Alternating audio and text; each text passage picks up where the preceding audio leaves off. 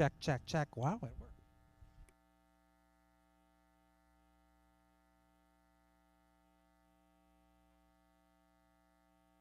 Check, check, check, check.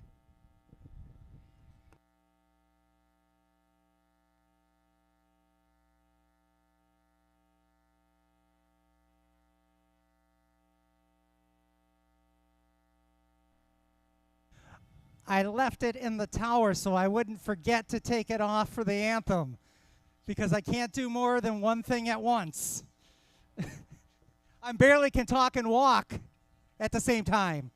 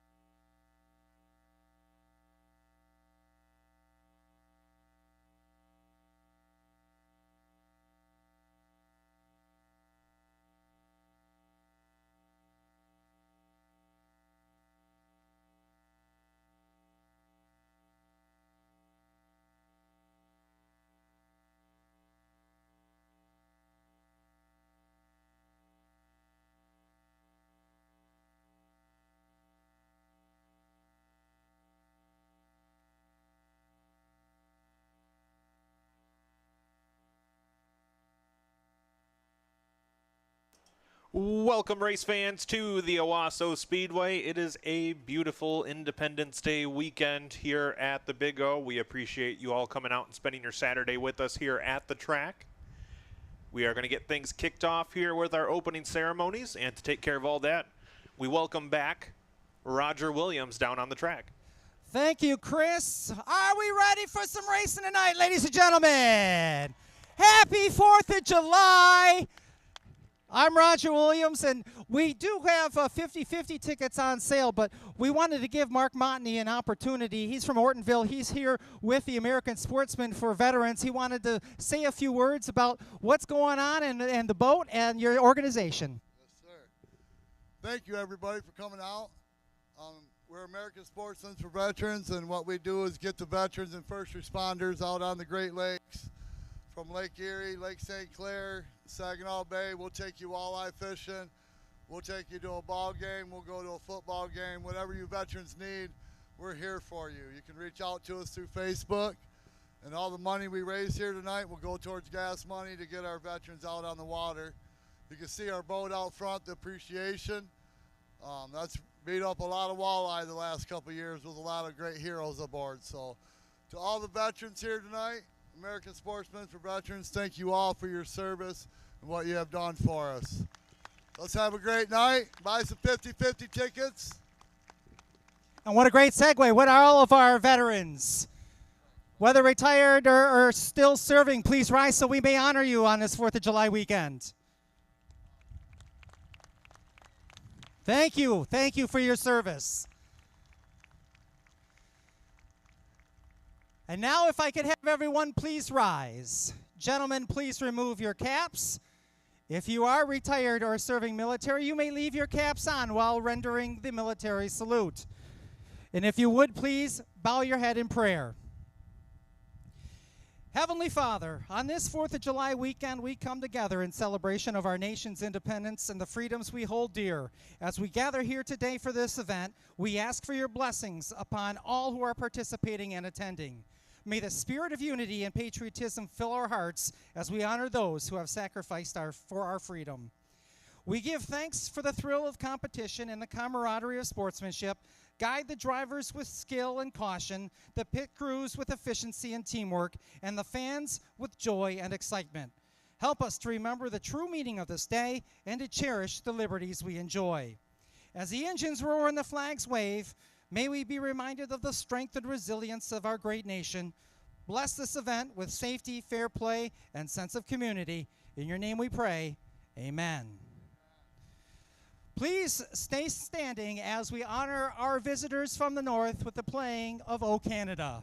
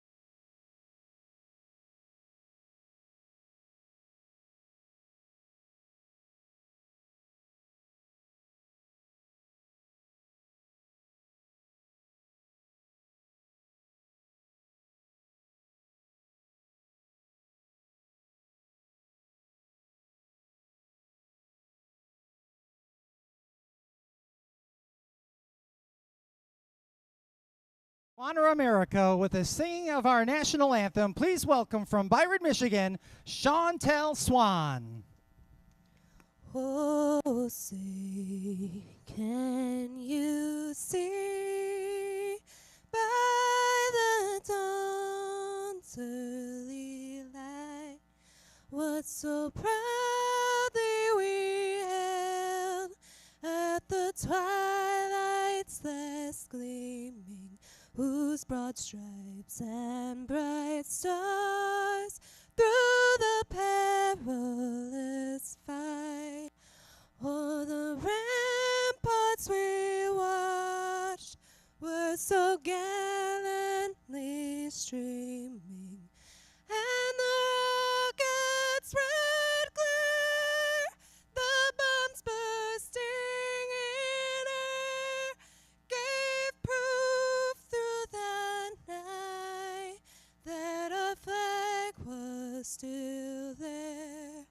Oh, say does that star-spangled banner yet wave for the land and of the free and the home of the brave. Chantel Swan, ladies and gentlemen. And we should also acknowledge our first responders and our fire folks that are here as well, and the folks that are going to keep our drivers safe today. Introduce yourself. Don Keplinger, Chesaning, Michigan. Austin O'Hare, Genesee, Michigan. Tanner Barnes, Howell, Michigan. Chris Gieske, Elsie, Michigan. Rex Wheeler, Donor. Greg Atwood, Ovid, Michigan.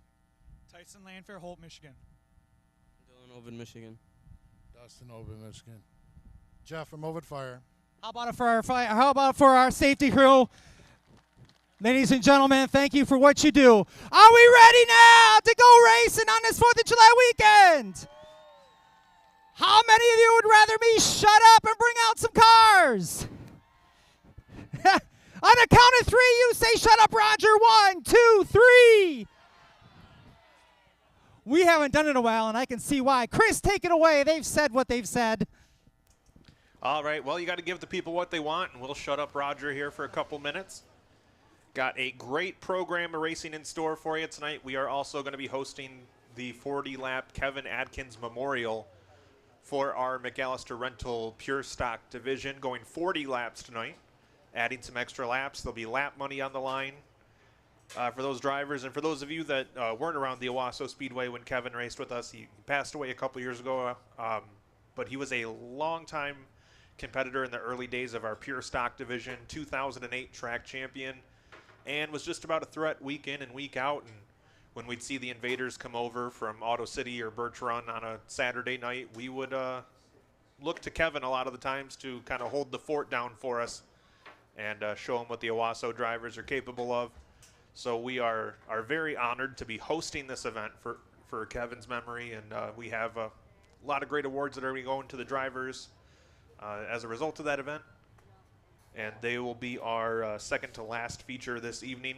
First up will be our 2 heat races tonight for the M&K Truck Center Late Model Sportsman. Our heat races are 6 laps. Only the top 4 finishers will receive money and points. Everyone else will just be out there for the love of the sport. And we take our full qualifying field, split them up into equal chunks, run them 6 laps. That's how we determine the lineups for our heat races. Our feature events are based off of qualifying. We do a random chip draw for an inversion number, so our fast qualifier starts whatever number the chip says.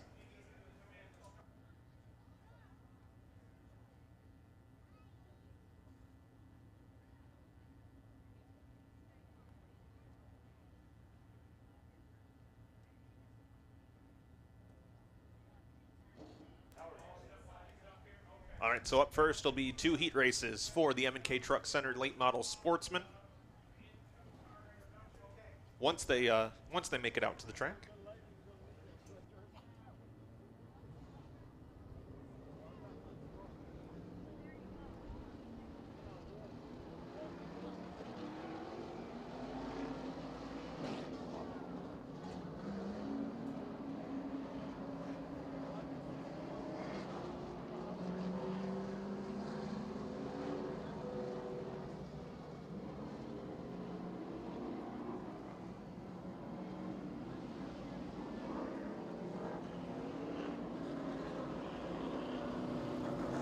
All right, there we go. Got cars out on the track now. Your scheduled starting lineup here for our first of 2 heat races for the M&K Truck Center Late Model Sportsman. Starting on pole in that yellow number 04 will be Chris Brunette. Outside of him in the 42 will be Steve Prusnell. 36 will be rookie contender Cole Marr with Clarity Patton in the 22 on the outside of row number 2.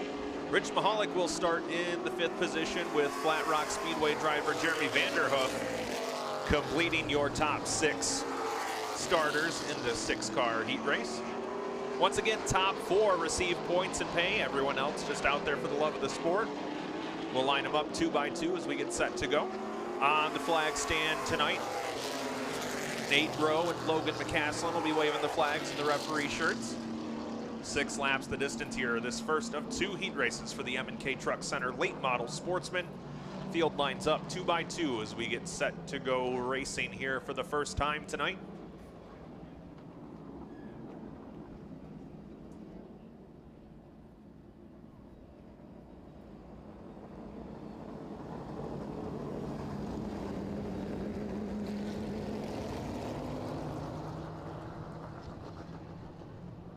Well, we know the crowd's rambunctious tonight, and raring to get some racing in here at Owasso Speedway. Sun is out, beautiful day here.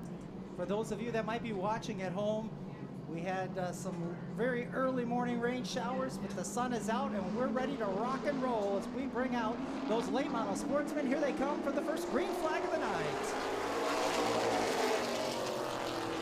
And already 3 wide off into turn number 1. The 04 car didn't look like it got off the blocks very well as it gets swallowed up by the 42 of Prusnell, the 36 of Marr. So that'll be your front row coming off of turn 4 side by side. Prusnell leads by a fender. Clarity Patton took it 3 wide out of the back straightaway. Now she's battling for that 3rd spot as they're 2 by 2 for the top 4 positions. On that inside, still trying to hold on to that lead, the Linden driver, Cole Marr. He slides up the track. They're going to come by 3 wide. Oh, he makes contact with the 11 of Rich Mahalik. Mahalik goes around. That'll draw the caution flag. Well, tried to make a bold move here in this heat race and just not enough room as perhaps Marr trying to get back into his comfortable line, but the 11 of Mahalik was down there. 4 cars all under a blanket there. Again, these heat races, little extra money and some extra points if they're going for a championship. This does not affect how they will line up in tonight's feature events. Unfortunately, the 36 of Cole Marr will be assessed with that caution. In our heat races, we have a 1 caution rule. So if you cause a caution in any way, shape, or form, you are asked to exit the track. We'll see you later for your feature event. And I was just going to say, this young lady here covering her ears. We do have earplugs for sale and ear covers for sale down at the souvenir stand. Just thought it was a great time to plug that. Ha, no see what intended. You did there? Yeah, good one, good one. Very affordable as well. I trust my child to use those ones that we bought from the racetrack. Because, you know, you got to give Rex his paycheck back. Amen.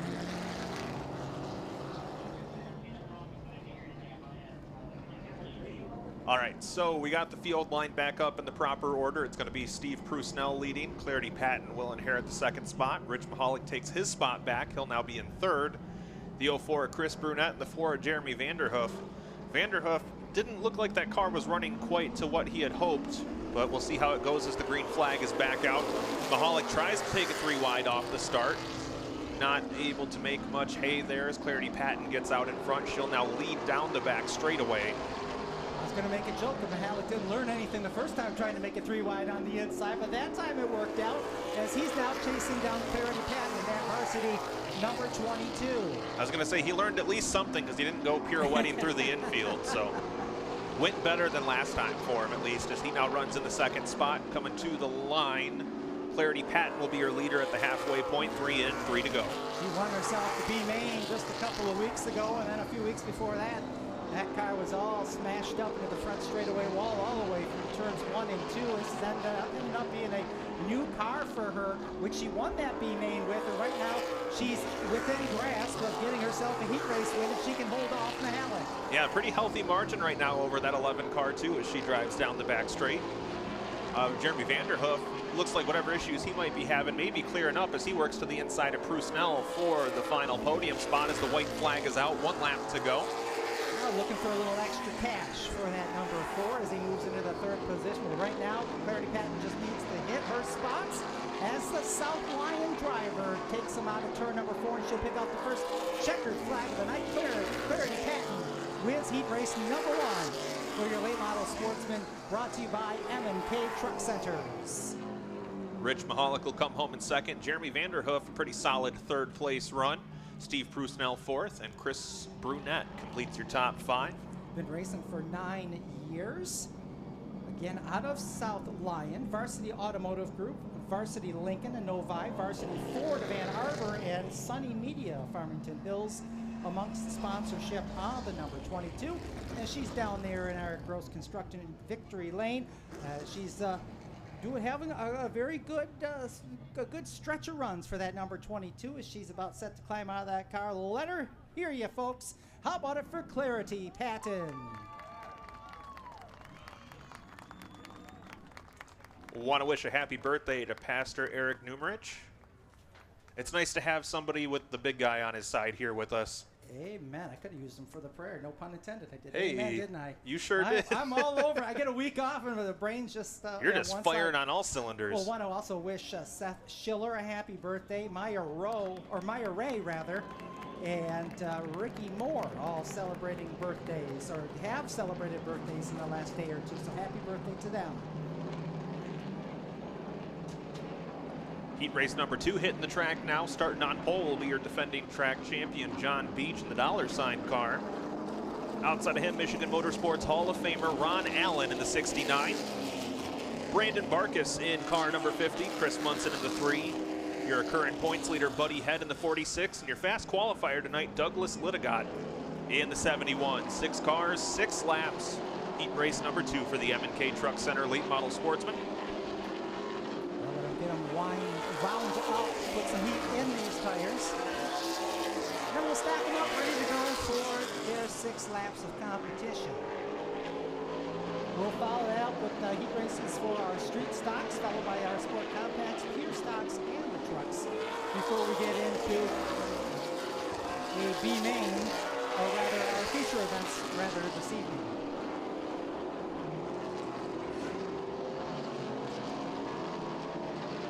Well, this will be the most my voice has had a workout since last weekend, Chris. The wife has been in Europe the last 6 days, so the only people I've talked to have 4 legs and a tail. I don't have a tail. And use a litter box. So those are the only people that I've talked to all week long. So we'll see how long the voice holds up. Well, I managed to talk almost nonstop for about 4 hours last Saturday, so I'm looking forward to a little bit of a break tonight. Field stacked up, ready to go. Heat race number 2. Here it comes.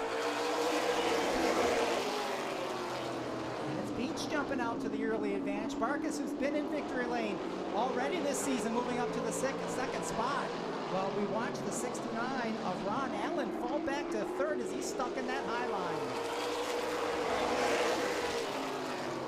The most recent winner, Buddy Head in that 46, now moves into the 3rd position. He picked up a big payday just a couple weeks ago and finds himself charging his way to the front as he's trying to get himself in a championship conversation here in our late model sportsman division. Yeah, coming into the night, Buddy had a pretty healthy 34-point margin over Brandon Barkus in that 50 car right up ahead. And with pretty limited nights for these late model sportsmen, especially left before championship night, every position counts. Buddy Head was fast qualifier, but Barkus might be able to eat away at that advantage a little bit here with a good run in the heat, as looks like we're going to lose the 69er Ron Allen as he pulls off over in turn number 2. Well, Buddy Head looking at a couple of different lines there in turns 3 and 4. A little bit loose coming out of turn 4 that time by Scott fast qualifier. Littagott right behind him as your front 4 pulled away, left Chris Munson in the dust, so to speak, back there all alone in the 5th spot. White flag is out this time by 1 more lap for Beach as he holds a pretty decent margin over the rest of the field. Brandon Barkus playing defense, trying to keep the 46 behind him. Into turn 3 for the final time. Rolling out of turn number 4. Checkered flag is out. Your winner is going to be John Beach. Brandon Barkus 2nd, Buddy Head 3rd, Douglas Littagott 4th, and Chris Munson rounds out your top 5. So your reigning champion in our late model sportsman division picks up the fast heat in that $sign machine, that Van Dorn chassis. Getting it done here. Has been racing 20 plus years out of Muskegon. Stearns M15 Garage, Extreme Indoor Kart Racing, Finish Line Seamless Gutters, GT Products, and Van Dorn Racing Chassis. All the sponsorship on the $sign machine as he makes his way slowly through the infield. How about it for John Beach?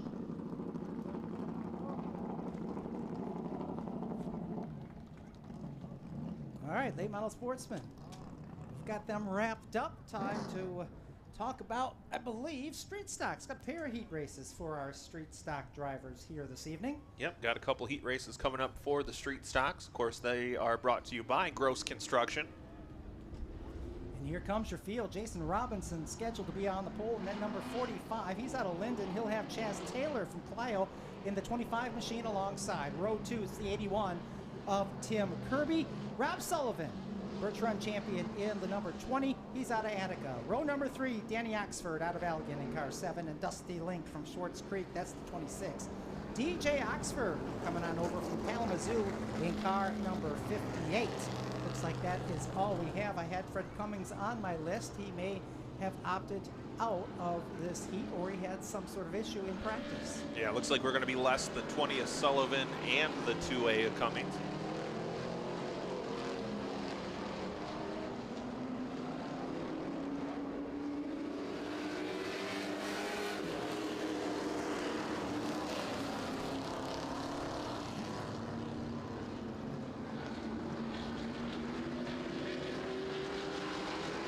Not sure they wanted to put any heat in their tires anymore.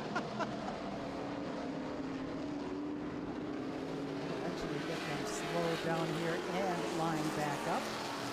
For those of you that would like to hear the call on race night, even if you can't make it, you can tune in the Track Tune and just download the Track Tune app to your phone, and you can hear the live audio coverage right from our PA system right into your phone, or you can listen in the grandstands via your AirPods or your headphones.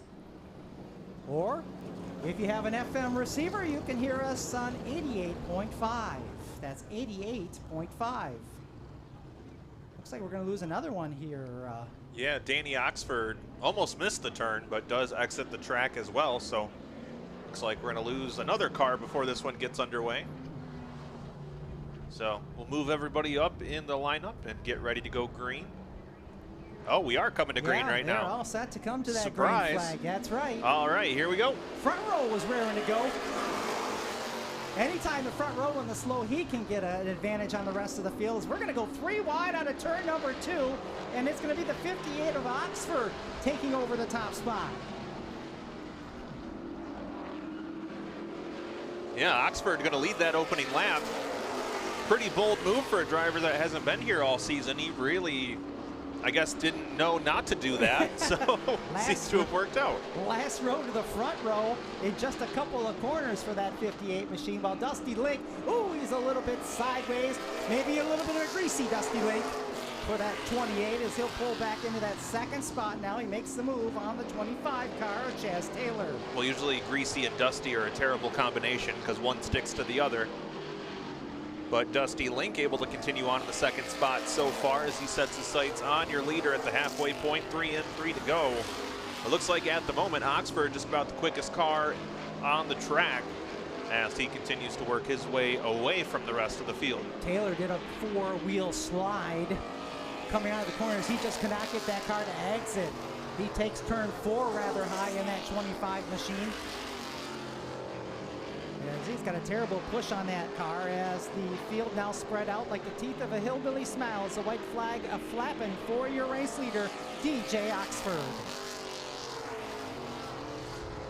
Oxford takes him out of turn number 2 all by himself. He's out in front by over 1.3 seconds over Dusty Link as DJ Oxford rotates it out of 4 to the checkered flag. It's Oxford with the win. Link's going to finish in the second spot. Third spot will go to a very ill-handling Chaz Taylor's number 25. Kirby, with the nose pushed up a little bit in that 81, will finish in the 4th spot, followed by Jason Robinson.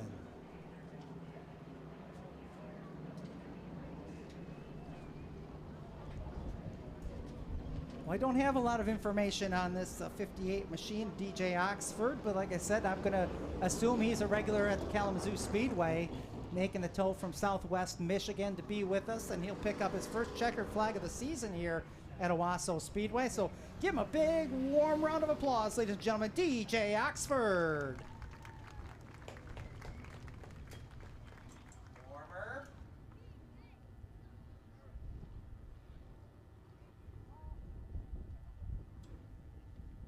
And if that wasn't enough, Roger, we have another heat race for the Gross Construction Street Stocks. Like potato chips, you can't have just one. I mean, you could. We've done it before. That you are related to the devil then, if you can only have one. It's called willpower. Never heard of the dude. He races an IndyCar. All right, that second heat race, your lineup is scheduled to be Jim Miller Sr. in car number 9, Aaron Newman in the 67. 64 of Johnny Hayden, 22 of Jerry Ballard. In the 65, last week's feature winner, Jeff Owens. 51, defending track champion Ron Hart, and in the number 20, that's your fast qualifier tonight, Tim Lahar. That'll be your field, 7 cars, 6 laps, heat race number 2 for the Gross Construction Street Stocks. And we'll give them 2 laps to get themselves warmed up, get those tires nice and sticky.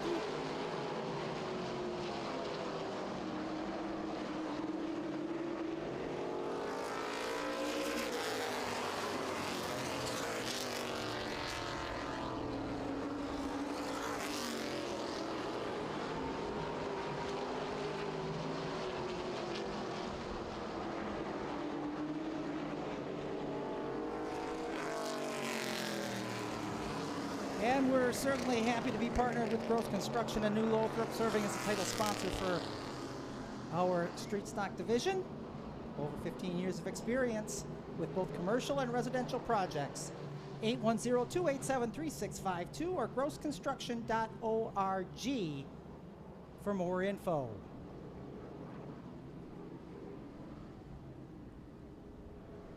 And they'll get the one to go. I could have went through that whole commercial. I think so.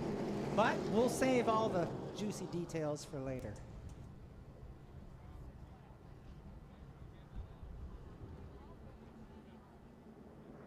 So we try this 6-lap heat race, the fast heat. Miller Sr., Aaron Newman, your front 2. Hayden and Ballard, row number 2. Owens, Hart in 3. Looks like Hart just going to kind of lay back in that 51 car.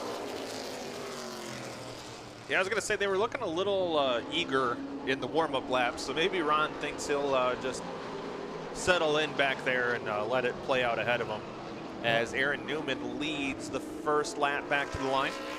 Boy, Lahar really able to drive it deep into the center of the corners. He picked up a couple of spots, got by the 65 of Owens, as well as Hayden, but Hayden seems to be off the pace in that 64. Miller Jr., he's fallen back as well. Now he's fallen to 4th. Of course, they've been working on that 9 machine. That is formerly a dirt car, so quite a different, a lot of different parts and pieces needed to be put on that to make it competitive in a street stock here on the asphalt. Well, right now, Jeff Owens in that 65 works around the 9 of Miller. He'll move up another spot. Ooh, Miller looked like he might have bounced off the 65 there, lost a little bit of ground. But up in front, it's a 3-car breakaway. Aaron Newman, Ballard, and Lahar are your leaders. Lahar looked to the inside of the 22 of Ballard as they came out of turn number 4.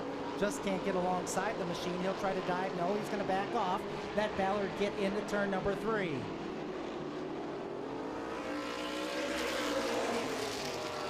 White flag is out, 1 lap to go. Newman leads him down the back straightaway for the final time.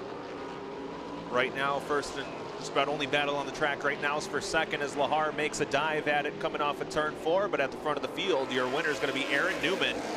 Jerry Ballard just barely in second, Tim Lahar 3rd, Jeff Owens 4th, and Jim Miller Sr. completes your top 5. So Aaron Newman holds on to the Shark. It is Shark Week, isn't it Shark Week? Sunday starts Shark Week, so a great start for Aaron Newman in that 67 as he picks up the fast heat race here tonight. Aaron out of Battle Creek, another one of those Southwest Michigan racers that have been coming to Owasso Speedway each and every week. We see the street stocks, and he pulls in as your final heat race winner for the street stocks. Ladies and gentlemen, big round of applause to Aaron Newman.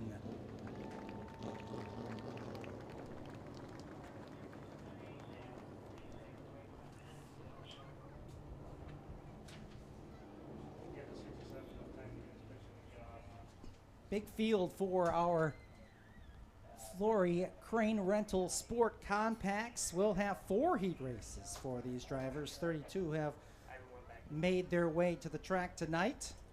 So we will have a B and an A and a B event for those Sport Compact drivers. And we want to certainly thank the folks from Flory Crane Rental for their sponsorship and the title sponsor of our Sport Compact division. They're your premier crane rental service located in Lennon. Are you in need of a licensed and experienced professional to tackle your project? Well, look no further than Flory Crane Rental. They guarantee quality results every time.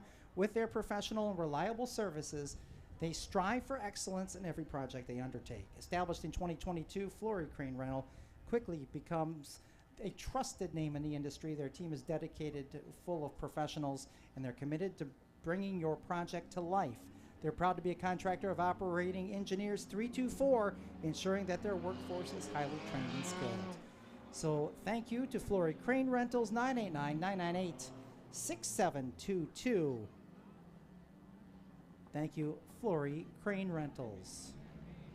As the first heat making its way out on the track, this would be the bottom of the 32 qualifiers. So these are drivers that will be in tonight's B main. And it looks like 5 of them have made the call, so let's see who's actually in this field here. Looks like we've got the 89 machine of Elizabeth Cole, Maddie Orta in the 32, the 7X of Josh Scheiber, the 12 of Don Burton, and looks like the number 14 of Owen Natzel make up your 5 cars here in heat race number 1. So these are the drivers that struggled to find some speed. I can relate to that. You know, you have to go through a lot of dark alleys. All right, green flag is out. We are underway here. I'm guessing that's not the speed you were talking about. No, No. it was not. My bad. Cole takes an early advantage on this field. Everyone else shuffling behind. Shiver sitting back there in third, battling Orta in the 32 car. They think about going 3 wide. Oh, man. Boy, that wall comes up quick. Boy, it does. Owen Natzel almost got to greet the concrete there at turn 4 as they somewhat settle down the back straightaway. Kolb still in charge. A little puff of smoke out the back of Shiver's machine. Kolb way up top side. She's going to lose the lead. So Josh Shiver takes the lead. Kolb going to do her best impression of a rock and sink to the bottom. Oh, the adrenaline got to be flowing through. Oh, the 12 of Burton falls back a couple of spots as Orta fights her way back to the second spot, battling with Natzel. I don't think it's a lack of speed, it's a lack of handling. Yeah, that seems to be the struggle for a few cars out there in this one. Shiver a little bit off the pace. Is that 14 car? Owen Natzel all over the back end of Shiver coming out of turn number 4. Well, Natzel will take the lead coming off of turn 2 as Shiver falls back to second. Almost like that 7X seems to lay down on the exits. Wondering if that machine might be getting a little warm as the white flag is being displayed.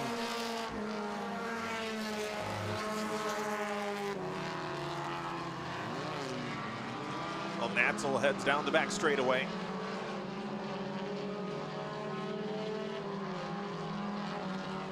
Coming off of turn 4, checkered flag is out. Owen Natzel across the line first. Ooh, that could be a problem.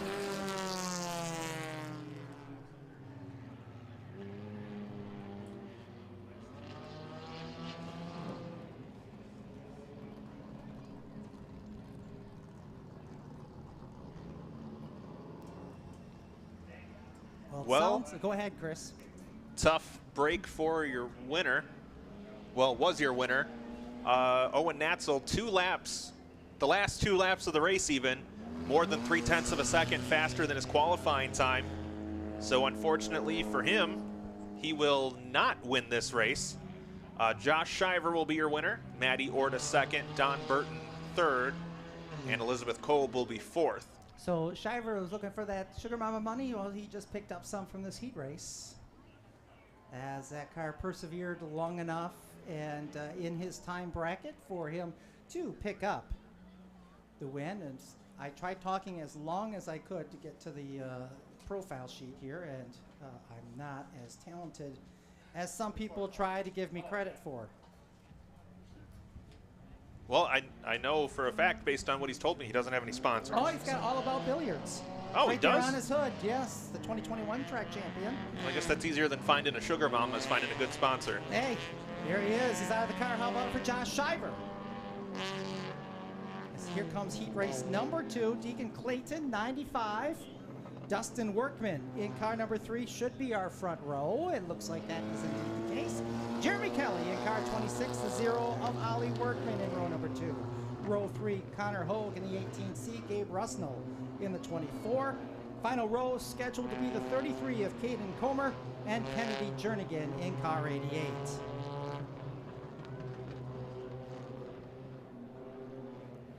As we get set to turn 6 here in heat race number 2, Flory Crane Reynolds Sport Compacts are underway.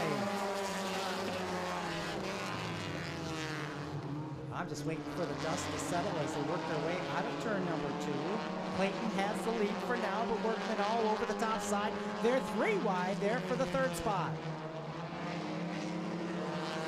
And they're still 3 wide for 4th. Ooh, I think the 24 might have gotten a piece of the wall down the front straightaway. That was the old top groove as we're going to go 3 wide for the lead, Chris. Well, Connor Hogue thinking about making it 3 wide. Instead gives a little bump draft to Lightning McQueen there. Dagan Clayton in the 95. Oh, I bet that bumper cam was just a dinging. You're too close. Oh, he's going to dive down to the inside. Hogue again to the inside. We're 3 wide for a little bit, maybe 4. Here comes Jernigan in the double 8. She backs off. Yeah, definitely thinking better of it there, which I can't say I blame her. That was looking a little hairy there for a minute. And we're at the halfway point, 3 and 3 to go. Workman now takes that lead to himself. Clayton in the 2nd spot, Hogue in 3rd, then here comes Jernigan now. She'll get all the way to the door of Hogue, but Hogue's going to go to the top side and challenge for the runner-up position. Well, Jernigan to the inside of Clayton as they head off into turn number 1. Dustin Workman well out in front in that 3 car. Jernigan able to take advantage of that. She moves up to 2nd and pulls away from that 3rd place duo as they come down to the white flag. 1st and 2nd look pretty much sewn up. After that, it's anybody's guess. Of course, the equipment's got to last one more lap, and we got to hope no more cautions in this one. As here comes the battle for 3rd. Oh, they're bumping and banging. Coming to the line off of turn 4 one last time. Jernigan and Workman a drag race to the finish. It's going to be Kennedy Jernigan. She's going to pick up the win, Chris. Dustin Workman comes home in 2nd. Connor Hogue 3rd. Dagan Clayton 4th. And Gabe Rusnell will complete your top 5. Well, how about that for a finish? She took her time, was patient, put it on the inside, and everyone just got out of her way, and she's going to park it in victory lane.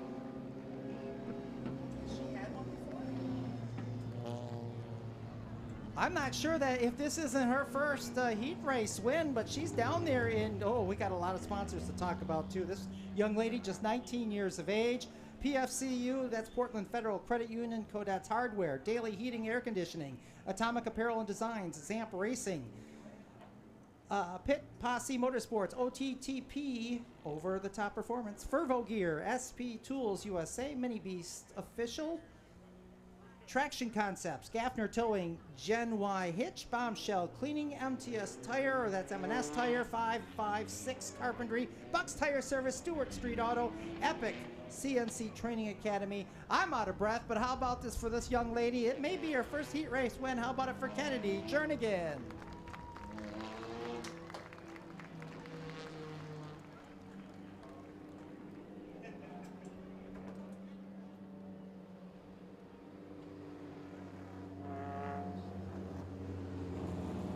Heat race number 2, Flory Crane Reynolds. Sport Compact heat race number 3. Yeah, we're 3 in. Oh. 9. Wait, who? That's Bryson Hosner in the 29. Is supposed to be in this heat race, but decided to park in the middle of the backstretch. Which I believe, Roger, I don't know if we have signs posted yet, but that is in fact a no parking zone. Even on crowded days like today? Even on crowded days like today, you cannot park on the backstretch. Well, that's probably important for me to know before I get here late someday. I mean, we have people that try to park basically on M21, so. Yeah, that's true. Jason we gotta McBride. be a little more liberal with those no parking signs, I guess. Even for employees, though? Especially for employees. I'm kind of a VIP. You're a P? Yeah. Jason McBride in the 70 should be on the pole. There he is. Oliver Kukar in the 86. Row number 2 was scheduled to be the F1. Herb Freeman, really? Yeah. Oh, all right. Ira Hosner in the 19. Bobby Joe Jernigan, 51. Bryson Hosner, 29. Dan Hazard, 6X. And Keegan Leap in the 624. But it seems like we have a lot less cars than what I'm seeing here in front of me. Yeah, we had 8 scheduled. 6 have made it to the track. Bryson Hosner getting pushed off the track. Then we are going to be less the F1 of Herb Freeman and the 19 of Ira Hosner. So we'll go with what's left. So 5 cars, 6 laps. The third of 4 heat races, Flory, Crane Rental, Sports Compacts, set to go green. And why not go 3 wide right on the start with 5 cars, Chris? I mean, patience is a virtue, but not all of us are virtuous, I guess. Well, the hatchback is making some hay. Like you said earlier, he's all over the back bumper of that 70 and McBride in the battle for the lead. Well, his last name is Leap, and he leapt to the second spot. Now he's going to leap up one more position as he gets underneath the 70 of McBride to move into the lead. Kukar back there in third, Jernigan fourth, and fifth is Hazard.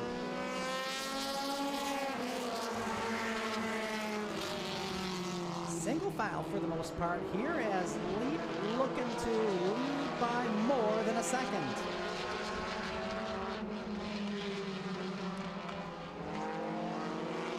Yeah, pretty decent lead here as the rest of the field pretty processional. One by one. First driver to make a move will be the 6X of Dan Hazard trying to get around the 51 of Bobby Joe Jernigan. Well, that 70 car there in the second spot of McBride, he's certainly pushing it to its limits in the center of the corners. A number of times he's gotten that car a bit out of shape, but no one's able to take any advantage of it. Hazard moves up to the fourth spot, getting around Jernigan's 51. She seems a bit off the pace. Maybe some problems developing on that car. Yeah, they've been battling all kinds of car issues on that team all season long as we get to the white flag. 1 lap to go. He's got this one about wrapped up. He just needs to put the bow on it. He's got about a quarter of a straightaway advantage on McBride, Kukar, and Hazard. And as they come out of turn number 4, looks like that's how they're going to finish as Leap in the Baker Auto Group machine. Jason McBride comes home in second, Oliver Kukar third, Dan Hazard fourth, and Bobby Joe Jernigan completes the top 5.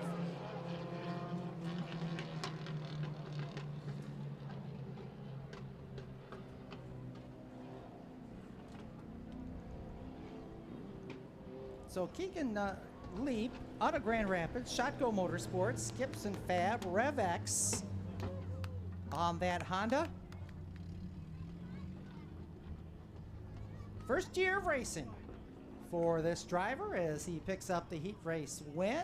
How about it for this guy? First win here at Owasso Speedway. Keegan Leap, ladies and gentlemen.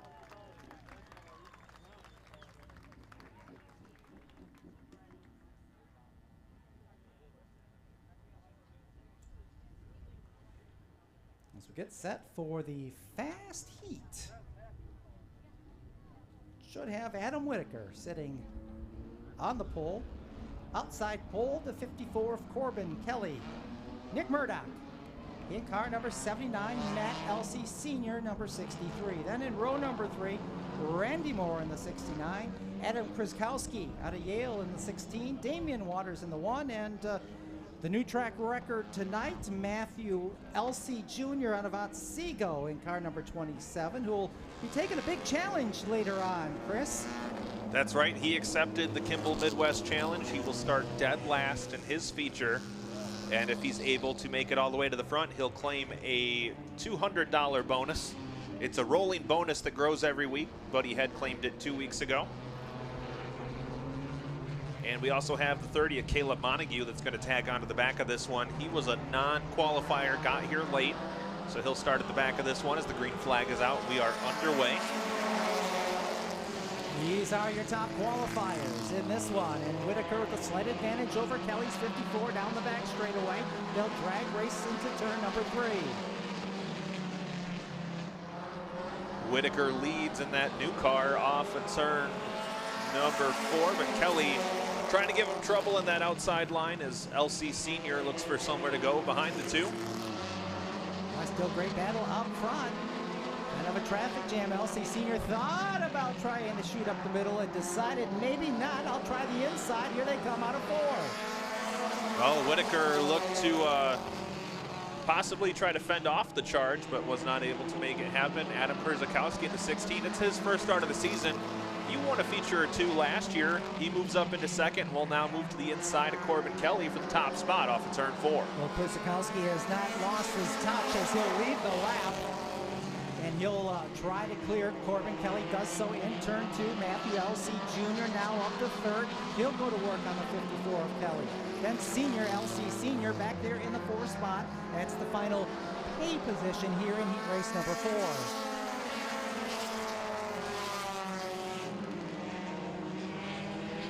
Montague might be a part of this finish here, even though he doesn't want to. He's way back in the rest of this field as they're side-by-side top spot. Matthew LC Jr. on the high side. Perzakowski on the inside. They'll come out of turn number 2. They're going to catch up to that 30 of Montague. Will the 15 use it as a pick? Yes, LC Jr. has to back off, but now Montague, and the problems for the 27, he's off the pace. Well, coming off of turn 4, the checkered flag is out. Your winner is going to be Adam Perzakowski. It's going to be Matt LC Sr. in second, Damian Waters.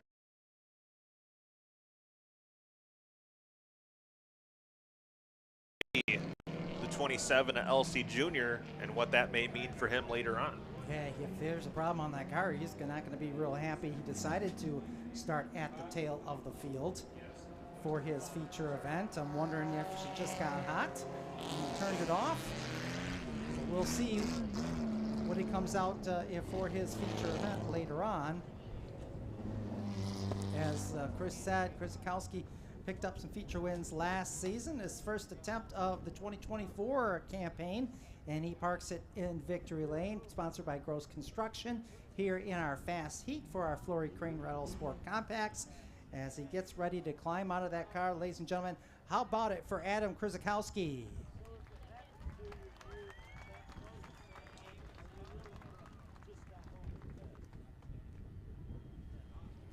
Here come the Pure Stocks. They're part of the Kevin Atkins Memorial here tonight. We've got 3 heat races for your Pure Stocks, and those are brought to you by McAllister Rentals.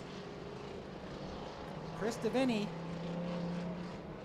will be inside pole. Abby Kolb outside in car 89.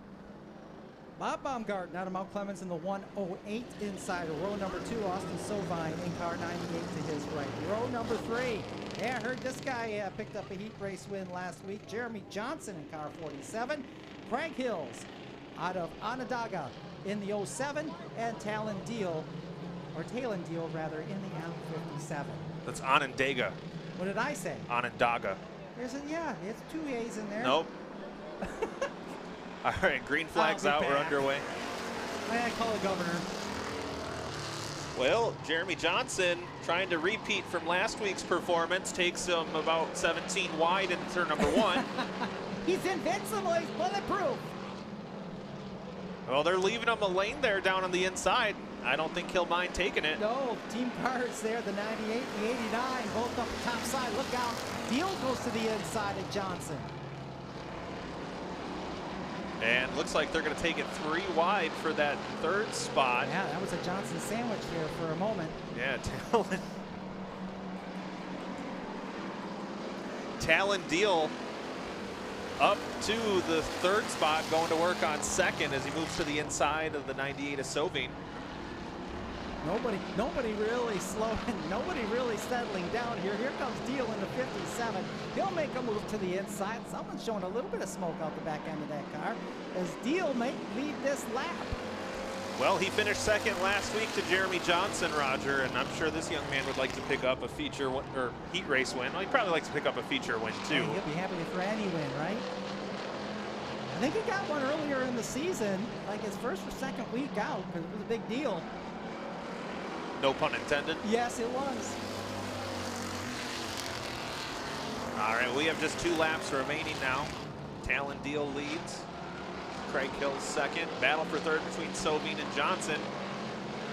And Bob Baumgarten in the 108. Thought about taking it 3 wide, thinks better of it, as the white flag is out, 1 lap to go. And the first 2 seem to be settled up. It's third on back, that's anyone's guess here. Baumgarten on the inside, Johnson in the middle, Sovine top side. They're 3 wide for that third spot. Sovine almost slaps the wall. Baumgarten from the bottom passes them both. Checkered flag, give it to Deal. Craig Hills will come home in second. Bob Baumgarten in third. Jeremy Johnson fourth, just barely, and Austin Sovine completes your top 5. Wow, for the slow heat here in the Pure Stocks, that was quite an exciting one there as Deal walks away with the win. Rookie driver.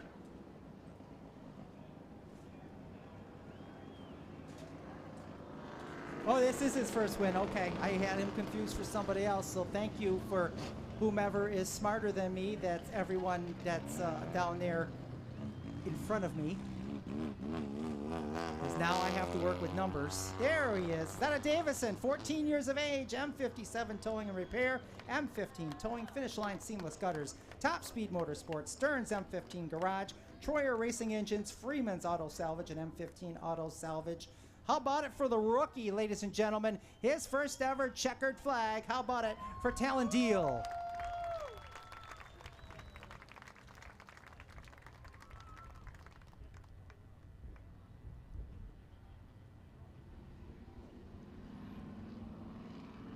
Here come your middle qualifiers. Now, I know that pole sitter Bill Livesey, he towed out of here early, so something to miss on the X14 machine. So that will move Scott Garcia over to the inside pole. Brent Voris will be outside in car number 5. Ben Heide in the 97 will be inside row number 2. Jason Congdon in car number 79 will be to his right. Then Dan Goki in the number 83 and Hunter Dutre in the 73. So 6 cars, 6 laps, heat race number 2 for your McAllister Rentals Pure Stocks. And tonight is the Kevin Atkins Memorial. Hunter Dutre in the 73 actually was your inaugural Kevin Atkins Memorial winner back in 2022.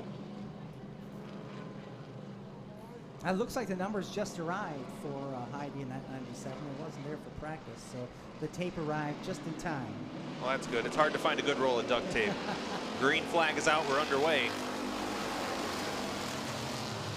These very heavy race cars, steel bodies, make their way down the back straightaway. On street tires, no less, as Garcia and Boris side by side up front, battling for lap number 1. And it's going to be a close one back to the line to lead the opening lap. According to the computer, it was Garcia by 6/1000ths of a second. And right there, Chris. yeah, normally pilots modified, deciding to hop in behind the wheel of the number 79 Pure Stock here tonight. And now Hunter Dutre gets up into the mix as well. He'll battle with your top 3 runners. Everybody's still side by side, the pack of 6.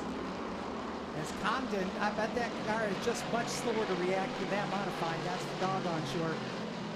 Being that big weight difference, as Garcia so far doing a good job holding off the rest of this field. Boris and Congdon still side by side for the 2nd spot. And Congdon going to take a peek to the inside of the 6 of Garcia down the back straightaway. Almost can get to the door, but has to back out going into turn 3. A wad of Pure Stocks starting to settle down. Congdon now might have a shot on the top side, but that allows Dutre to look to the inside for that 2nd spot as they all try to gang up on that 6S. Your race leader, Garcia, who's led most of the laps so far. This time by, the white flag will be out, 1 lap to go. Garcia having to play defense high and low as the 73 of Dutre runs right behind him. The 79 of Congdon going to try the outside. They might split the difference. We're 3 wide going down the back straightaway for the final time. Oh, and there's contact for us into the back end of the 5S. Contact being made as they come down to the checkered flag. It's Dutry by a nose. Congdon second, Goki third, Voris fourth, and Ben Heidi will complete your top 5 unofficially.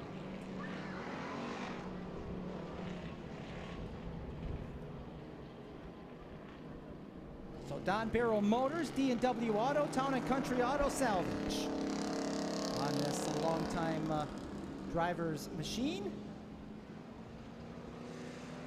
When I say long time, he says his age is 24. But I've seen the name plenty of times in many a year, and he's going to pick up. He just looks like he just got that car finally wrapped up, and it looks sharp. So he'll get his picture taken winning the middle heat race here of the 3 for the Pure Stocks. How about it for Hunter Dutray? Yeah, looks like kind of a throwback to a late model his dad used to run back in the day. I almost thought, he's out of the car, folks. How about one more time for Hunter? I almost looked at it, and I thought it was one of the Wiley cars from the dirt track times. Pretty similar paint scheme. Threw me off there a bit. It wasn't the station wagon, obviously, but I thought, oh, Jason Wiley's here. Well, that's not Jason, obviously. It sure is not. So the fast heat will be coming up next. And last week's winner, Kyle Callahan, leads them out. Brian Thompson out of Flushing in the 66 will be alongside the 14 car. Landon Heidi in car 87 out of Grand Ledge, and Jim Miller Jr. out of Clio in car number 9. Jordan Lakota in the J1. Jason Spencer in the 55. And that's Tim Lahar now piloting the M15. We're playing musical chairs Apparently. tonight, Roger. So the 55 of Jason Spencer blew an engine in qualifying. They were trying to get that changed. In the meantime, Lonnie Saumier not here tonight. So his car was brought here. Spencer was going to run that car if his car wasn't finished in time. Well, Spencer's car was repaired. He's able to race his car, and since the M15 was here already, they found a driver in Tim Lahar, and he's used to doing double duty, so now he'll hop in the M15, and that's what it's all about. Green flag's out. Here we go. I remember that Saumier jumped into one of Lahar's cars just a few weeks ago. So they're calling it even as Thompson trying to make it uneven by leading this field and pushing Callahan back on that inside line. But Thompson's going to give him plenty of room to race for the top spot. All right, Thompson leads that time. Callahan was your feature winner last week. Led wire to wire, started on the pole, and led every lap. Looks like he's going to have his work cut out for him in this heat race, though, as him and Brian Thompson still stay door to door as they come off of turn 4. Callahan pushes up a little bit. The 9 of Miller thought about taking it 3 wide, but falls back in line behind the 14. Yeah, Miller's itching to get up front. You keep seeing him hit the throttle and have him to back off, throttle him back off to keep him getting into the back end of the 14 machine. He might have some room to try the high side. He's going to sling it out down to the inside on a 4. Meanwhile, back in the pack, they're 3 wide. Yeah, they've been 3 wide for, I think, 2 or 3 laps now, trying to not be last place. And they were doing it so well, it almost seemed like they were in, like, synchronization. I mean, the Olympics are coming up, so it's like synchronized racing. Miller going to lead the lap. He clears Callahan. Lakota going to take the second spot while Callahan hung out to dry on the top side. He'll slide in the line in front of the 66 of Thompson. Meanwhile, Lahar, Spencer, and Heidi back there 5th, 6th, and 7th as they come to the white. And your top 4 runners now nose to tail. In fact, we're nose to tail, front to back as we head down the back straightaway for the last time. Thompson might make an attempt on the 14. He'll get to the bumper, but can't do anything for 3rd as the checkered flag is out. Your winner is going to be Jim Miller Jr. Jordan Lakota 2nd, Kyle Callahan 3rd, Brian Thompson 4th. Tim Lahar brings it home in the 5th position. So last year's winner of the Kevin Adkins Memorial joins the winner from the year before in Hunter Dutry and making it to victory lane in these heat races. Well, Jim Miller been around a while, 41 years of age, multiple championships, asphalt and dirt in that performance auto number 9. Top Speed Motorsports, who also sponsors our feature winners of checkered flags, also on that car. Finish Line Seamless Gutters, Michigan Auto Corps, Dort Transmission, Corunna Road Bar and Wall Built Performance. All on that number 9. He's won some features this year. He'll be one to watch in tonight's main event. How about it for Jim Miller Jr.?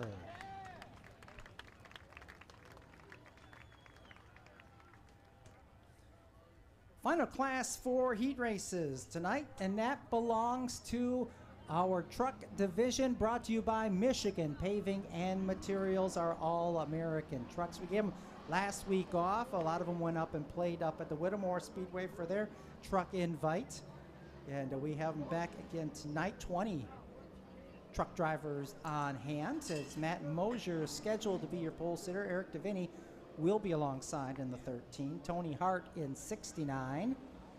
See if he did make it out. Nope, it's going to be the 85 of Chris DeVinny, the 58 of Jeremy Neff, Brian Doherty, and Jason Dvorak.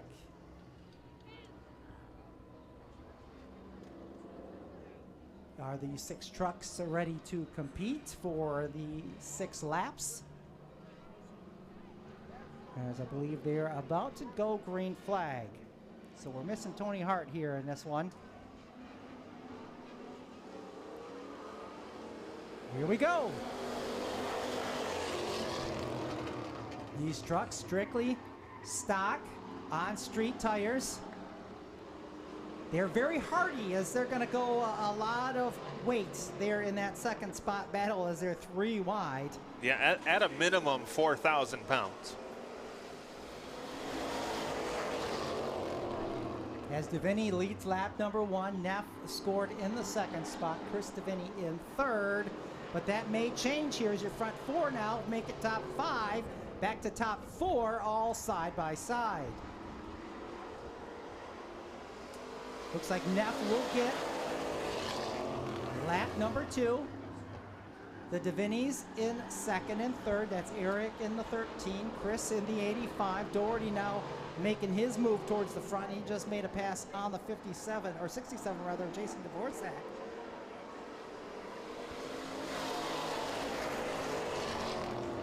That's the only side-by-side battle at the moment, DeVinny and Doherty, and then that battle went away. We're back to single file. Well, Doherty not happy with 3rd. He's going to go to work on Eric DeVinny for 2nd. DeVinny shut the door on his face there going out of turn number 4, but Doherty must have had his boot in the door as he now gets to the inside of DeVinny again, and he'll take over 2nd spot as we come off of turn 2. He swapped a little paint doing so, and Doherty able to really pull away from that 13 truck, as now he's got his sights set on Jeremy Neff as they're coming down to the final lap. It begins now. So Neff leads, Doherty in 2nd, trying to run him down.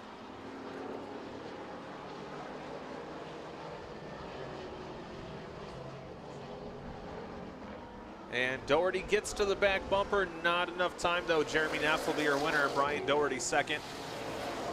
Eric DeVinny 3rd, Chris DeVinny 4th, and Jason Dvorak completes your top 5. So Jeremy Neff, 33 years of age, in his 4th year of racing. Picks up heat race number 1 in that 2005 Silverado.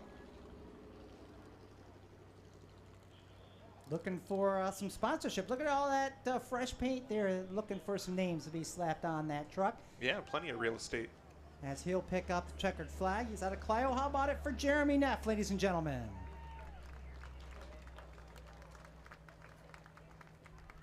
Two heat races to go, and don't forget we've got a fireworks display for you here tonight to celebrate the 4th of July weekend. What's more American than blowing stuff up? I can't think of a thing. Maybe blowing up a box of hot dogs in a Chevy. That's pretty American. If you could work in beer in a dirt road, we'd have a pretty nice country song. Charles Hamilton will lead this little tune out. Heat race number 2. Richard Gillette in the 51. Josh Shaw on the 23. He'll have Greg Long's number 21 alongside. That's row number 2. Zane Cruz, defending champ, in row number 3 in the red number 7. He'll have Brad Rosé, the champion from 2 years ago, alongside, and Michael Dvorak from Swartz Creek in the 72. That makes up your field of trucks for heat race number 2. 2 of 3 for the Michigan Paving and Materials All-American trucks.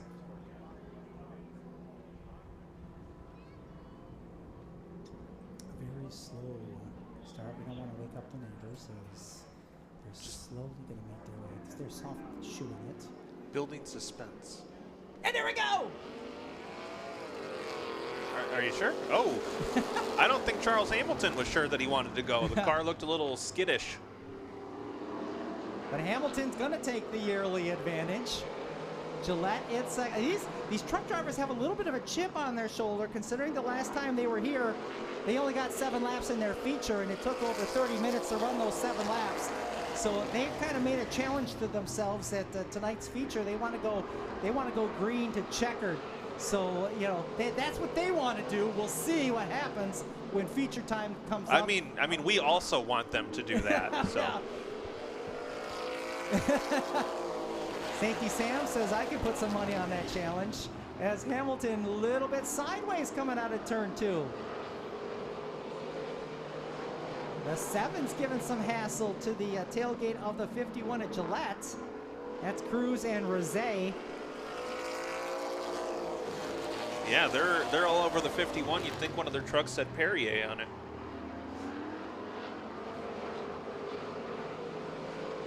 Cruz going to take a peek to the inside of Gillette. Nope.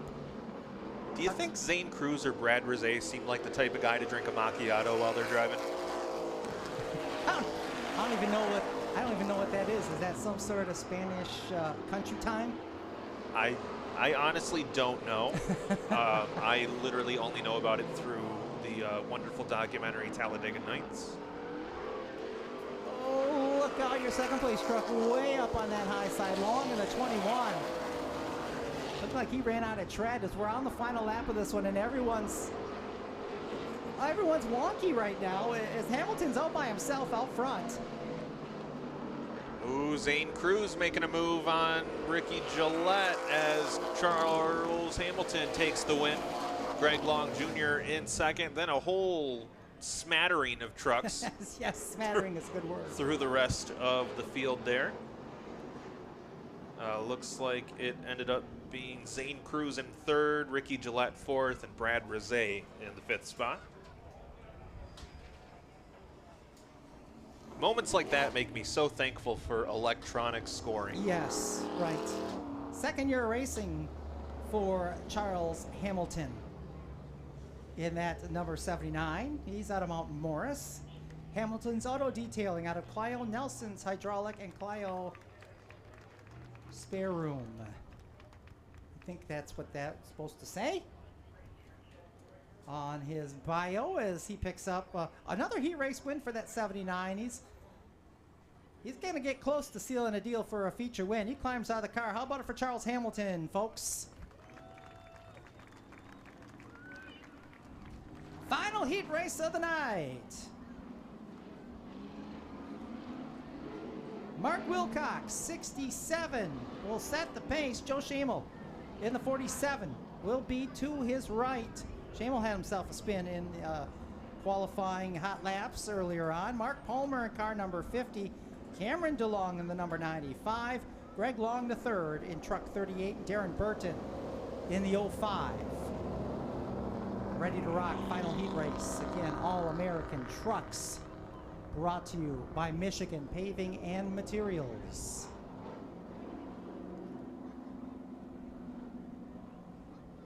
As they too want to have a very slow and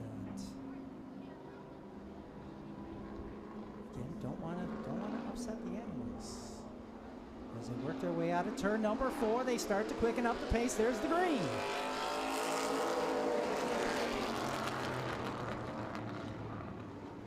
Wilcox leads him out. Schamel sideways. Boy, that's about as loose as you can get. Yeah, spinning it out. I know they say loose is fast, but I don't think the back end of the truck is supposed to try to pass the front end of the truck. So far holding on to Long on that third spot. Palmer back there battling the team car, the 05 of Darren Burton. And DeLong back in his own truck this week. He had to borrow a ride from his dad for a few weeks after suffering some engine issues in that 95.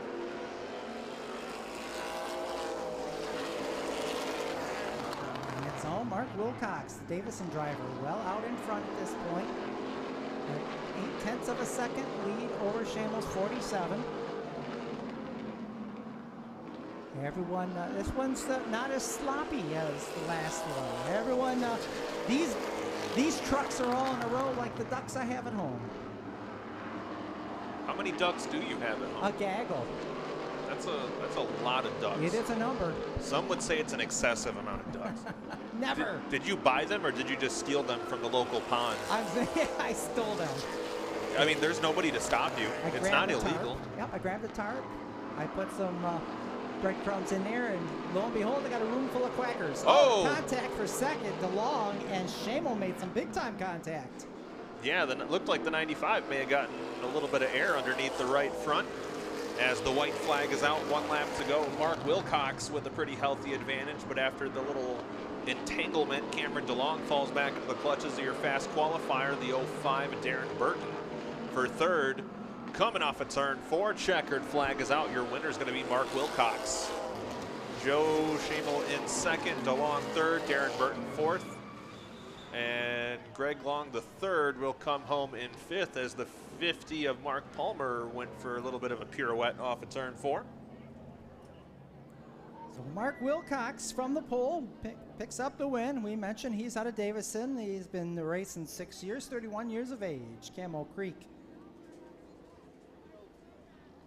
The lone sponsor, Hydro Dipping Company, third generation racer.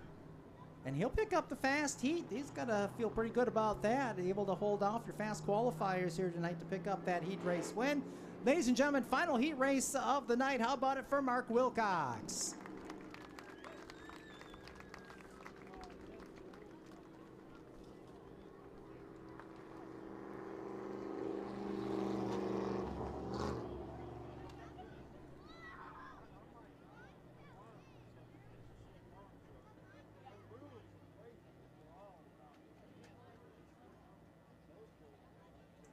Well, we're at the portion of the show where our sportsmen would be coming out for their feature event, but I understand they may not have been keeping an eye on their watch. As sportsmen should be making their way into the chute for their feature event, scheduled for 40 laps.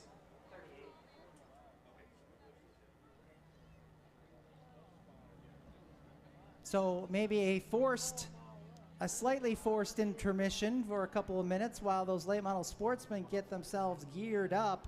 Gives us an opportunity to push some of the upcoming events that we're right at the halfway point of the 2024 race season here at Owasso Speedway. Next week, another night out at the Big O. The modifieds will be back in action, as well as pure stock, street stocks, sport compacts, and mini wedges will be racing in the morning. And then we come back on Sunday for our third Destruction Overload. And I understand we've got some pretty big surprises that will be happening. Some actual stuff, some stunts, so to speak, may be afoot here at the Owasso Speedway on our Destruction Overload. Then we'll have the Outlaw Super Late Models back for the Owasso 500, race number 3, 100-lapper for the Outlaw Super Late Models.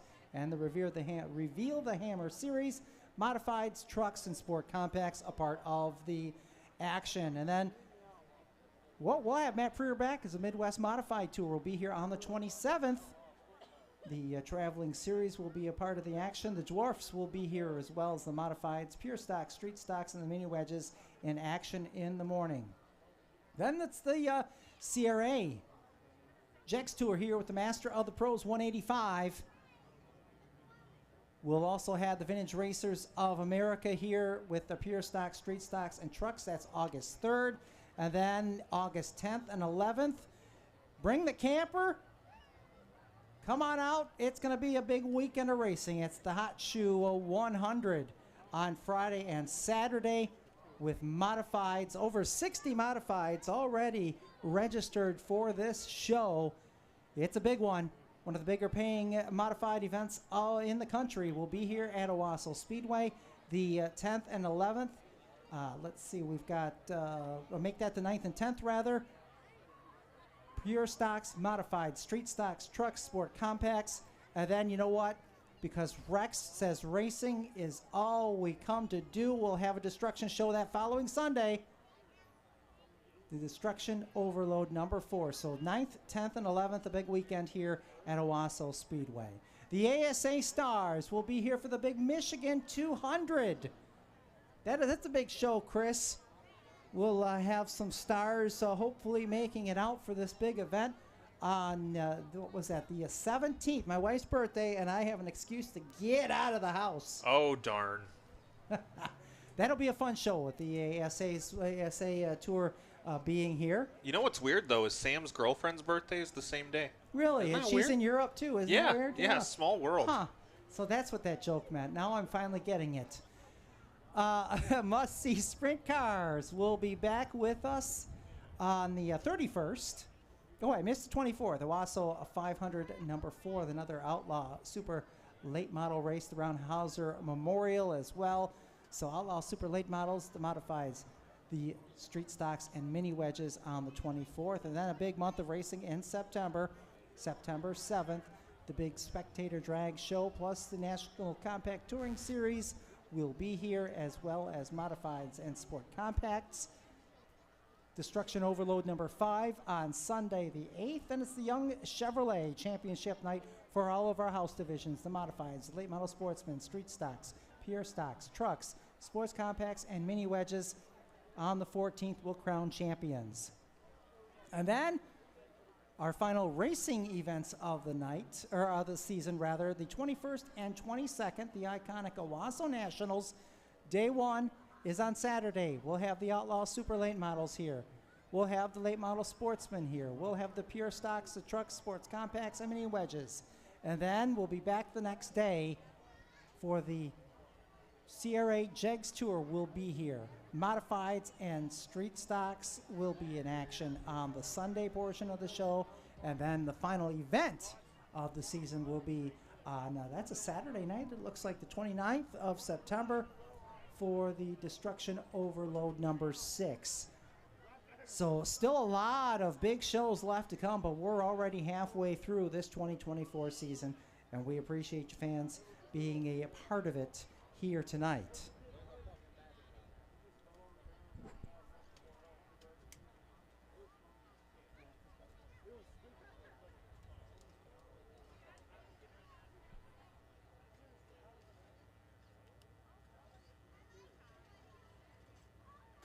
So again, if you can hear us in the pits, late model sportsmen, you should be gearing up and getting yourselves in line here. But yeah, we'd hate to have to put half the field to the back because they can't listen to the loudspeaker back there. That Right. sure would be unfortunate. So as we wait for that to happen, again, we mentioned the big fireworks show later on here this evening.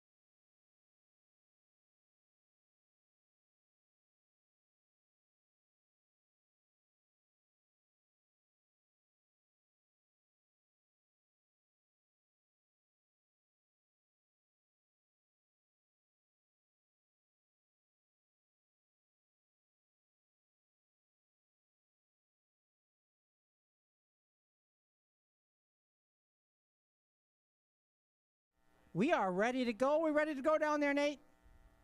We are. Here's your starting lineup. A little bit different than what I have here in front of me, so bear with me. Starting at the tail end of the field in car number 36 out of Linden. How about it for Colmar? Your fast qualifier tonight, starting deep in the field. Oh, we're going to go to the end?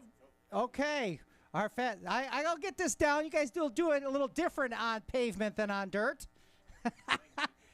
On the outside of row number 5 out of Romulus in car 71, it's Doug Lidigat.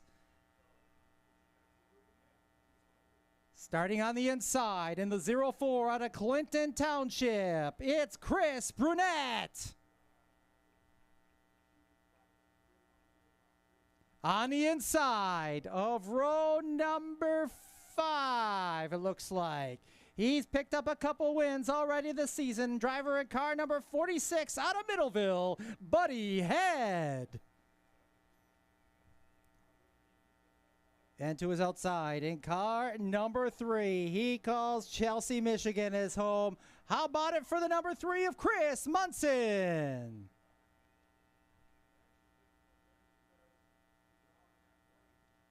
We move up middle of the field. He picked up a win back in May, and that number 50 he hauls here from Kendallville, Indiana. How about it for the number 50 of Brandon Barkis?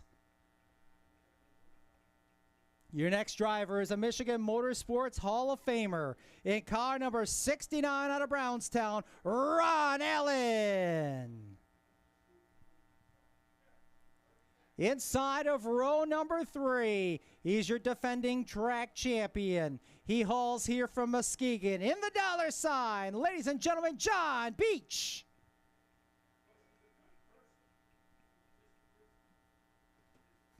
Outside, row number 2. He's just about in Ohio. He's about as far away in Michigan as you can get to the south. He comes from Temperance in that number 4 machine. How about it for Jeremy Vanderhoof?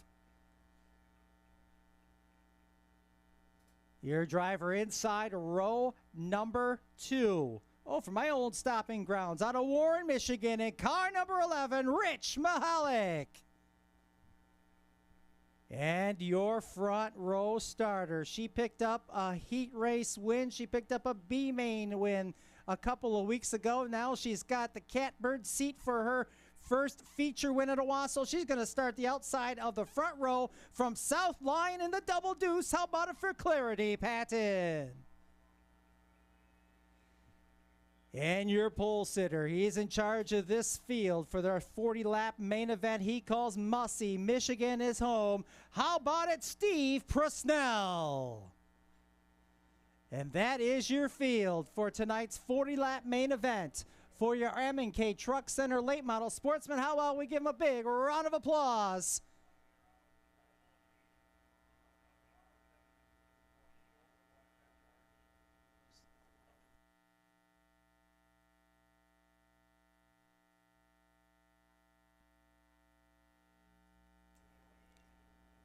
They're going to do a quick radio check to make sure these drivers can hear. I'm going to assume that you guys are putting us in control of getting these drivers started. Is that correct, Nate? I'm going to assume that is the case. You just let me know when we can count your field down.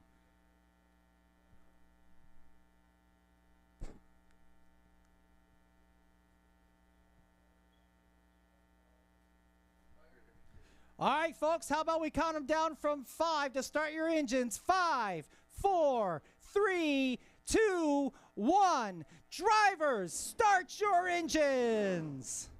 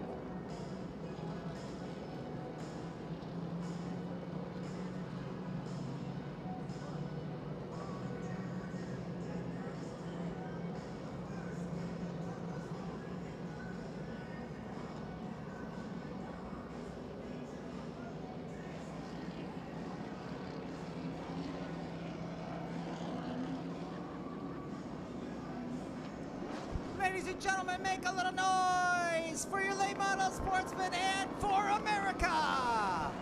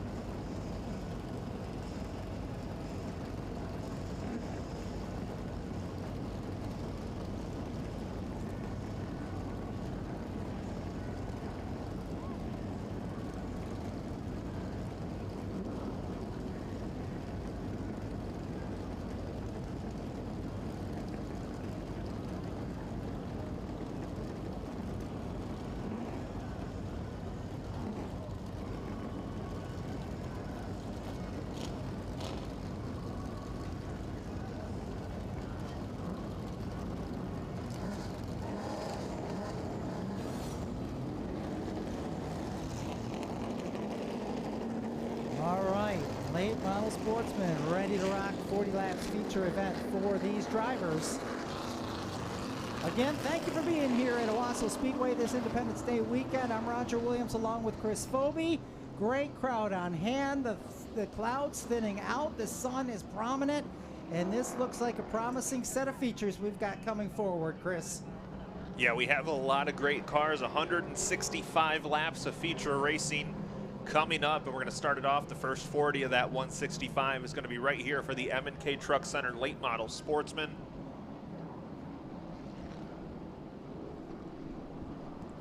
And looks like we have a special guest up on the flag stand, although he's not unfamiliar to the fans here at Owasso Speedway. Ace Hart up on the flag stand. And he's going to show Nate and Logan how it's done. He caught the eye of my dad. My dad was watching the replay, and he said, "Who's that kid that's waving the flags along with the flag man? They should give him a shot." Well, Ace getting that opportunity. I don't think this is. That's a big deal. I don't think this is him getting a shot. I think this is him trying to get Nate and Logan up to par. Well, if anyone can, this young man should be able to flag. He should be able to flag all 40 laps. He's got the headset. He's got all he needs is a couple of mock radios filled with jelly beans on his belt loop. Oh, that's like the ones I have. Yeah.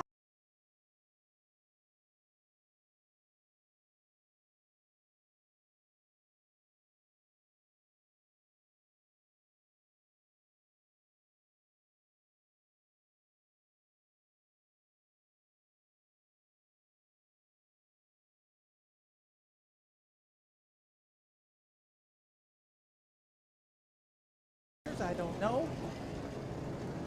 Just getting a goofy grin from race control.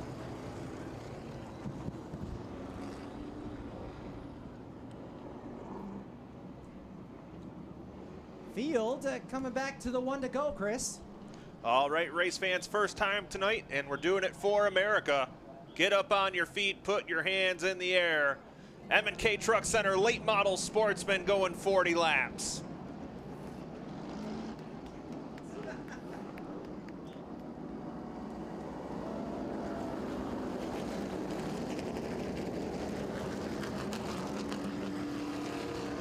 right, Ace Hart gives him the 1 to go signal.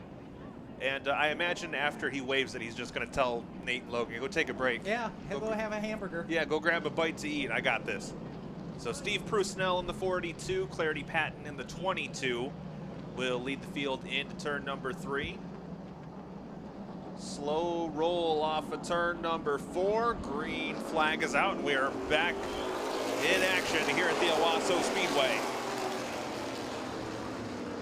And that's not going to be a good enough start, as we will give it another shot here. It seemed like maybe that inside front row was not up to par there. I just saw him go into turn 1, and I saw Mahalik already out in the lead, who I believe started in row number 2, if I'm not mistaken. Yeah, we're going to line them back up, and the field will get their 1 warning. Ace Hart gives them the 1 to go signal.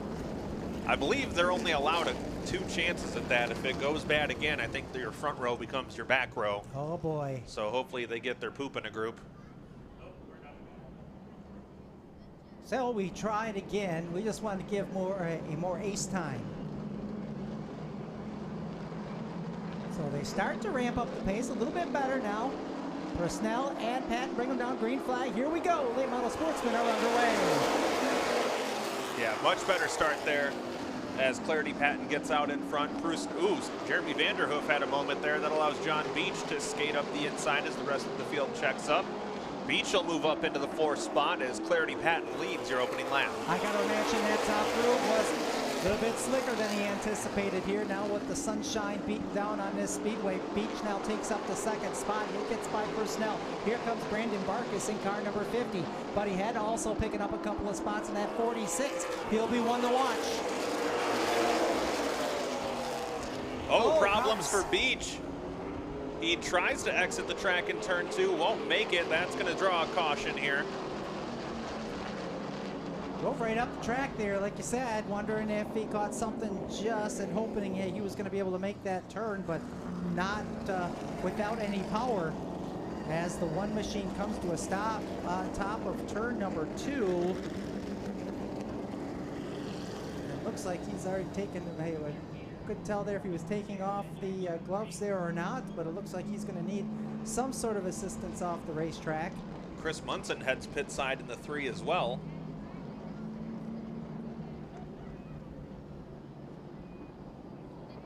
Yeah, it looks like Beach already taking off the helmet there, so whatever the problem is on that one machine, it's going to take him out of contention here.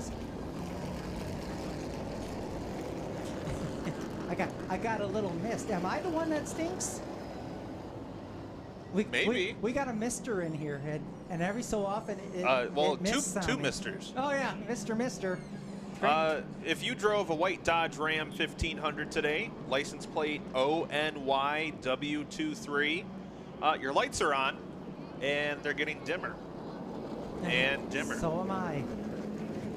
Also, one of our 50-50 people, they lost a silver necklace, heart-shaped, somewhere in the grandstands, and that actually is containing some remains of a loved one. So if you see that silver heart-shaped necklace somewhere in the grandstand area or throughout the concourse here at the Speedway, please return it to the souvenir stand.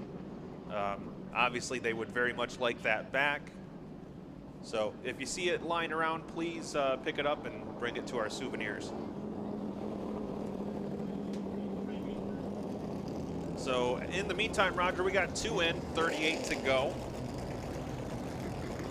I want to thank M&K Truck Centers. Not only do they sponsor this late model sportsman division, but they also are restart zone over there in turn 4. Field going to pick next time by here for their position. M&K Truck Center, your premier destination for all things commercial vehicles since 1989. They've been around 34 years. That's been a long time. 27 dealerships locations spanning 5 states, including Illinois, Indiana, Michigan, Pennsylvania, and West Virginia. You can get all your information on mktruckcenters.com.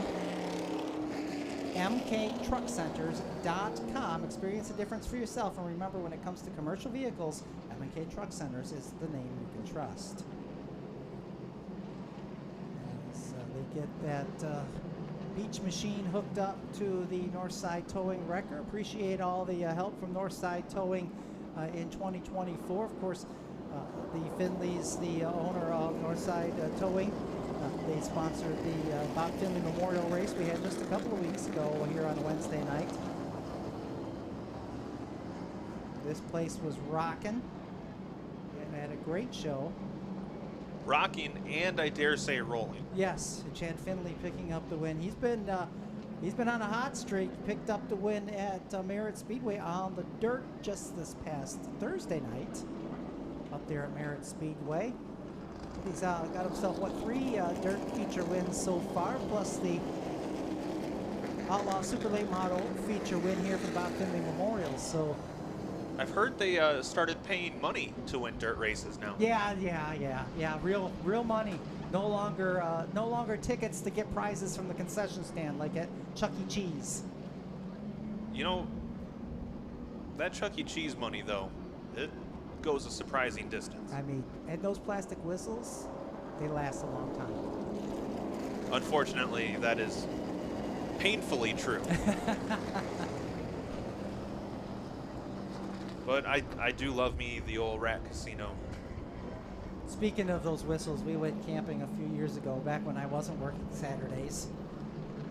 The good old days.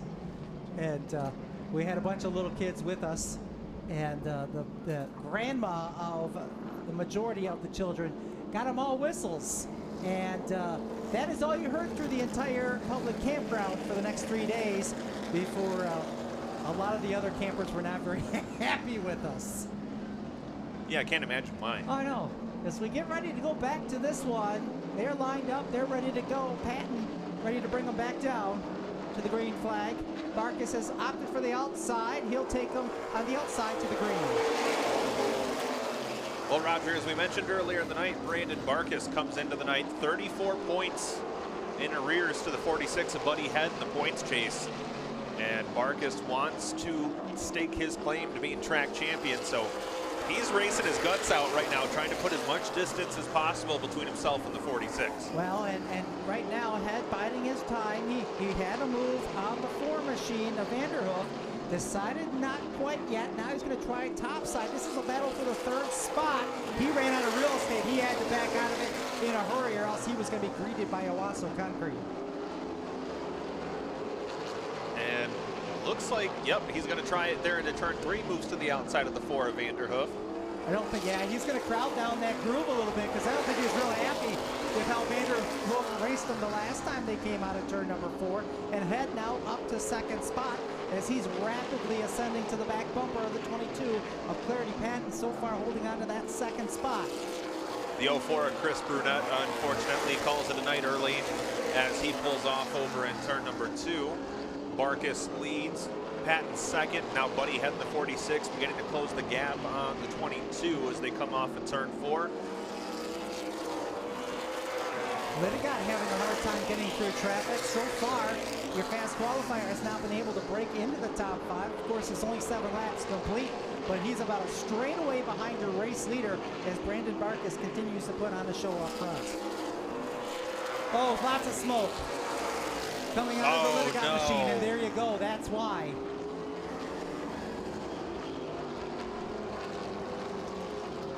And we have littered the racing surface with slippery juices as the motor gravy comes out of that machine.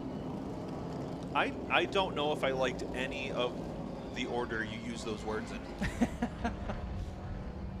Yeah, that's it gave up in a hurry there, and that would explain why he was just not getting the speeds.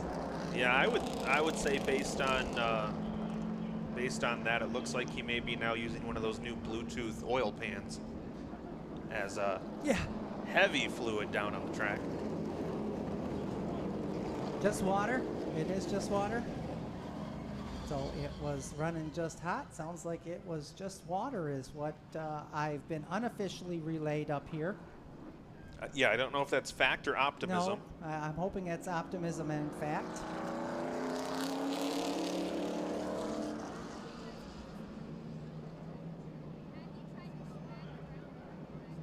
Amazing how many of these late model sportsmen have had, if it was an overheating issue, have had this happen over the last few weeks as Litigott climbs out of his machine over there in turn number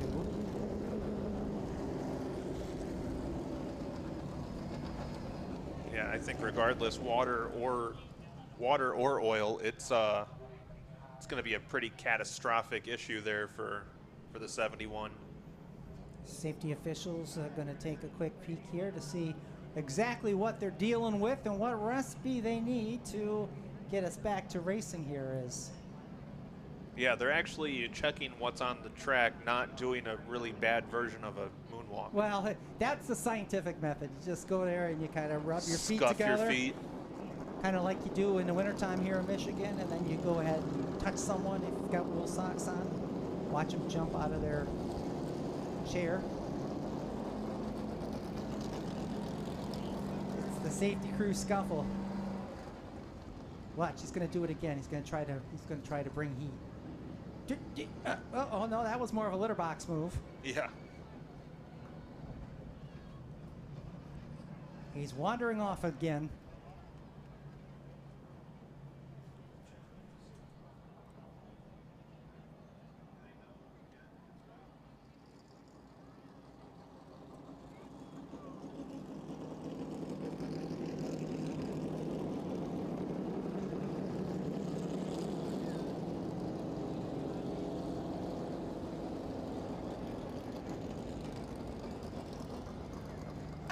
Well, there looks like they found where the oil started. Oh, yeah, there it is. Yes.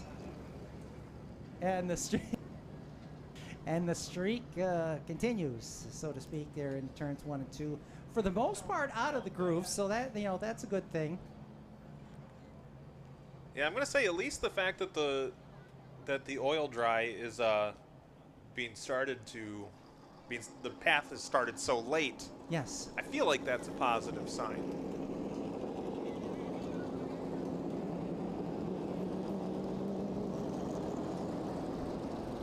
We'll see here as the sweeper will make its way by here, at least the sweep end of the truck.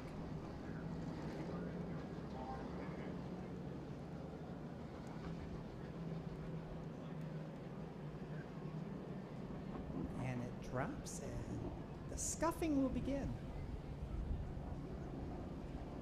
Well, a bit of a rough start to this one, Roger. Yeah, 8 laps, and I mean, not equipment failure for both of them. So, well, it's getting to be that middle of the season part of the year where the engine builders start getting all the rush orders. yes. As you start getting into some of these bigger events that are in the second half of the season, and then your post-season. Although, I gotta say, for the most part, the asphalt series don't seem to have a lot of post. Dirt, they're done with points by Labor Day weekend, and then they've got like a whole month, and sometimes 5 weeks of just big money shows that between each track. Not you guys. We go a lot later in the season with points. Well, gotta get our money's worth out of the year, you know.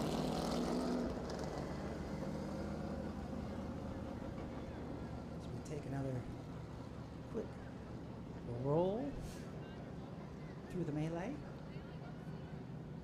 So we're doing a pretty nice job. By the time the sweeper gets here, we'll have her all taken care of here.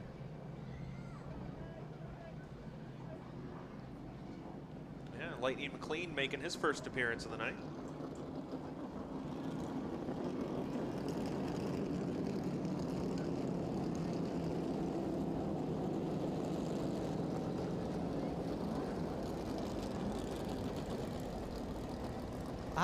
We must be trying to put miles on that sweeper. I thought maybe the sweeper would cut through the infield there and make it a quick oval. Well, that'll teach you to think. But I think there might still be some grass somewhere on that infield Rex missed. So what is this, Speedy McLean? What is this? Lightning McLean. Lightning McLean. I can't seem to get the name right, probably because it wasn't one of my choices. But look at, oh, the scrubbing bubbles will begin. I've got it, speaking of, I got to be careful. My wife's not home until next week Sunday, and I'm going to need these pants and shirt for next Friday or next Saturday and Sunday. So I got to make sure that I stay clean. Might need that scrubber. I don't know if you can put detergent in it like that. I don't think it has a tumble cycle. Yeah, just hanging out in the backyard. Maybe it'll rain this week, and Or Mother Nature will do its thing. hear me out. Okay, I'm You listening. take a shower, but just leave your clothes on. Sure, sure. Then hop in the car, roll your windows down, and Yeah, hit the freeway. exactly. And then you've taken a shower and you've washed your clothes at the same time. Bada bing, bada boom, you're ready to go. Who does the laundry at your house? Can I just leave my clothes here? Or you could take my clothes home? So that would imply that you're going to leave here without clothes, and I don't want that. Yeah, well, if I get pulled over, they're probably just going to let me go. Yeah, but it's going to be I mean, once- rough walk up to the window for that officer. Once he or she stops laughing, of course. Well, the good news is the safety truck's in the infield. Sweeper McLean has been sent back to its room. All right, and looks like we're moving back up to the big track, and then we should be able to choose here shortly. So Barkus, your race leader, Patton in second, then Head in third, Vanderhoof in fourth, and Allen fifth, and Mahalik and Personnel is all we got left, and we're just about ready to probably the next time by to choose. As they'll blow off some of that speedy dry, then we'll be back to racing. What is it, the product name for that oil dry suck up? No, you're thinking of Sam. Oh, my bad.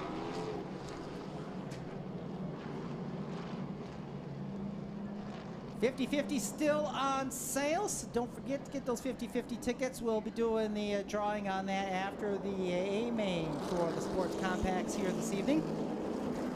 Ooh, Barkus made a last-minute choice to move to the inside. Clarity Patton had already committed to the inside line. That's going to move Buddy Head to right outside of Barkus for the top spot. So there's your points battle. Right there.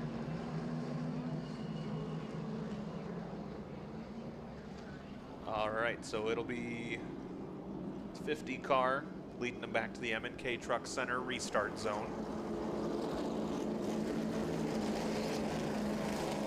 And we were a little light on cars to begin with, Roger. I think I'm beginning to see why. It looks like we've hit that mid-season attrition point. Yeah, 32 laps or one car remaining. Is that what you're saying? Last car standing. All right, Barkus and Head lead them into turn 3. To the restart zone off of 4, green flags out. Looked like a little spin of the tire there for Buddy Head on that start, but he's able to fall in line behind your race leader, Barkus. And looks like Ron Allen and Clarity Patton going to battle for the 3rd position. I believe whichever way that battle shakes out would be a season high finish for either of those two drivers, but Ron Allen going to take the position away in the number 69. Buddy Head takes that corner, turn number 3 on the high side, trying to bring that car to the bottom side. So far can't make the move. Barkus continues to set the pace. The front two now begin to pull away just a bit from the 3rd place car of Allen, Patton, and Vanderhoof. That's your top 5 as they come by with 11 laps complete. Something Mahalik's having all kinds of trouble with that 11 car. Yeah, I'm not sure if he got the wall or what, but a whole bunch of dust flying up behind the 11 machine as he looks to be a little bit off the pace. Meanwhile, at the front of the field, Brandon Barkus continues to lead the 46, and Buddy Head right on his back bumper. I think you're right. I think Mahalik did get the wall there as that right rear looks like a white wall, so to speak, as it's collected a lot of Owasso coloring. Well, yeah, and as you mentioned, that he came off a 4 and really hung the right rear out there. So Looks like you may have maybe hung it out a little bit too far the lap before. But Clarity Patton doing a good job hanging on to 4th spot. She's actually sticking with the 69 of Allen for that final podium spot. Maybe making a move here off the turn 2. Does not get the run that she wanted to off the corner. So right now the field pretty well strung out 2 by 2 at the front. Then a few cars straggling behind. Buddy Head shows Barkus the nose off of turn 2. Barkus able to hold on. I'm not sure.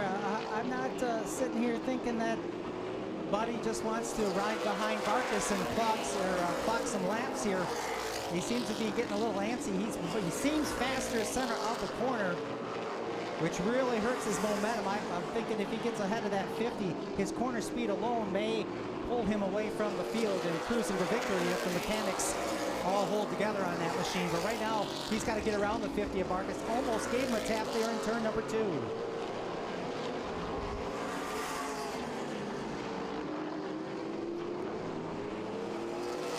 Now the 46 letting him breathe just a little bit. Backs a little ways off the bumper of the 50. Well, got to think as much as we've seen overheating be an issue, maybe he is backing off a little bit just to get the nose a little bit of extra air. As he goes right back to the back bumper of Barkus. As now, yeah, your field spread out all over the place. Your top 4 each with a dance partner. Barkus and Head your front 2, then Allen and Patton 3rd and 4th, and then it's Vanderhook running by himself in 5th, the 6th place car of Mihalik by himself, as well as the final car on the lead lap, 42 personnel, and he's probably about a lap and a half away from being set a lap behind the pace. We're inside of the back half of this race now, 21 in, 19 to go. Barkus leads, Buddy Head 2nd, Ron Allen 3rd, Clarity Patton 4th, and Jeremy Vanderhook in the 5th position. Currently have 7 cars on track, all on the lead lap up until just a moment ago when the 42 of Prusnell went a lap down. Prusnell did not want to take any chance of being in the groove, knowing those leaders were coming. We've lost 5 cars so far in this one, Roger. The 71 of Doug Littigot, 04 of Chris Brunette, 1 of John Beach, 3 of Chris Munson, and the 36 of Cole Marr, all unfortunately calling it a night early.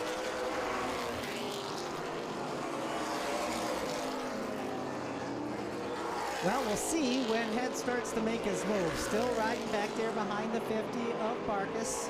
2 drivers that have primarily owned victory lane here in 2024 with 15 circuits remaining. I think Buddy right now may be just waiting for Barkus to make a mistake and before he decides to be a little more aggressive with that front spot. I would guess it would be around the lap number 30 when he starts to really try some different things here. Right now, just riding in the tire tracks of Brandon Barkus. Now it seems like when he wants to, Buddy Head can really pick up the pace. And the last couple laps, he's been quicker than Barkus. Has not yet attempted to make a move, though. This time by, there'll be 12 remaining. Allen's still back there in 3rd. Clarity Patton waiting for her chance to pick up a position on that 69 car. She takes a peek to the inside in 1 and 2. Couldn't get it done, but she made a move for it. 11 to go. Patton to the inside, slides the back end a touch. Loses that momentum. Well, she's getting all left side on that concrete. There's not a lot of grip on that concrete there, Chris. No, especially when you're riding just on those rumble strips as well. 10 to go now this time. Barkus still leads. Buddy Head has now opened up the gap a little bit the last lap or so. Has about a quarter second on the 46 machine.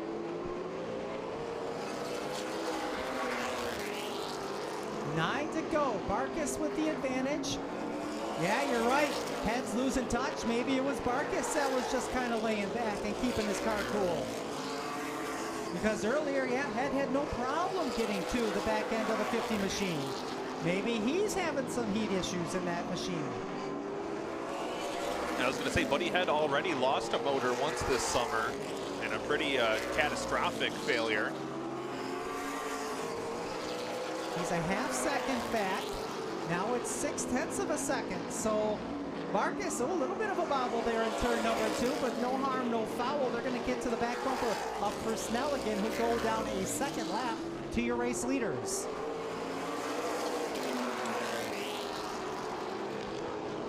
Yeah, 42 gets well out of the way there for the 50. Looks like Buddy Head not going to have as easy of a time with the 42, though. Clarity Patton's almost got it spun. She almost had all 4 wheels on the concrete, trying to make the move on the 69. She's going to have to be careful, or she's going to get herself a penalty there if she keeps putting that car outside or inside the racetrack. Yeah, that concrete's for racing on Sundays, not on Saturdays. And that lead almost a full second now. Brandon Barkus. And back to the line we come, 3 laps to go. Barkus continuing to extend his gap, almost has a second advantage over the 46 now.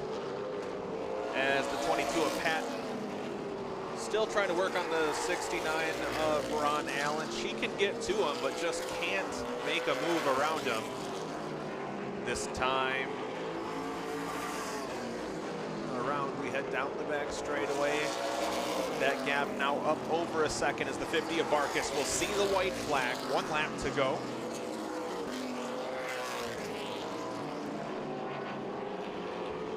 And he heads down the back straightaway for the final time. Into turn number 3. Coming out of turn number 4, second time this season, checkered flag is out for your winner, Brandon Barkus. Buddy Head comes home in second.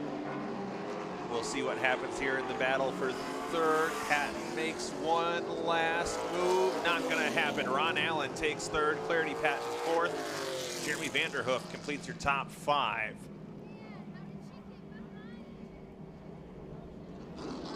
Well, he picked up the win back on May 11th.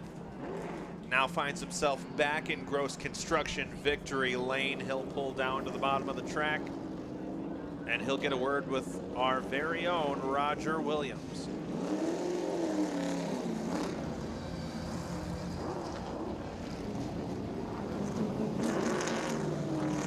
Well, maybe he's trying to get it spun around so Roger can see the pretty side of it. Oh, he wants to do a victory lap. That's what it is.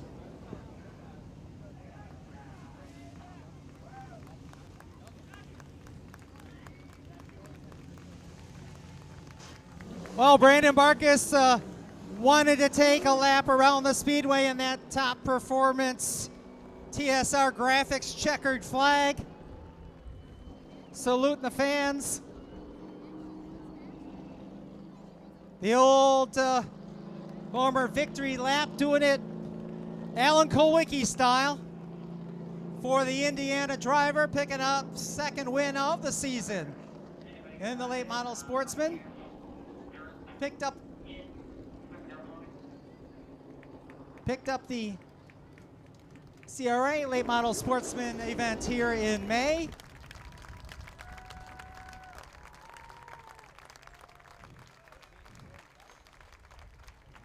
Again, want to thank Top Speed Performance and TSR Graphics for the checkered flags for our feature winners all season long. As Brandon Barkus, awfully happy with his performance here today. Gets himself unbuckled, about ready to take that helmet off.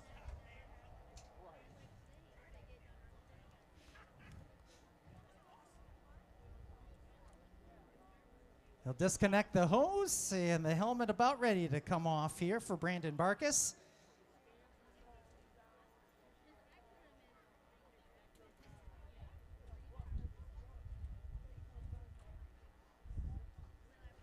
Yeah, it's all right. Hey, you're okay. You're okay. Savor the moment, Brandon. You never know when the next one will come, right? As he climbs out of the car, how about for Brandon Barkus here in Victory Lane, folks, on this 4th of July weekend.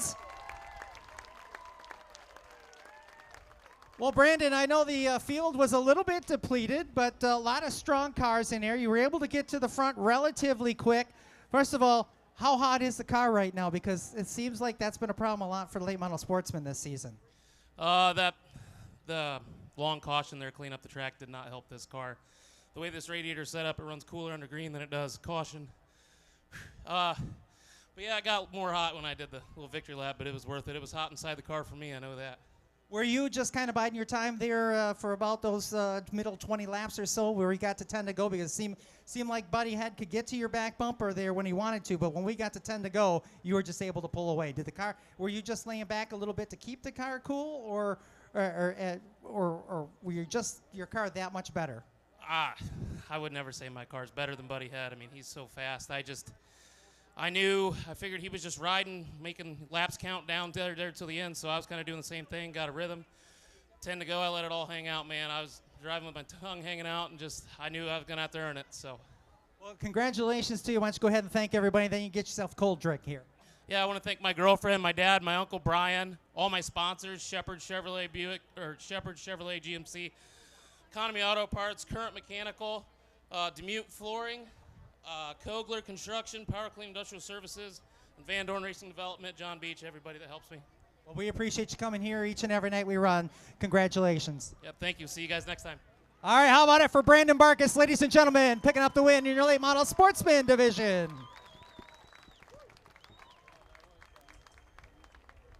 All right, well, Brandon will get that picture with the Top Speed Motorsports checkered flag down there in Gross Construction Victory Lane. Upcoming next will be McAllister Rental's Street Stock competition. 25 laps, I believe, will be the distance there.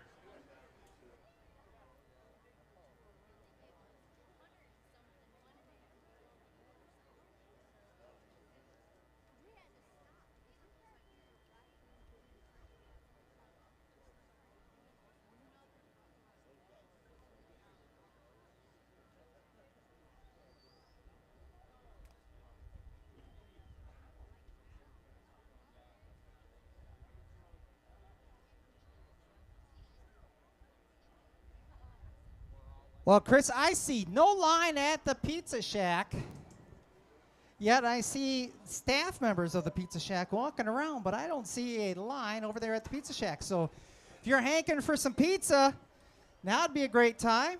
Also, unusual to see that the ice cream shop line being non-existent at the moment. So now's a great time to grab some ice cream.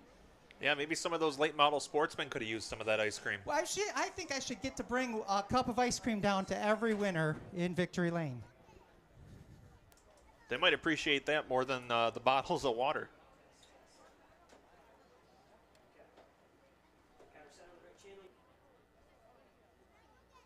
So upcoming next will be the McAllister Rental Street Stock feature. 15 cars showed up today. I believe we've lost a couple throughout the day. It's been one of those days, it seems like. But Brandon Barkus will hop back in his ride, head back to the pits.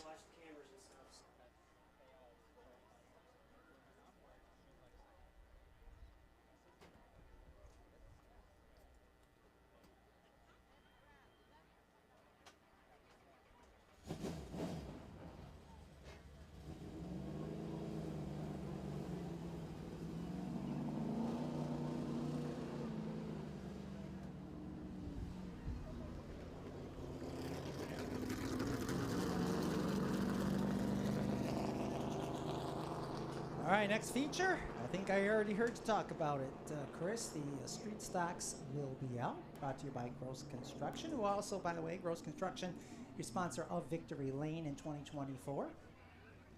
Did fail to mention that while I was downstairs. A lot of sponsors to get in here, but that's why we're paid professional. Well, we're professionals. Yeah, you're getting paid? No. I fixed that.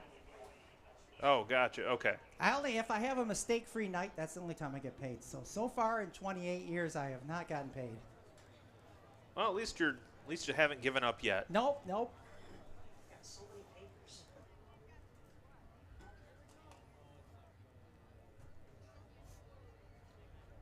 Well, we'll see what comes out of the chute for the street stock feature.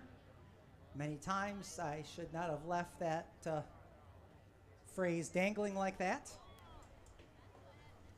I don't know if the phrase to follow that phrase was one that you wanted to leave dangling well, either. Every time I stopped talking, I went, oh, I need to probably clarify. Oh, I better clarify. Oh, boy, I just kept going farther and farther. Just keep digging. Eventually you'll reach the bottom. All right, well, this lineup is quite a bit different than what we had, but we'll figure it out here. Jim Miller Sr. starts on pole. Looks like we've lost the 2A of Fred Cummings Jr., 67 of Aaron Newman. 64 is Johnny Hayden, 22 Jerry Ballard.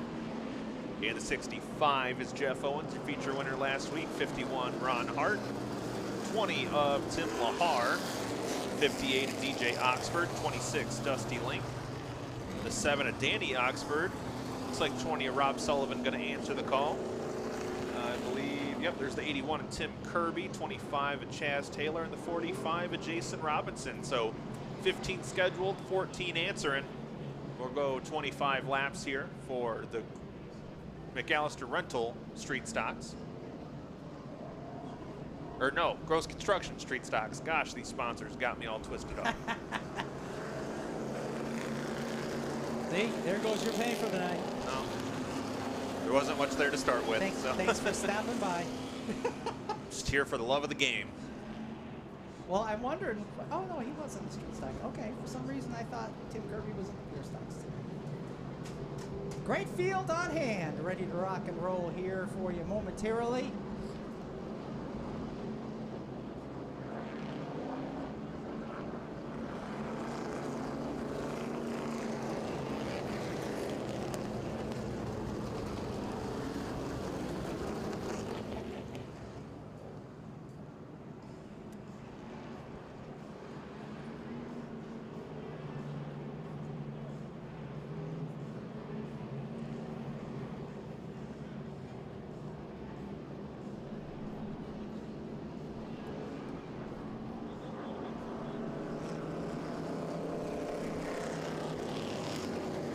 Yeah, I know.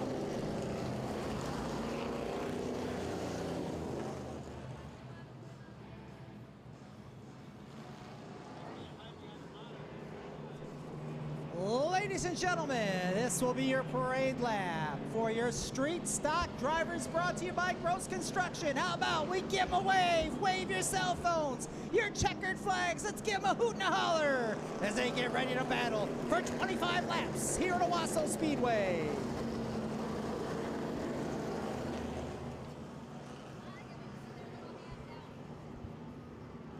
All right, safety car pulls to the infield. Jim Miller Sr. in the 9, Aaron Newman in the 67 will lead him into turn number 3. And coming off in turn 4, green flag's out, and we are underway here for the street stocks. Johnny Hayden, a bold move on the start, moves to the inside of Jim Miller Sr., gets the 9 car all kinds of shuffled up, and he'll drop back through the middle of the field. Boy, Hart did the same thing. Hart and Owens were 3 wide with Miller in between them, and they made it through as they stay in the top 5. Aaron Newman trying to pull away, trying to get sharp, weak started. Hayden battling back there in that second spot with the double deuce of Jerry Ballard. Oh, the 81 of Tim Kirby facing the wrong way over on the backstretch. That'll draw our first caution here with 2 laps in. We really need to get those no parking signs up. Yeah. These guys keep parking back there. It's not, you're going to end up getting towed. Yeah, that's not a rest area. So Kirby, assuming he went by himself, I don't know where he was running in the lineup prior. It was, I think they're just at the very tail end of the field. So if he'll get the free pass, so to speak, as far as the caution is concerned, he'll be able to stay in this race. But if he brings on another caution, he will be sent to the pits. So we do give you the 1 spin mulligan in our feature events. All right, we are picking this time around. And looks like your top 2 runners both going to choose the inside, so that's going to allow the 22 of Jerry Ballard to move outside of the front row. Otherwise, looks like a little bit further back, everyone going 2 by 2. And of course, if you drive over the virtual choose cone, you get sent to the back. So we've dealt with that a lot in the first half of the season, so these drivers do need to pay attention. They are told in their receiver radio, as well as the sign with the green and the caution flag being shown together, letting them know they need to pick their lane. Yeah, you know, Roger, we have it painted on the track. We give them a signal with the flags. We have the little signs up on the wall indicating where the choose box is. And we still have drivers saying, hey, we can't see it. Isn't that amazing? So everyone back 2-2, and we've got 2 in. Green is out. Newman gets a good start. Well, Aaron Newman's been sneaky fast the last few street stock races. And if this one stays green for a while, I think he could be in a really good position to possibly take home the victory. Getting awfully tight coming out of turn number 4, Hayden and Ballard. Both cars probably middle to top groove as they came out of turn number 4 and somehow made it without hitting the concrete. Hayden just trying to stay on that inside line. Now Owens to the top side in the 65. This is a battle for third. Yeah, 64 Hayden, 65 of Owens battling it out. Oh, caution going to happen over in turns 1 and 2. A couple of cars together. Oxford and the 20 of Sullivan involved as well. I believe the 25 may have gotten a piece of that. Chaz Taylor, as a couple of cars go spinning at the tail end of the field. That's Danny Oxford in the 7 car. Rob Sullivan in the 20. Oxford able to pull away. Sullivan maybe just waiting for some clean track. We might lose DJ Oxford here. Either that or he's stopping saying he might have a flat there. We'll wait and see if that is the case or not. Yeah, looks like he's going to exit over in 2. We'll wait to get word. And we do have, if it is an approved tire change, we do allow the drivers 3 laps. Once they get to their pit stall, we'll give them 3 laps to change that tire and come back out. They'll go to the tail end of the field. Yeah, we start counting the 3 laps when they arrive at their pit stall, so we don't have anybody having any incentive to speed through the pit area. We want to make sure we keep things as safe as possible back there.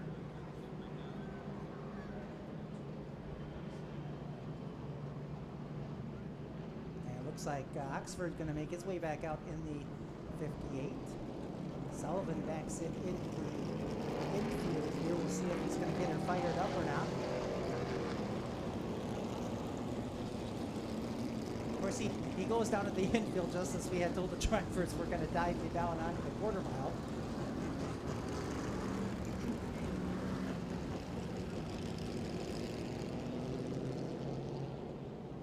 All right, well, checking with the safety crew and the driver there. Looks like Sullivan was considered the responsible party for the caution. He'll get a friendly shove, and that will allow him to put it in gear and drive off.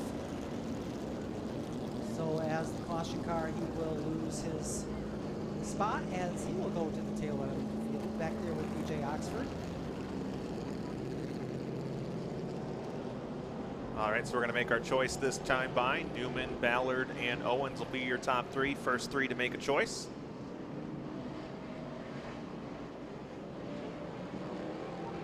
See what they do. Looks like Newman's going to take the inside. Ballard goes top side. Owens and Hayden both going to go to the inside. So that allows Ron Hart. Ron's just going to say, don't mind if I do, and take a couple of free spots there. They're going to go up to the outside of row number 2. Bahar going to follow him up there outside row 3. So Newman, Ballard, Owens, Hart, Hayden, Lahar are your top 6. At least how they're lined up on the speedway. Now, as of the last completed laps, Newman, Ballard, Owens, Hayden, and Hart were your top 5. So I guess they really didn't move much, did they? No, not too much. I thought I was going to be in for a big surprise, a big reveal, and I was going to be excited to share it with the audience at the same time. I was enjoying it, but it fell flat.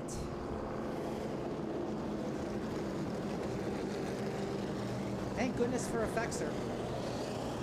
I would be more depressed without it. I don't. Do you need a hug? No, I could don't touch probably me. find someone to hug you. Don't you touch me. I didn't say I was gonna hug you. I said I'd find someone. Get me a Super Dave hug. Field comes out of turn number 4 at the M&K Truck Center restart zone, and Newman again gets a good start on the field. Ballard not going to let him get too far, though. He's still on the outside. Your race leader as they go wheel to wheel in the turns 3 and 4. Top 6 still double files. They come out of 4.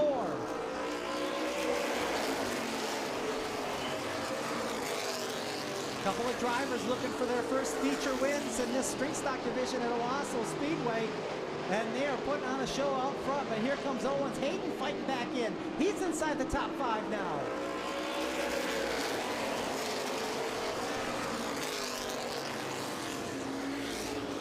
Top 3 now nose to tail. Hart losing a couple of spots. He'll fall back to 5th where Lahar is going to greet him to the inside of that machine.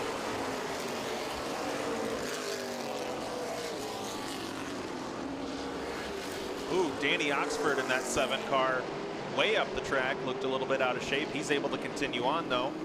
Jeff Owens, you know, he went a couple of years. Oh, the 64 of Hayden and the 51 of Hart get together. Everyone's able to continue on. Tim Kirby pulls off in the 2, and it is chaos. Wow. And Hayden loses the top 4 now. He's leading that second group of cars. Miller Jr. up to 6th. As your front 4 continue to be Newman, Owens, Ballard, and Lahar. That's your top 4. I think 64 might be losing a tire, and the caution flag is going to come out now. Oh, we got a car stopped. Is that Ballard? No, that's not Ballard. I think that might be 25 of Chaz Taylor tried to exit the track and got beached up on the threshold there. Close moments there on the front straightaway. Everyone able to drive through it. Nice job. No caution needed to be thrown. 51 of Ron Hart pulls off the track. I gotta imagine he's got a tire down. Yeah, he probably has a flat tire from that little tangle with the 64. I wouldn't be surprised if the 64 might try to do the same thing here, but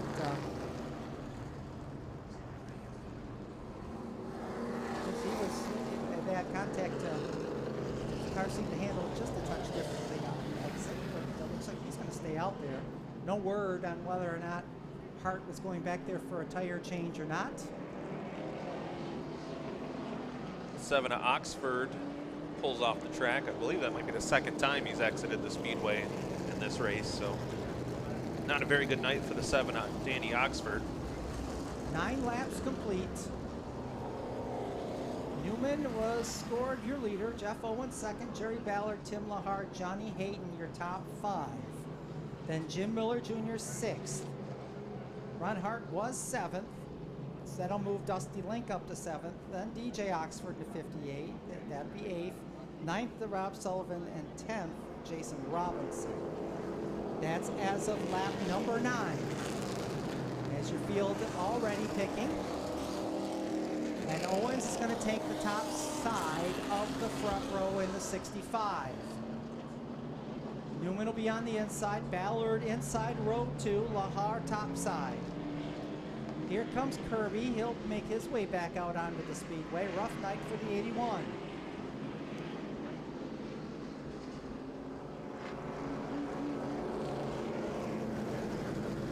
Okay, sounds like we are not waiting on anyone to make it back to the track, so we should be good to go.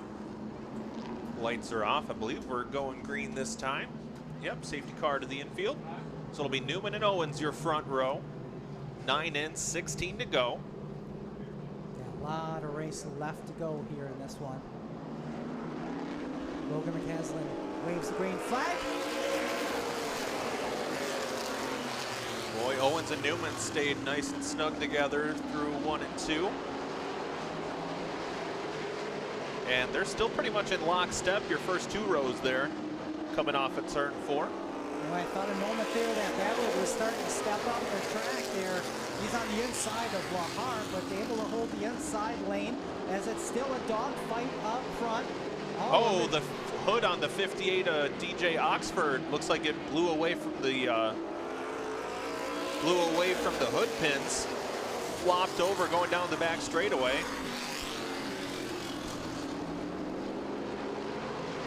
Looks like he'll be exiting the track. Well, I wonder if they went in to do an adjustment and forgot to put the hood pins in. So that's got to be very disappointing.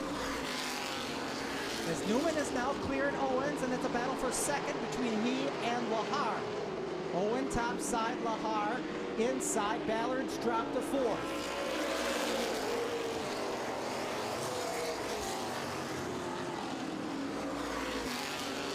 Oh, the 67. Looked like maybe something could be coming up on this 67 car. Just couldn't get out of the corner very well. He takes a very defensive line down the front straightaway. I'm not sure Tim Lahar is the one that you want to be playing strong defense with. But No. You'll be fixing your car all week if you're not careful. All right, he still leads. 10 laps to go, but Lahar up in that second groove and trying to make the most of it.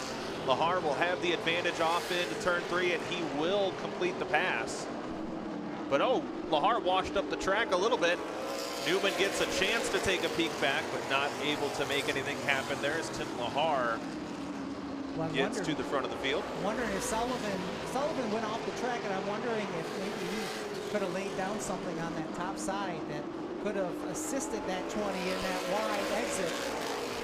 Not seeing anything shining in the sunlight on the track. No, not at all. If it was water, it's long gone now. Boy, Kirby in that 81, he's a few laps, he's well back in this field, but I'll tell you what, he's about in the 10th outside of turn 4 by the time he gets to the front straightaway. As Lahar continues now, he's pulling away from the field. Well, making sure he leaves that inside line clear for the lead lap cars, it would appear. And that was a lower line for him that time. 45 car off the pace just as the leaders were catching up to him. Looks like he's going to call it he's call it another lap is what he's going to call it. That's rookie contender Jason Robinson in the 45. But yeah, he does appear to be possibly slowing. It just was a bad time to really slow that car down as he was in the top groove down the front straightaway. As they come down 4 to go, Lahar continues setting the pace.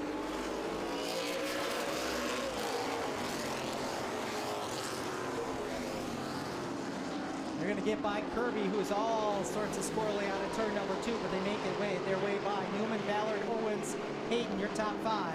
Well, it's been a nice stretch of races for the 20th Tim Lahar. Picks up the win in the modified last week and looks like he will take the lead, the points lead in the street stock division if this all holds out for 2 laps to go.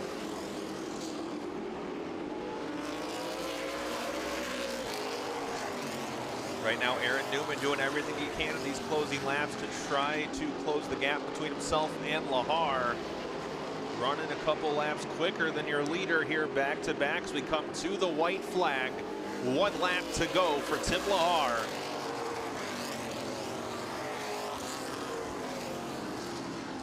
Down the back straightaway for the final time. Newman might be close enough to try something here on the final lap, but doesn't look like it's gonna happen.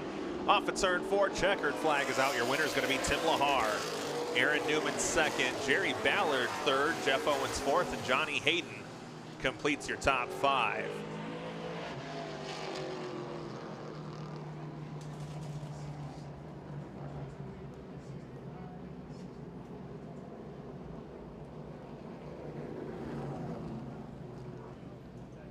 I believe this will be the first time this season in the street stock he'll pull down to Gross Construction victory lane.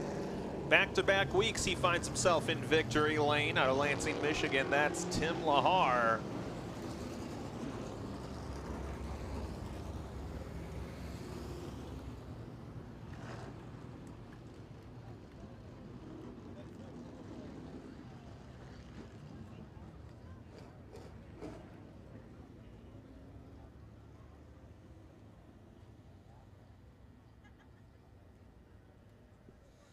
So Tim Lahar gets her done tonight.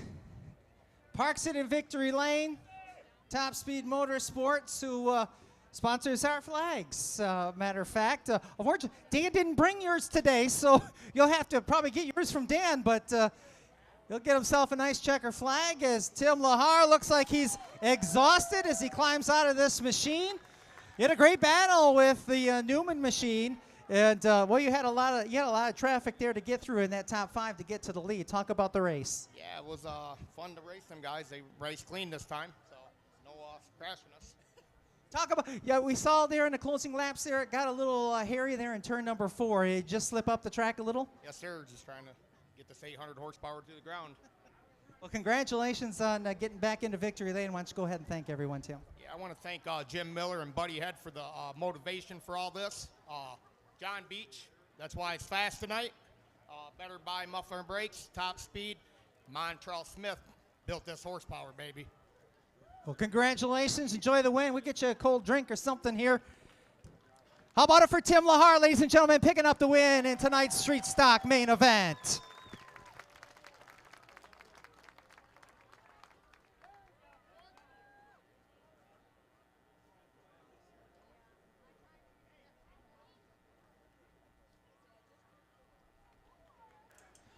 All right, want to wish Sarah and Dwayne happy 8th wedding anniversary.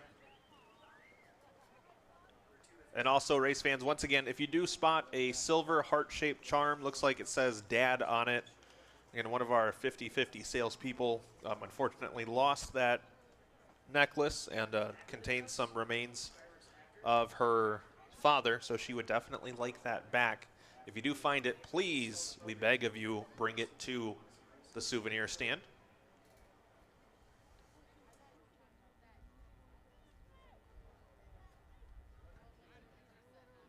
We'll have a couple of Sport Compact B and A main events for you. After that Sport Compact A, we'll draw the 50-50 ticket. So it is last call for 50-50.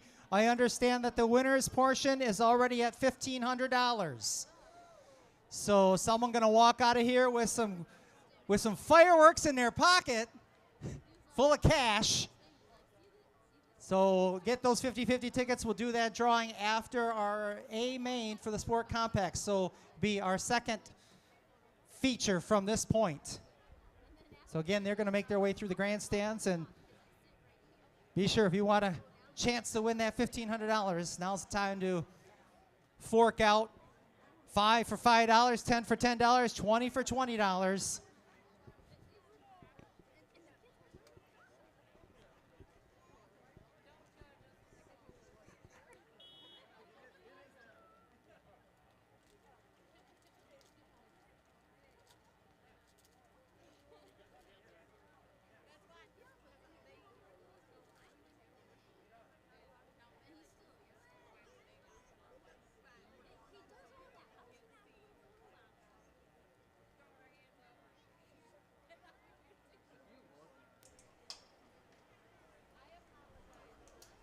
So get the Victory Lane photos finished up down there in Gross Construction Victory Lane for Tim Lahar.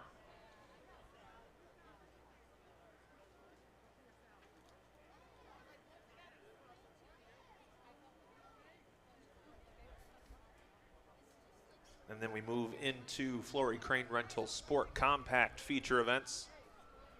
15 laps for the Bs, 20 laps for the As. Chris, I do want to make a correction because I've been duly noted that I'm having a hard time handling my job tonight.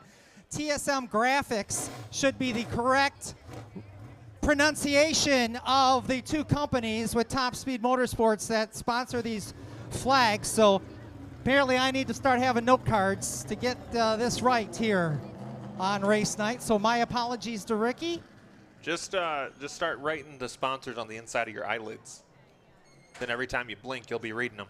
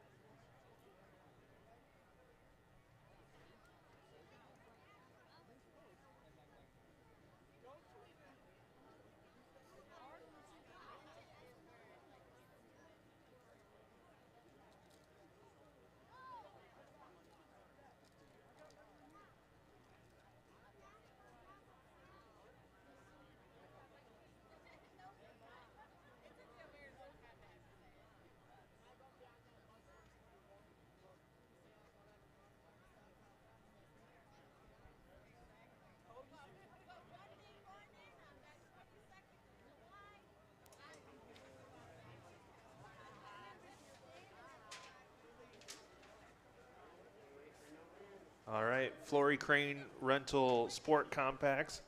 Happy to have Flory Crane Rental and all of our nice paying sponsors on board this season that help make racing possible and affordable for all of us to come out and watch here at the Owasso Speedway. Your starting lineup for this one.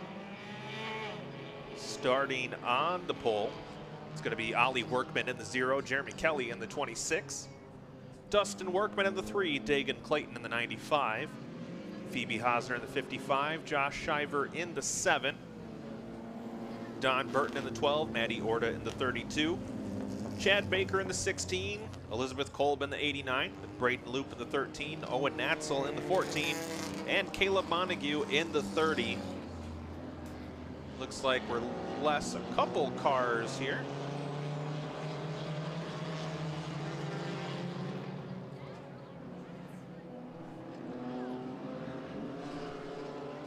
Yeah, missing a couple cars out of the field. We still got 11 that will run here, 15 laps.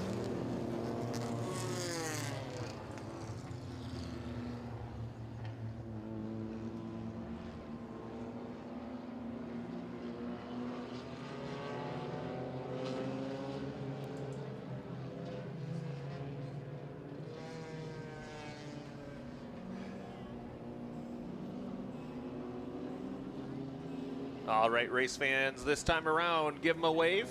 We have enough time. We'll even get to wave at them twice. It's your Flory Crane Rental Sport Compact B feature, 15 laps the distance here. It's like the T16 of Chad Baker not answering the call.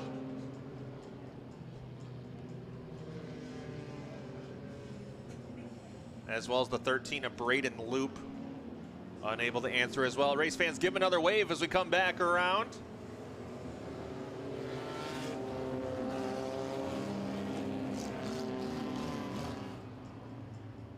All right, it's in the hands of Ollie Workman and Jeremy Kelly on your front row. Safety car to the infield. 15 laps is the distance. Logan McCaslin has the green flag at the ready. Coming off at turn 4, green flag is out. We are underway. Sport Compact V feature. Ollie Workman's going to take him out of turn number 2 as your race leader. Dustin Workman in the 3, going to take over that second spot as the 26 of Jeremy Kelly falling back. He's going to stay on that high side. We're going to go 3 wide for the lead out of turn number 4. And Ollie Workman will lead that opening lap over Dustin Workman. But now the 3 of Dustin going to take a peek to the outside.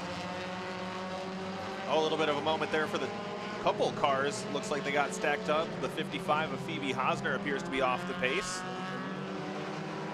And the 14 of Owen Natzel getting trapped behind her. Yeah, Phoebe had problems in hot laps qualifying as well, keeping that car underneath her. If it doesn't sound like she's under her own power. I thought maybe she would pull down to the infield and she might have a hard time steering that machine. Either that or it's whisper quiet. One of the Flowmaster mufflers on there. So the Workman, or the Workmans out front, I don't know how to properly say that. Yeah, that's a tough one to pluralize. My brain says Workmen, but it's Workmans. Kelly in the 3rd spot. In the front 2, got a sizable lead, half straightaway over Jeremy Kelly and Dagan Clayton. Battle for the 5th spot, or 4th spot, excuse me, shaping up as Dagan Clayton trying to hold off a charge for the Sugar Baby. Shiver trying to get underneath Clayton, not able to make it happen so far. These lineups for the B main straight up from qualifying. So this would be, you know, Ollie Workman was your fastest of your B main cars, qualified 21st.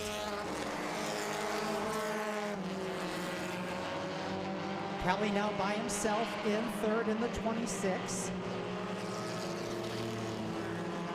Field kind of getting into a rhythm here with 8 laps remaining.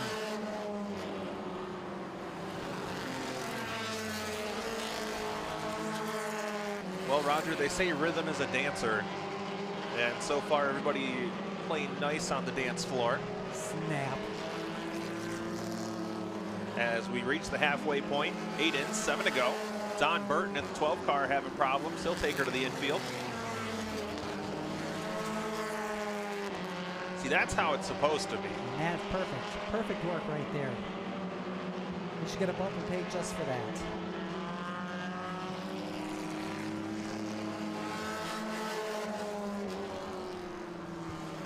Six laps remaining now as the two workmans run up on some lap traffic. They'll put the 30 of Caleb Montague another lap down, as Montague didn't want Mr. Burton to feel alone, so comes down and join him. Hey, buddy, you okay?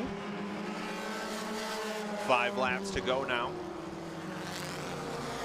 And Owen Natzel in the 14, making his way up through the field, trying to get around the 95 of Dagan Clayton.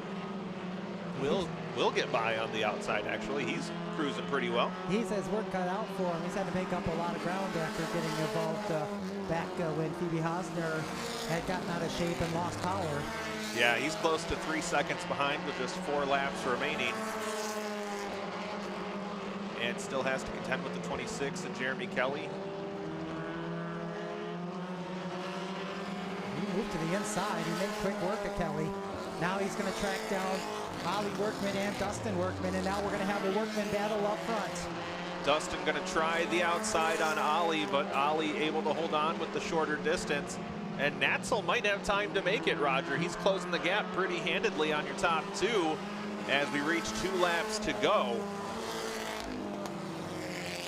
Yeah, this could be interesting as Dustin Workman now has the advantage. Ollie Workman trying to fight back. He's got the nose to about the door. They dive into turn number 3. Natzel, almost loses the back end of that car as the white flag is out. 1 lap to go. It's the 2 workmans. Owen Natzel in the 14, your top 3. Natzel going to try the outside of Ollie Workman in the 0. Not able to get much of a drive off of turn 2, though. Dustin Workman leads him into turn number 3, off at turn 4 for the final time. Give it up for Dustin Workman, your winner. Ollie Workman second, Owen Natzel third, Jeremy Kelly comes home 4th, and Dagan Clayton will complete your top 5.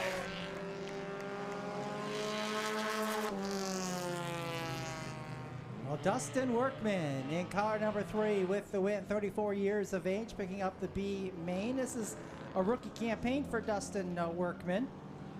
El Pontero. That's El Potrero. It is? It is. Oh, well, that's not how it's. I'll go with that. Bill's Farm Service. I'm not going to argue it. I'm a big fan, so. Okay, Bill's Farm Service. Also the sponsors on the number 3. This is a B main, so I know he's excited down there, but remember, this is a B main, not the A main, so make sure we have the B main poster. Awesome. Charlotte's a pro. She knows what she's doing.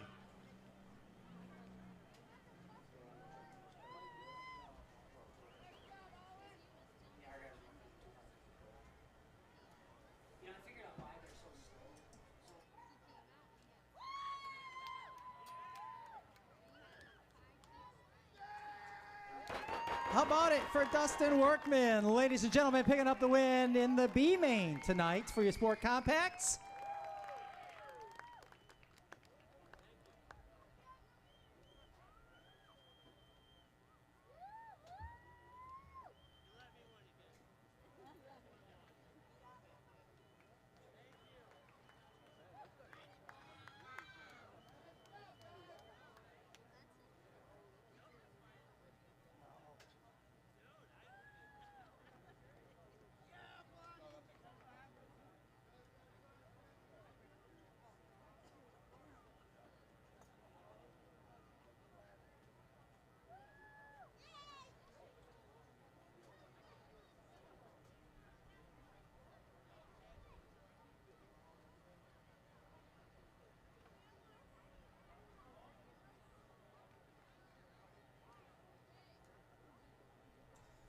Again, last call on those 50-50 tickets. The winner of our A feature for the Sport Compacts will be drawing the lucky number. So those of you that are selling tickets may want to start wrapping things up so we can get the pot collected for our winner here later on tonight as the Workman's Cruise down there enjoying the B main victory.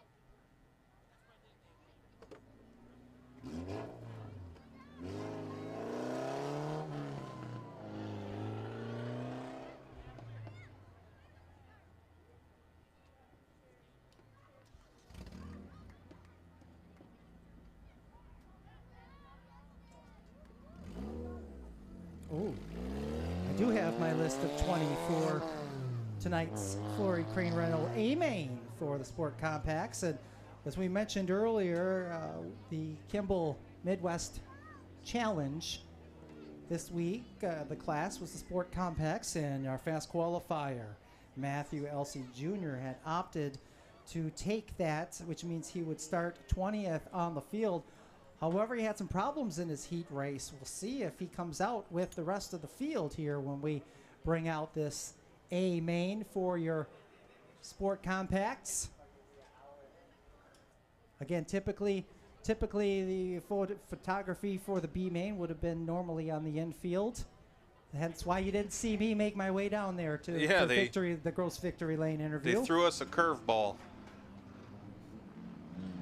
All right, and here comes your field for the Flory Crane Rental Sport Compact A feature. Dan Hassard will lead him down in the 6X with Keegan Leap in the 624. Then it's going to be Adam Whitaker in the 23 and Corbin Kelly in the 54. Nicholas Murdoch in the 79, your defending track champion, and Matt Elsey Sr. in the 63. Your current points leader, Randy Moore in the 69, and Adam Kurzakowski in the 16. It's going to be Damian Waters in the 1, Bryson Hosner in the 29. 51, Bobby Joe Jernigan. Trying to see if I see her out there. I don't believe so. Yep. So maybe Bobby Joe not answering the call. I don't see the 19, Ira Hosner either. Oh, there's a couple more stragglers coming out. There's the F1, Herb Freeman. 86, Oliver Kukar. 70, Jason McBride. 88, Kennedy Jernigan. 33 of Caden Comer. 24, R of Gabe Rusnell. 18 of Connor Hogue. And there he is. He made it to the track. 27 of Matthew Elsey Jr. Scheduled to start 20th. Looks like we've had 18 answer the call, so we are less. 51 of Bobby Joe Jernigan for sure, and I believe the 19 of Ira Hosner. I see her being pushed in the pit, back to the pit stall. So gosh, that team just cannot catch a break this year.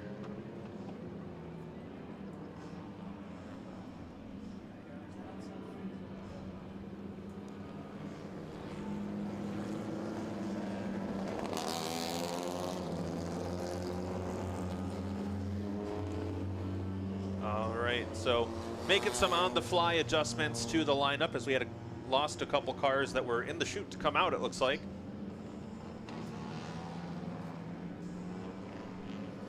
Ladies and gentlemen, this will be your parade lap for your A main Flory Crane Rental Sport Compacts. Ladies and gentlemen, how about we give them a wave? Wave your hats, wave your cell phones. Let's show them a little love from the Owasso Speedway.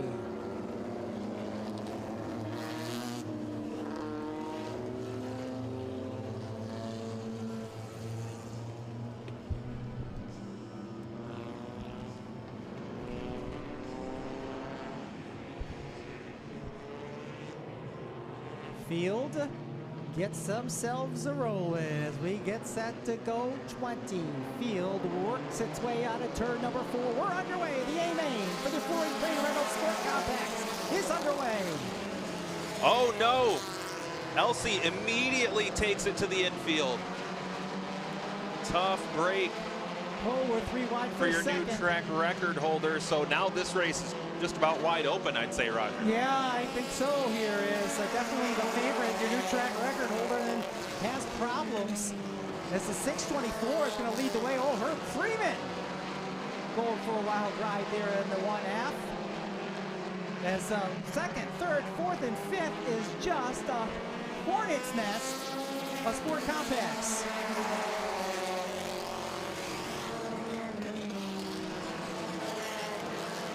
Keegan Leap showing the way. Kelly in second.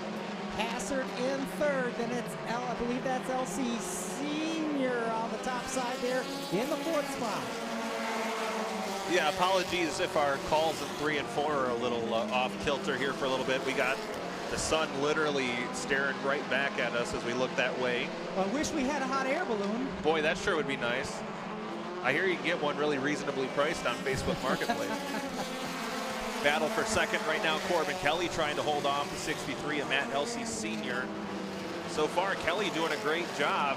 Had, I believe, his best qualifying performance up there towards the very front of the field. And now running a very strong race right now with a very strong contender behind him. Yeah, Matt Elsey had the nose above him on the back straightaway, and Kelly closed the door, almost caused both of them to go into the wall. Now LC Senior will go to the inside of Kelly and take over the runner-up position. And right now, as far as the points are concerned, Roger, Kelly is the highest running weekly regular. So this would be almost like a win points-wise if the race were to end right now. But he's got Damian Waters running right behind him. And Waters comes into the night, I believe, third, in the point standings, 24 points off in the lead.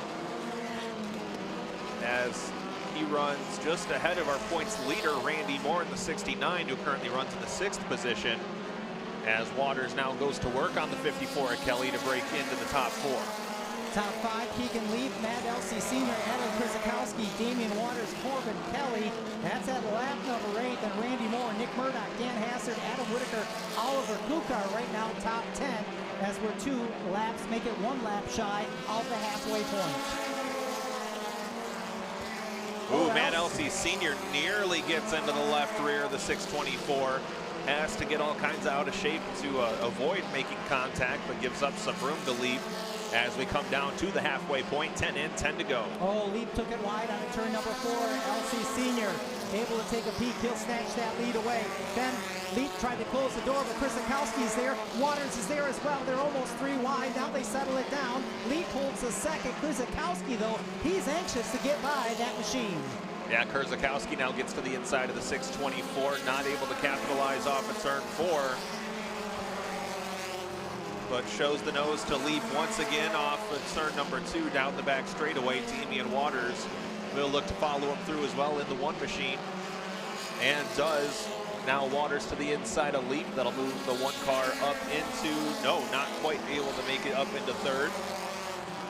Your leaders are going to catch up to some lap traffic here shortly, including Connor Hogue, Gabe Rusnell, and the 33 of Comer.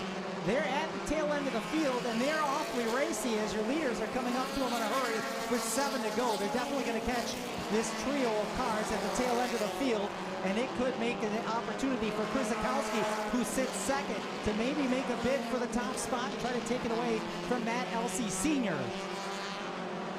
Oh, car in the wall! 33, right in front of your leaders. Oh, the one of Gabe Rusnell jumps a tire on the 33, gets all 4 off the ground. The 33 comes to a stop in turn 1, and the caution flag is out. Yeah, Gabe Rusnell in the 24.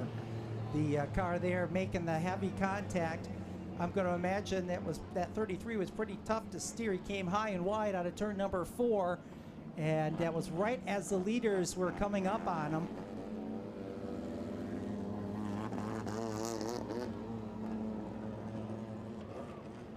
Scary situation, could have taken more cars out. Rusnell. Yeah, anytime you have a car that leaves the ground, I mean, that is always a scary situation. Especially a front-wheel drive one. Yeah. Looks like the 33 of Comer pulls off over in turn 2. Rusnell stopped. Looks like he might be rolling. Yeah, he turned it around. Looks like he's going to at least get back on the speedway. We'll see if he's going to stay at the back of the field or if he's going to keep it on the track. Yeah, he'll keep moving at least. 14 laps complete. Matt Elsey, Sr., your race leader. Adam Krzyzakowski in the 16th second. Damian Waters, third. Keegan Leap, fourth. And fifth is Corbin Kelly. Sixth spot, Nick Murdoch. Seventh, Randy Moore. Eighth, Dan Hassard. Adam Whitaker, ninth. And Oliver Kukar, 10th in the 86. And Kennedy Jernigan right now running in the 11th spot with Jason McBride in 12th. So good run of green flag. Lap 6 will finish it. Looks like Russ Nell has decided to take it pit side, which I don't blame him. At the very least, he probably needs to change his shorts. All right, so track is clear. We're going to move him back up to the big track, and then we will. Looks like I believe we have our lineup straight, so we should be picking here shortly, I would imagine. Great job by the scoring crew with the safety crew tonight.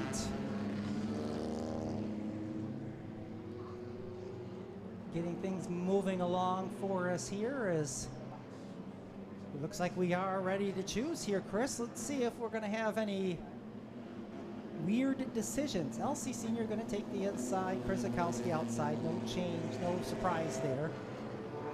Waters and Leap going to be second row. Yeah, everyone pretty much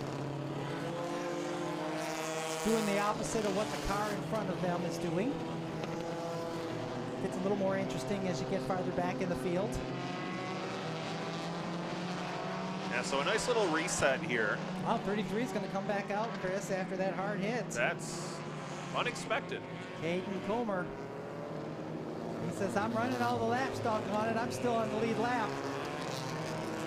Well, I think he is actually one lap down, I believe. Well, we'll see when he gets back to the line. Depends on how the caution was scored. Okay, yeah, Comer is still on the lead lap, so he'll tag on to the back of the field. All right, green flag is out. We're back underway. Well, Great restart. Me, yeah. Great restart by Matt Elsey Sr. Waters able to slide up into the third position. So Leap falls back to fourth. Here comes that 79, the defending champion Murdoch. Slowly and methodically making his way into the top 5. Top spot battle almost shaping up here, Chris. Not just, looks like a three-way battle for that top spot as Damian Waters is in the mix as well. Waters to the inside of Krzyzakowski.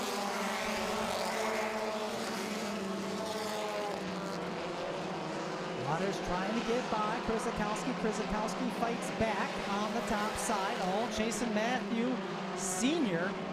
Matt Elsey Sr. tight racing for that second spot.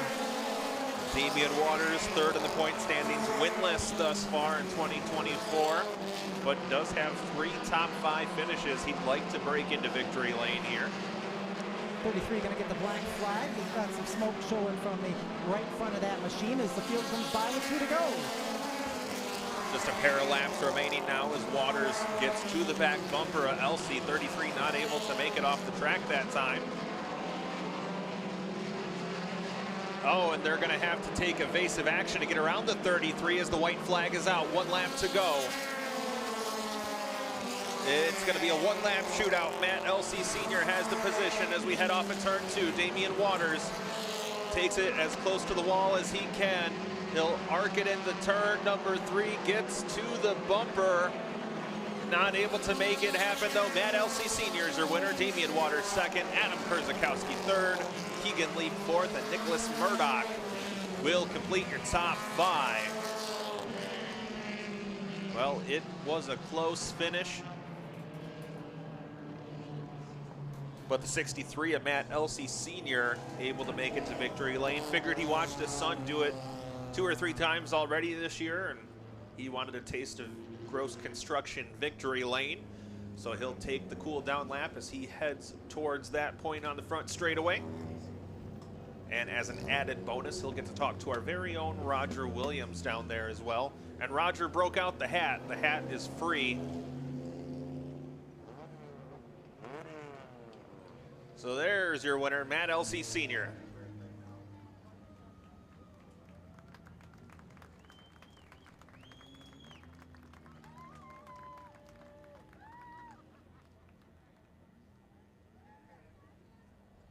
LC Senior holds off the field, gets himself a TSM Graphics, Top Speed Motorsports, checkered flag for his efforts here tonight. As he climbs out of the car, man, LC, every time we see you lately, it's like you've been in a different car.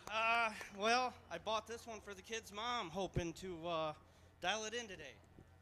Yeah, and how do you feel about it? Well, when I got here, like crap, because I was about spinning out in every freaking corner. But after that, it's getting there. Good. Well, you had a lot of tough competition today that you had to hold behind you. Talk about the race. Well, I don't know. I didn't really see him much after the first few laps, but I could hear him, so I was just holding on for the ride. Well, congratulations. Why don't you go ahead and thank everybody. Obviously, Matthew had a little bit of a problem here with his car tonight, but I'm sure you'll have it up and tuned up for next time. Yeah, the first few laps there, I kept looking for his number on the board, looking for the number, and then I finally seen under yellow he was down there, but we'll figure it out. Sometimes fast cars break. How about you thank your folks and everybody? Basically, I just got to thank the family and Christina for letting us spend so many hours on these things. Well, we appreciate you coming here and enjoy your victory. Thank you. How about it one more time for Matt LC Sr. picking up the win.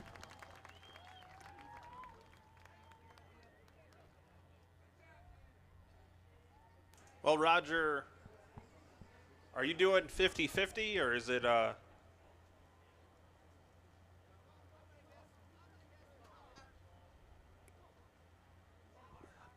I'm going to guess they're probably not ready because they were still doing last call while that feature was going on. So it might be a few minutes, but I understand we might have an intermission. I'll do lucky number programs if that's the case, and we'll see if 50-50 gets finished up. Thank you, Chris. Sounds good. As Roger mentioned, we're going to take a brief intermission. That way we can actually make it to the dark to be able to light off the fireworks. So we're going to take just a pause in the action. Great time to check out the souvenir stand, concession stand as well. Pizza Shacks open as well. So a great menu of items here at the Owasso Speedway for you to check out. And in the meantime, enjoy yourselves. And we'll call you back in plenty of time for our last two features. Coming up next will be the 40-lap Kevin Atkins Memorial for the Pure Stocks. And then the All-American Trucks will close things out. So that is it here on Independence Weekend at the Owasso Speedway.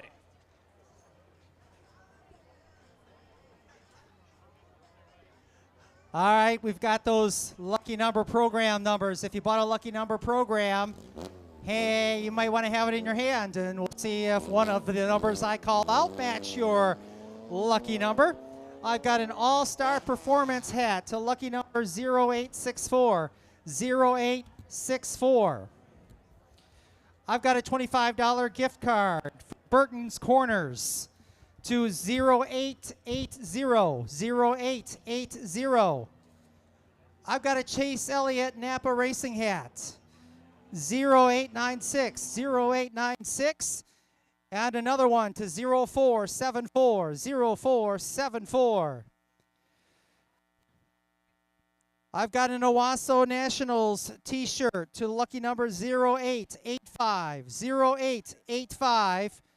And how about this? 0884. 0884. So if we've called your number for the lucky number programs, come down to the souvenir stand and claim your prize. We're just waiting for them to count up the money on the 50-50 tickets, and we'll call that winning number as soon as we have them. Down here in the souvenir stand, we've got foldable earmuffs, we got Wheeler trucking hats, we got teddy bears with Owasso Speedway shirts, just about every color of an Owasso Speedway shirt or hoodie. Hammer Series t-shirts.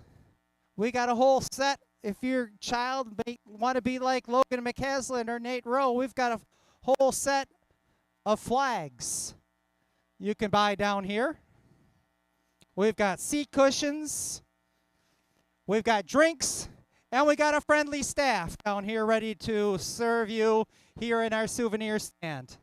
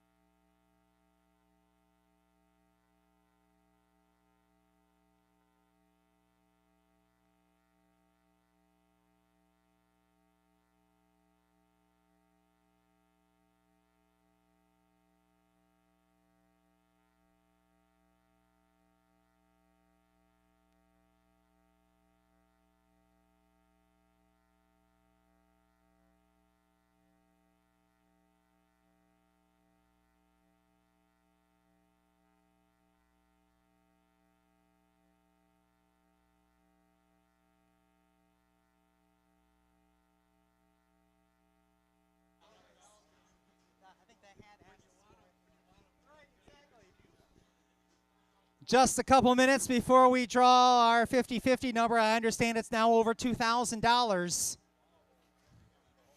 So I hope the winner hears the ticket, because I'd hate to say I won it. We'll do that in just a couple minutes here. They're just finishing up. So get your tickets out. Hold on to them. We'll be calling that number here very, very soon. And somebody's going to have a very good weekend if we call their number.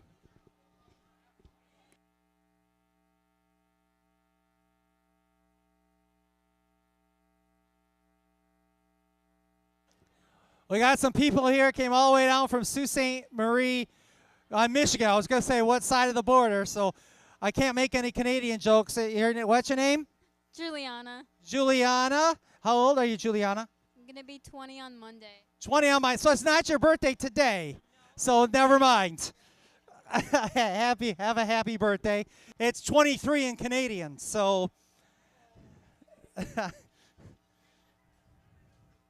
thanks for coming all the way down here, by the way.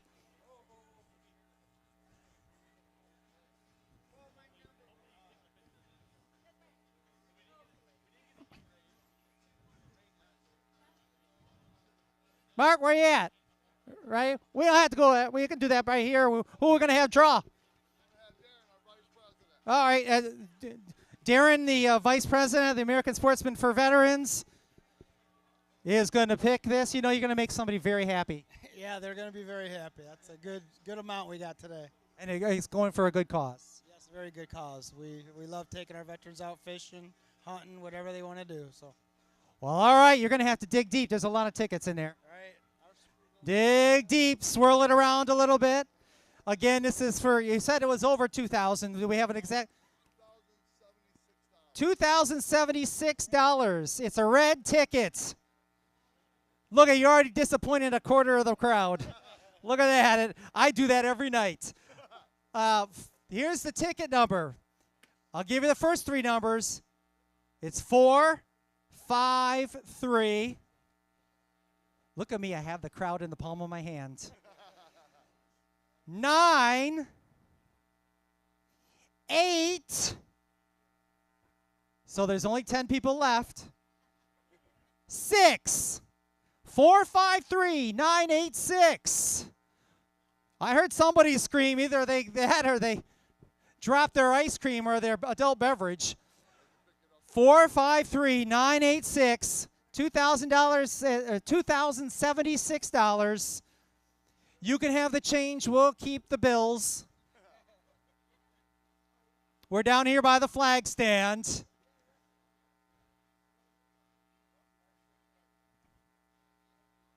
I don't know. If I won $2,000, I'd have been here by now.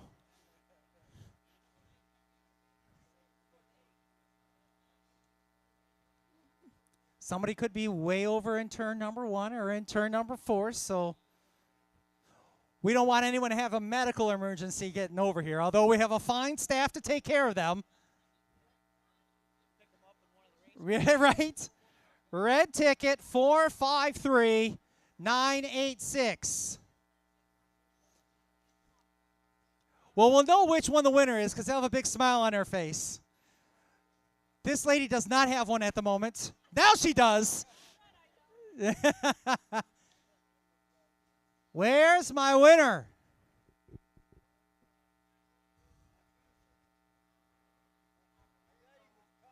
I mean, there's a lot of crowd to work its way through.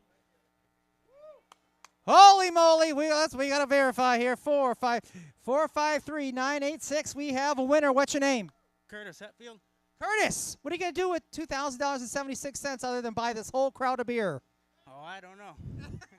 Well, enjoy. Congratulations. Where are you from? Owasso. Oh, well, you're right down the road. So congratulations. We have a winner. The rest of you are losers. No, thank you for donating. Thank you for donating, folks. Oh, let me get out of that picture. That's the last thing that camera needs. It's 2 weeks from retirement.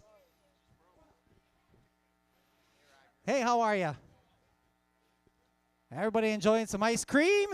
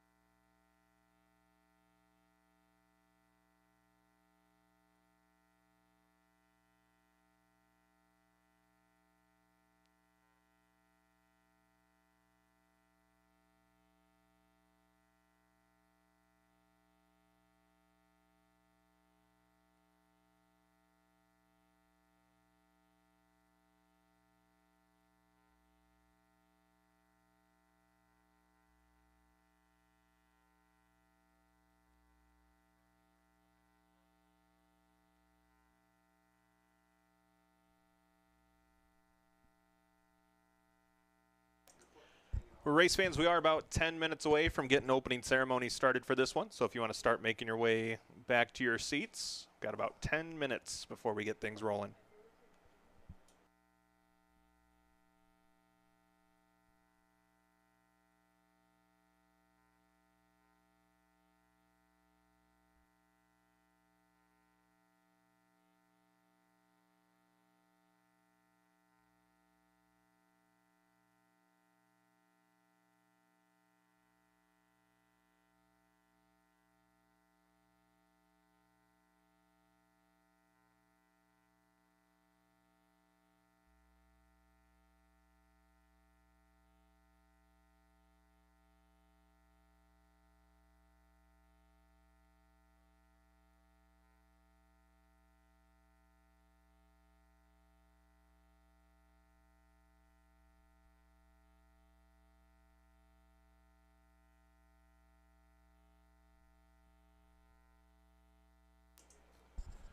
All right, our members of the Adkins family that are going to be taking part in opening ceremonies, please head to the flag stand. Members of the Adkins family, please head to the flag stand.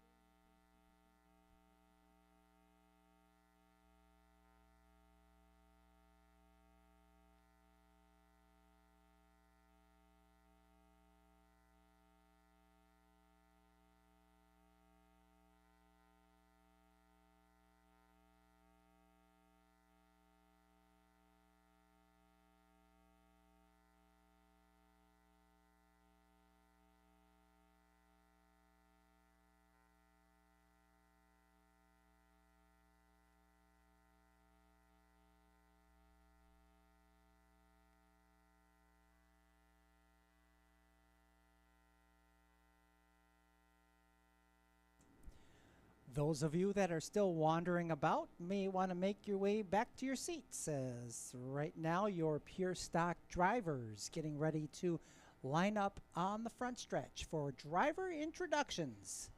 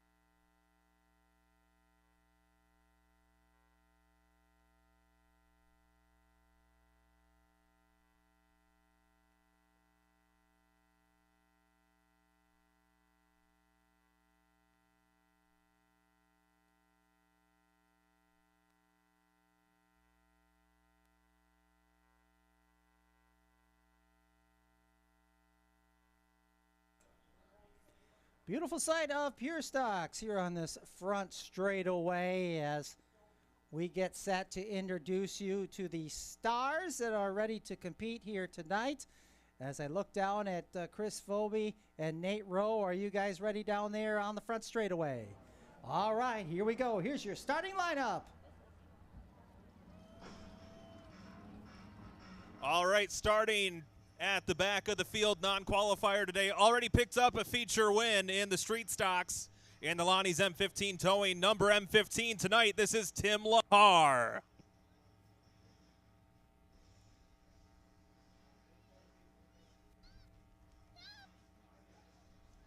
Starting outside of the next row out of St. Charles, Michigan, in the number 89, welcome Abby Kolb.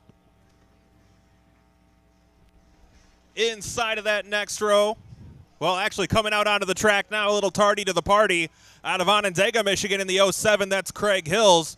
But right here in the Leonard's Hardware, number 13, out of Vernon, Michigan, this is Chris Deviney. Yeah, there we go. Had a different name on the car, it threw me off.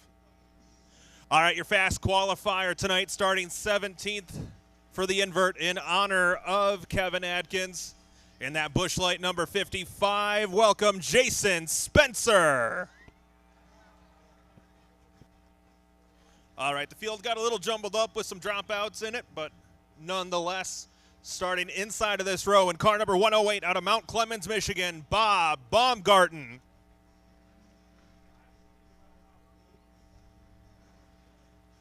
All right, winner of the Kevin Atkins Memorial in 2023 in the Performance Auto number 9. Give it up for Jim Miller, Jr.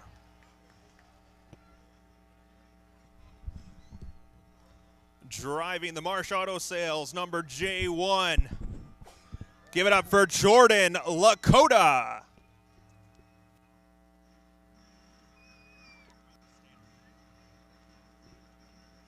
All right, driving the JIT Transport number 66 out of Flushing, Michigan. Welcome, Brian Thompson. And the S&Z sheet metal number 87 out of Grand Ledge, Michigan. They call him Mr. Excitement, Landon Heidi.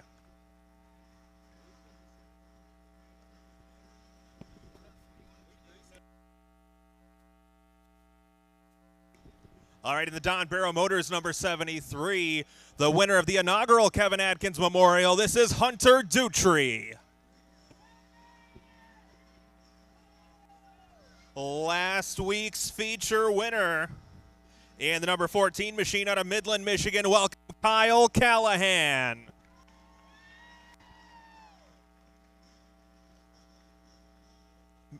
Filling in tonight, normally a modified pilot in the Back Road Beauty Salon, number 79. Give it up for Jason Congdon out of Clio, Michigan. Piloting Bob Elliott's number 83, the Contractor's Repair Machine. Welcome back, Dan Goki. Outside of the next row, he calls New Lothrop, Michigan home in the Saginaw Welding number 5. This is Brent Voris. Making his return to the Owasso Speedway, now calls St. John's, Michigan home in the number 97. Welcome back, Ben Heidi.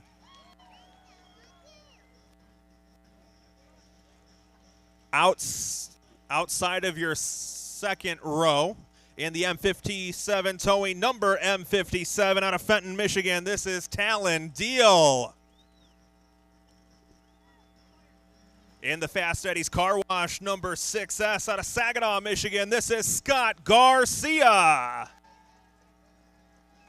And now your front row. He picked up the heat race win 1 week ago out of Mount Morris, Michigan.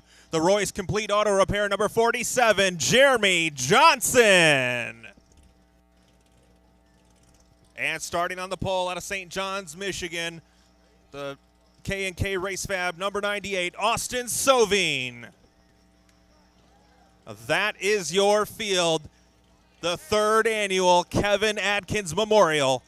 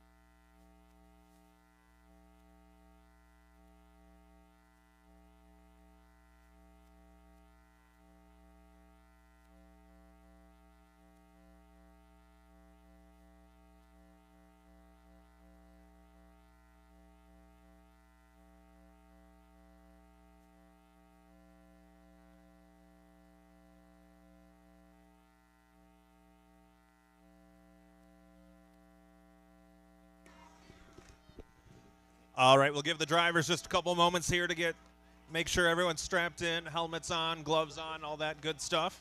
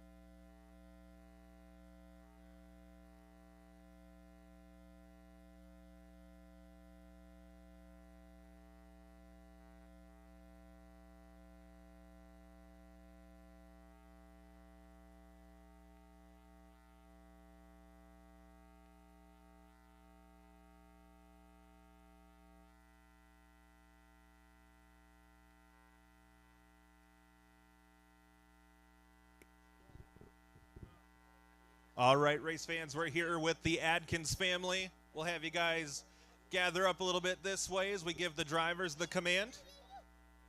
Come on in, buddy. All right. On the count of 3, we'll have you all give the command. 3, 2, 1.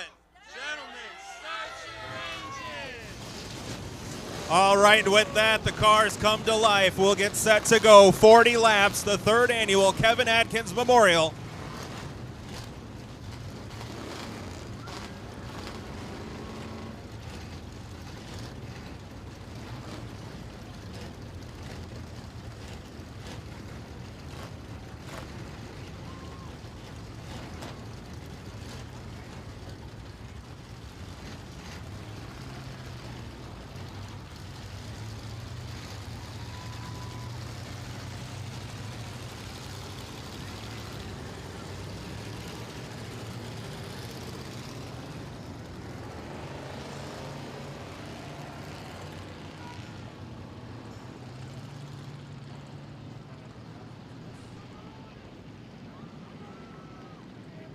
Field ready to roll here momentarily here for this Kevin Atkins Memorial.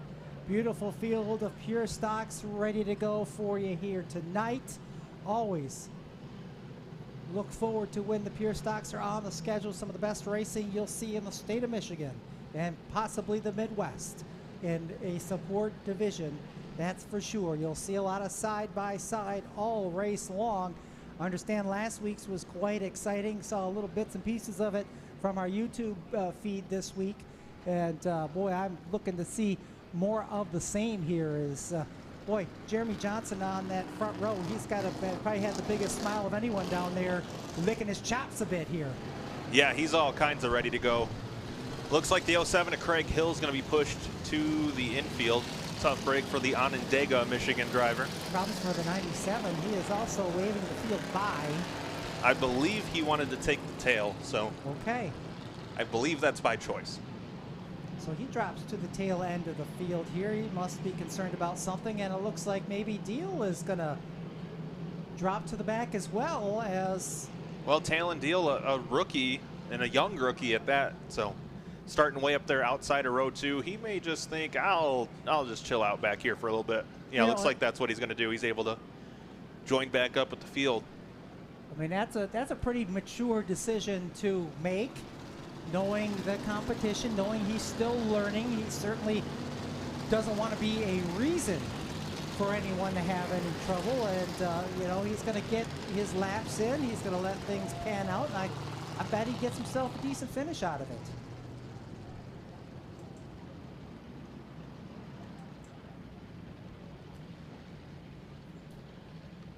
All right, so with all those drivers going to the tail, we have to reconfigure our field from the original reconfiguring of the field. So bear with us just a moment here as we get things straightened out. And looks like maybe...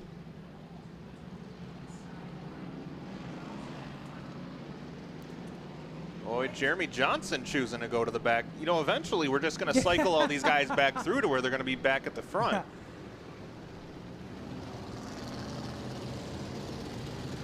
Or maybe he just wanted to drop back to the middle. Well, I heard they're just trying to move the inside row back a row, and...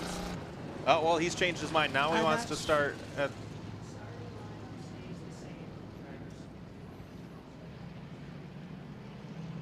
So, yeah, normally, you know, I'm not sure what they're trying to do, but normally on dirt, if someone just drops out, then that whatever, if they were in the inside or the outside, would just move up. And I think that's what they were trying to get these cars.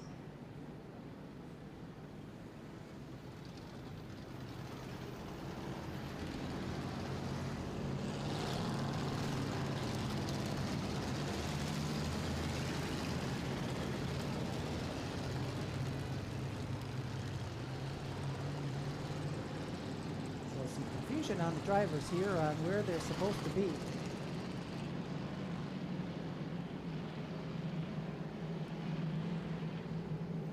Just move the whole full row up here, I think is what they're Oh, I got you. We're going to do a missing man formation. Okay, then that clarifies it for us here. See if I didn't know that.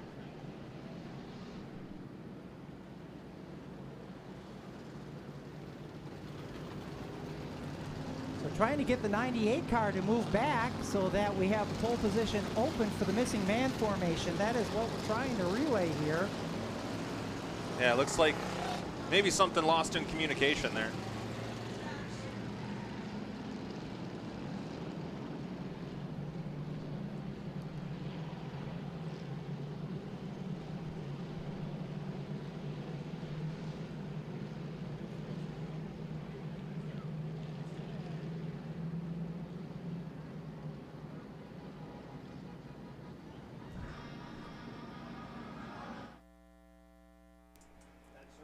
All right, race fans, 40 laps tonight in honor of Kevin Adkins, 2008 Pure Stock Track Champion, always one of our favorites here at the Owasso Speedway.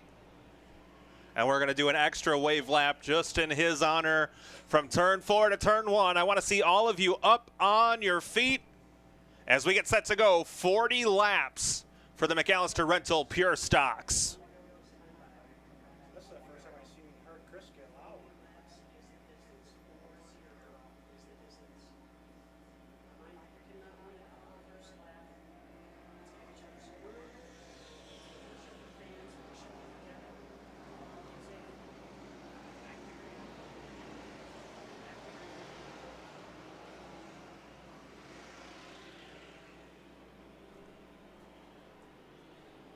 Forty laps. We're ready to rock and roll as they work their way out of turns 3 and 4. Sovine, Johnson in charge of the field. To the green they come. Oh, the hood goes up on the 47. Everyone able to take evasive action.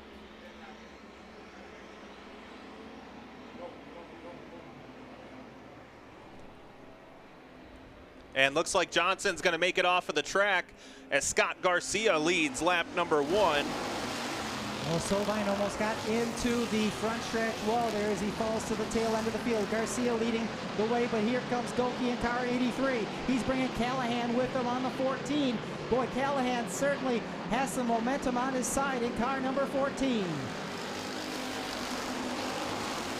And Dan Goki will lead that second lap. Roger, keep in mind the Atkins family and their group are doing lap leader money. Every lap you lead is some extra money in your pocket. So far, Scott Garcia and Dan Goki both going to profit from that.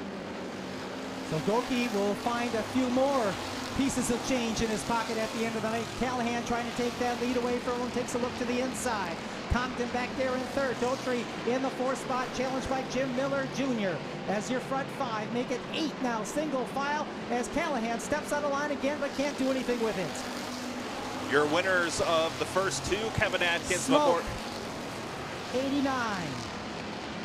No, it's the 98 of Sovine. Heavy smoke out of the back of that car. Yeah, I'm gonna guess we probably have fluid all over the track. Yes, indeed. Look at the trail coming out. Oh, that's gonna be a bit of a wrinkle in this one. There's definitely a lot of fluid, a lot of smoke. Surprised that he could even see his way. He's already climbing out of the car, folks. Sovine out of the car, and I didn't mean to interrupt you there, Chris, but as that was happening over in turn number 4, the instinct kicked in. You were talking about that these laps, if you lead a lap, you're getting some extra money. And yep, the family has been collecting money for these laps. Yeah, that is the that is exactly it. And I'm trying to stall for time so I can pull up the list here. Well, while you're doing that, Dan Goki is currently your leader with 4 laps complete. Kyle Callahan second, Jason Congdon third, Hunter Dutre in the 4th spot. Then Jim Miller Jr., Jordan Lakota, Landon Heide, Jason Spencer, Brent Forrest, and Brian Thompson are currently your top 10. Lahar's moved up to the 11th spot in the M15. Scott Garcia has dropped back from his second row starting spot. He is now in 12. Yeah, some of the sponsors for this event, Roger, Tough Luck Award, $100 from Bing Crosby at Sundance Buick GMC.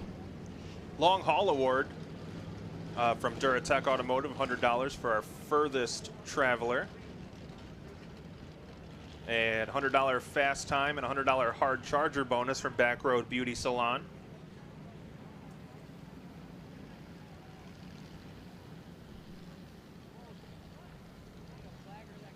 Well, right now, Sovine could be in the running for the Hard Luck Award as he starts on the pole and ends up being the second one out, assuming that Jeremy Johnson gets that hood back on his car, which also could be in the running.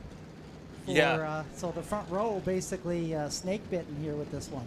Best start you've had all year position-wise, and coming to the green, your hood blows up. But yes, it's a $20 bonus if you lead a lap. We are on lap 4 right now. Dan Goki's led 3 of those 4, so an extra $60 to him so far. Lap number 1, sponsored by Northside Towing of St. John's. Lap 2, Jeff Parks Racing. Clearson Racing, lap number 3. Congdon Racing, looks like they're doing lap 4, 11, 18. Looks like that's it. Common Sense Gifts LLC, lap 5. Griffin Engine Shop, 6th. Davini's Racing, 7. Evans Racing doing 8. Lap number 8.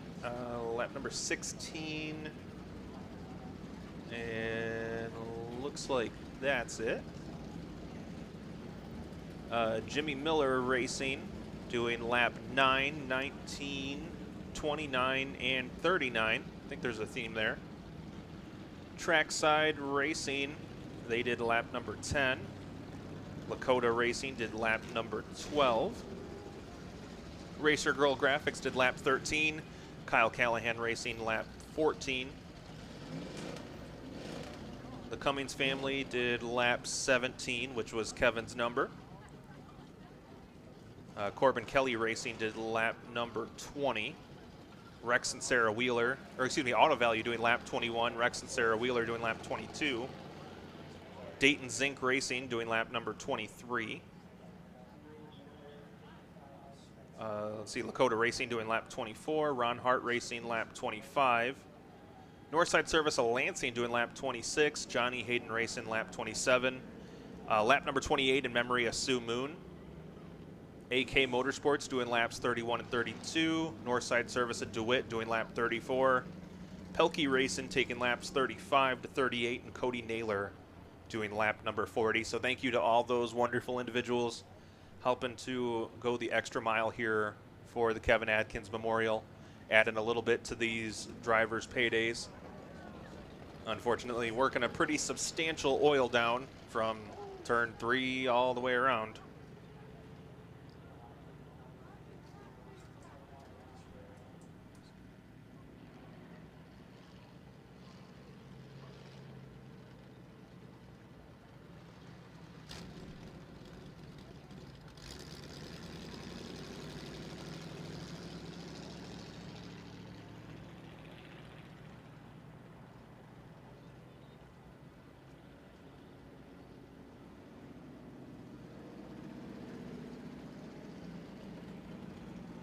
Oh, waiting on getting all the oil dry we want situated before we send Lightning McLean out. Yes, because it would be embarrassing if it ran out of fuel. Well, it just has to stick its tongue out. Right? Oh, I see. If we ran out, we got to open new buckets. That's the size, you know, those are the size of my chicken buckets. Or is that KFC. bucket? Oh, okay. I thought it was like KFC. buckets that you kept chickens in. No. That's what I get from KFC. Yeah, so waiting on getting official word from safety that we've got enough laid down before we unleash Lightning McLean. Unleash the brush.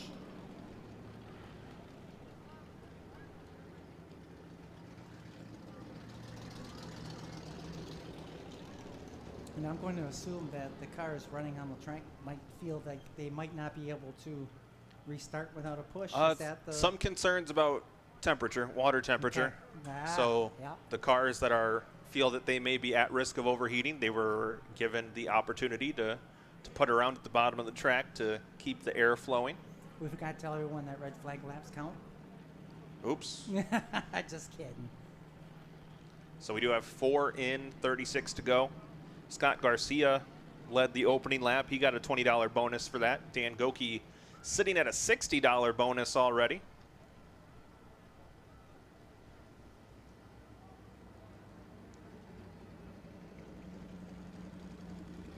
You know, I haven't had the opportunity to read my Bing Crosby Sundance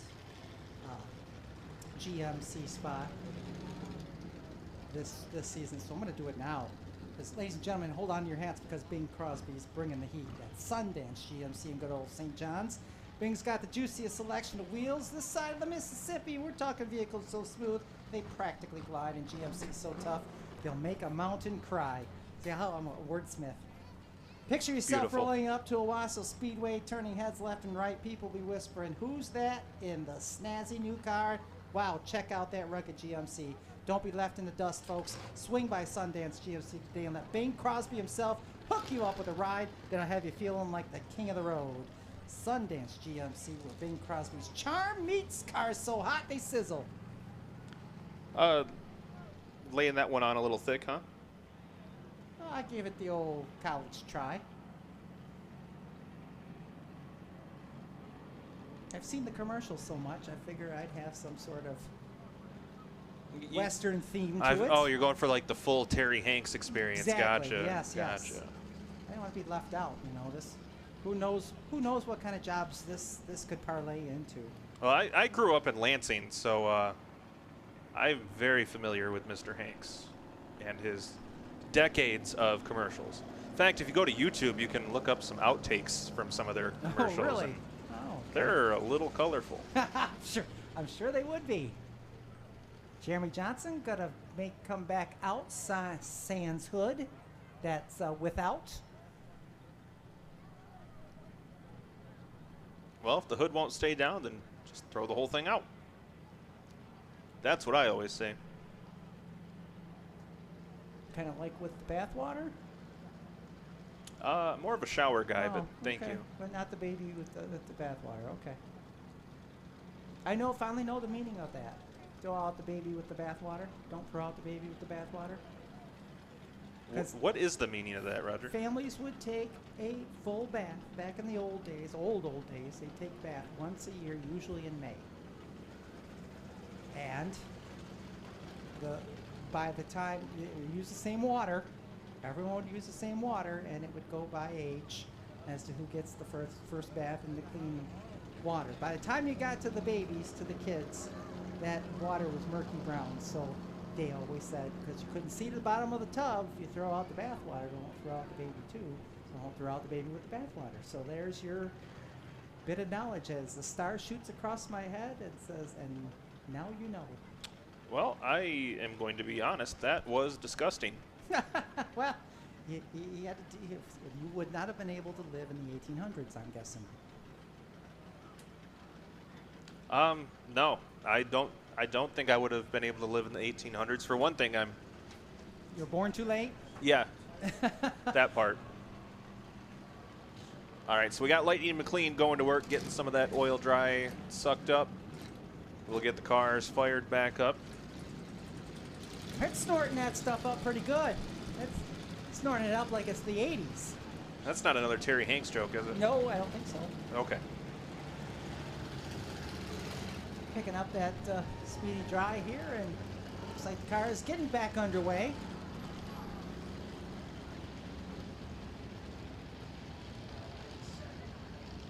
Some beautiful colors here at the sunset here at Owasso Speedway.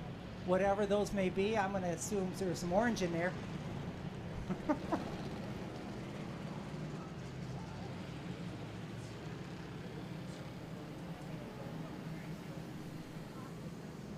So the sweeper goes by, does not lead the lap though, so the sweeper does not pick up any extra cash.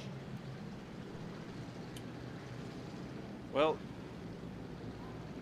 got kind of a bummer of a story that just got brought to my attention. Oh. Keegan Clark one of our up-and-coming pure stock drivers, was going to be in the field tonight. Unfortunately, lost his dog Bruno last week, so next time Keegan is out, it'll be racing in Bruno's honor, but very sorry to hear that to the Clark family.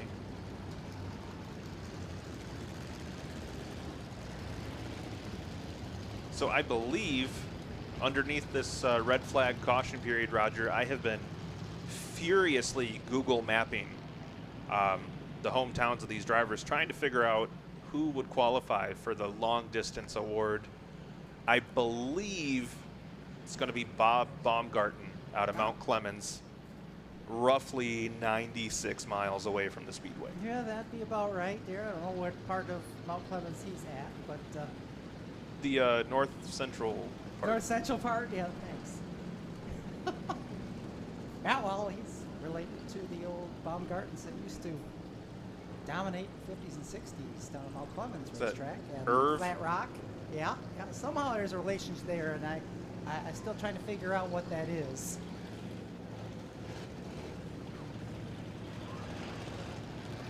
But the 108 would what's his number? Well, that would make sense. Looks like getting one more time around here with the sweeper.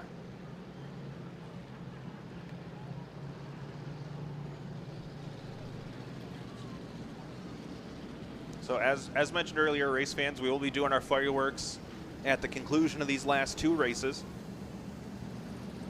So we have 36 laps left for the pure stocks, 25 for the trucks. Then we'll do fireworks.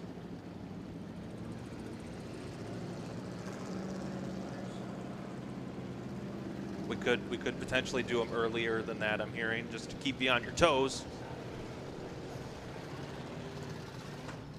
We might even do them right now.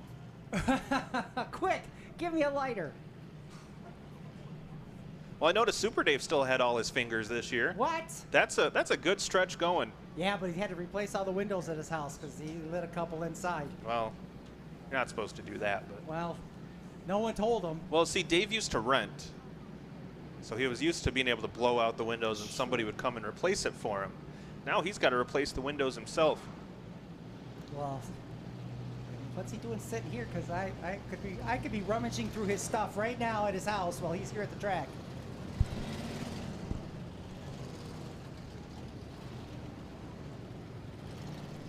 All right, let the drivers run through this.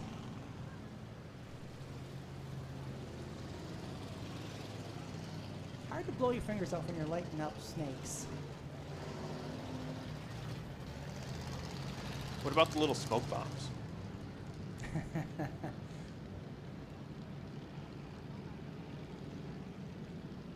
Those are for fleas. No, not the colorful ones, not the ones that you have to put a circus tent over your house for. Yeah, all right. Well, that makes a lot more sense than where I was going.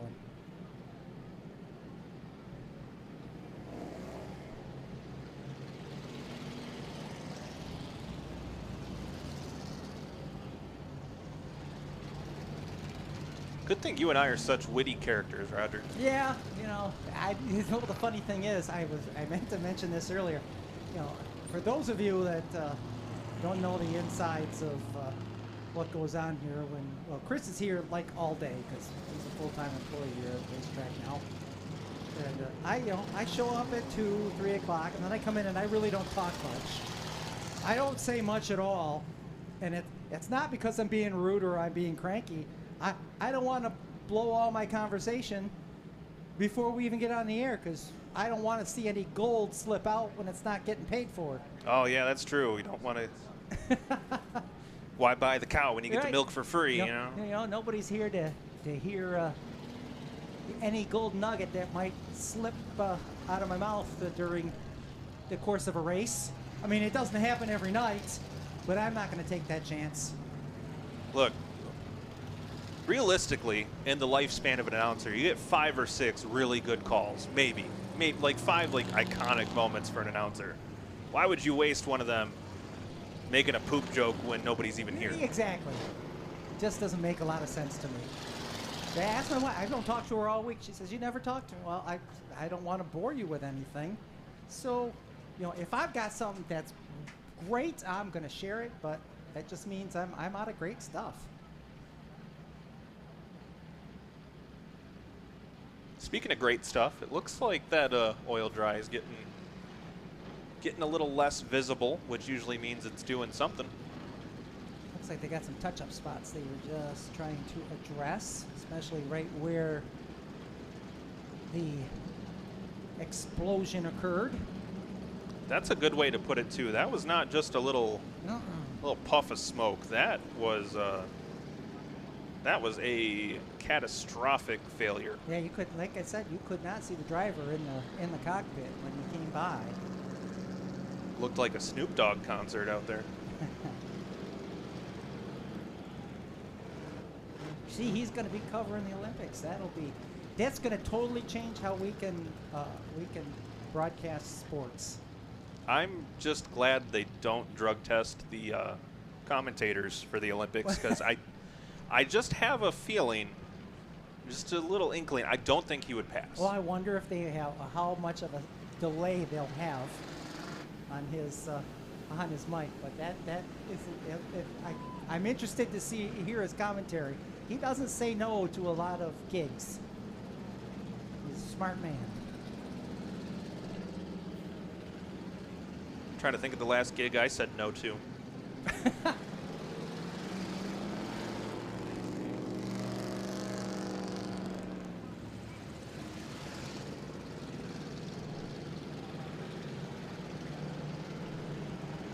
Hey, Super Dave, you still do much karaoke? Oh, did he fall asleep? Dave, are you asleep down there? Oh, he's on his phone. Oh, come on. Who could you possibly be texting? These kids. I don't know who he could possibly be texting. Everybody that he's friends with is here. Anyway, Super Dave, you still do karaoke? No? No? Oh, man. I heard his head shake all the way up here. Dave used to be the king of karaoke. Back when the old Triami Bowl, Nick's Bowling Alley down there in Ovid. Back when that was open, Dave would go there and tear the house down. You didn't do AC/DC or something? He did do AC/DC. I think he may have done a fan club banquet or two also. It was a life-changing experience. Well, I think we're going to choose our start. So let's see. Maybe somebody will make a life-changing decision here. Well, Goki's not. He's going to take the inside. Callahan's going to take the inside as well. So it looks like Jason Congdon will move outside of the front row.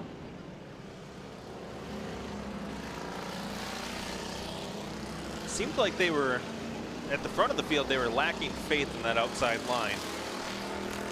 But now it's evened out the deeper we get. Miller Jr. moves up to the outside of row number 2. He's not afraid to be on the top shelf.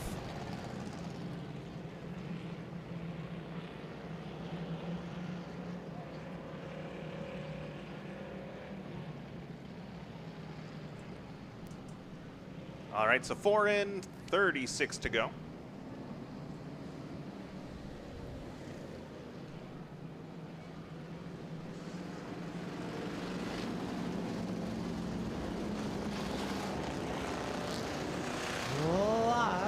Laps to go. Normally, these drivers what 25 normally? 20-ish. 20-ish, yes. Yeah, 25 usually. So an extra 15 laps. Let's see if equipment holds together. Boris joins the field in the 5 as they get to the restart zone. Brought to you by M&K Truck Centers. And Goki again puts his assault on the top side. Look out, bumping and banging. Boy, somebody hit the binders in a hurry there on that top side. That was Lakota in the 1 machine as they were all over the place there. Go Train was involved. Somehow they drove through it over there on the exit of turn number 2. And Goki leads another lap. Jordan Lakota to the inside of Hunter Dutry.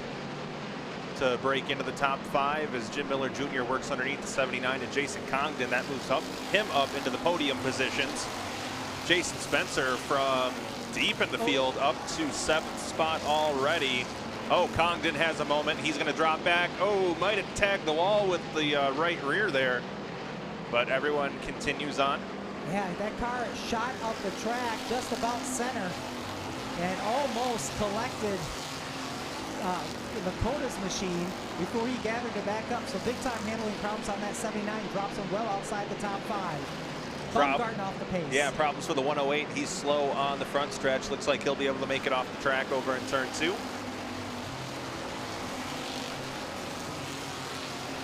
Or rather, Goki, Callahan, Miller, Lakota, your top 4.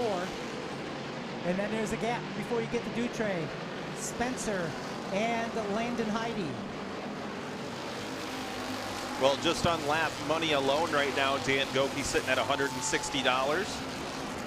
As Jim Miller Jr. now works to the inside of the 14, and Kyle Callahan for second. And a whole slew of lapped cars up ahead that your leaders will have to work through. This has caught Dan Goki in the past, but looks like everyone going to move out of the way and play nice as your leaders work their way through. The J1 and Jordan Lakota now to the inside of Callahan for 3rd. Wow, exhale. Bump last week's winner down to 4th, but here comes Jason Spencer again. What a day for this driver. He's up into the top 5 now after starting very deep in the field. Battle for the lead. Miller to the inside of Goki out of turn number 2. Miller now has half the car out front.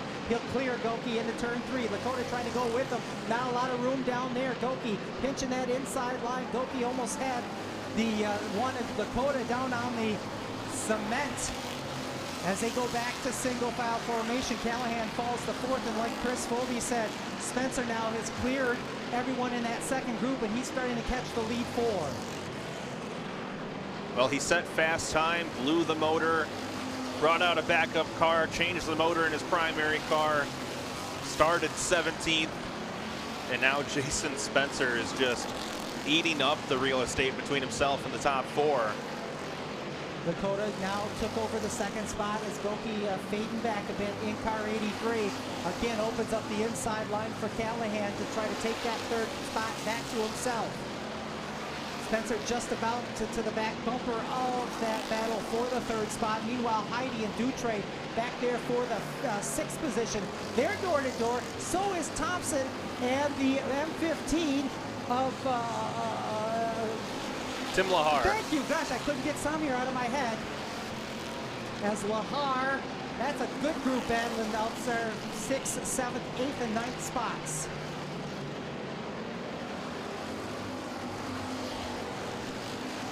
Well, it might be a toss-up at this point between Lahar and Spencer for who ends up with the Hard Charger Award, as the 89 Abby Kolb looks to be off the pace.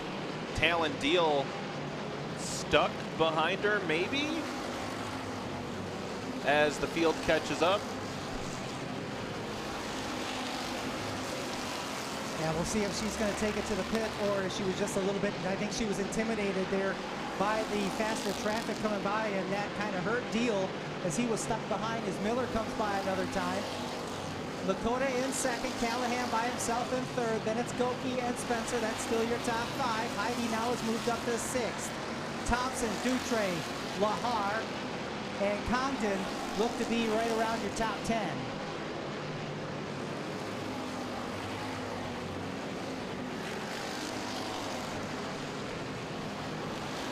Next set of lap cars, about 3/4 of a straightaway ahead of your leader, as this time by will be at the halfway point. 20 in, 20 to go. Jim Miller Jr. out in front. Oh, Goki. Oh, a big moment there for Goki. Car looked like it tried to run away from him there coming off of turn 4. That makes it easy pickings for the 55 of Jason Spencer, who moves up into 4th.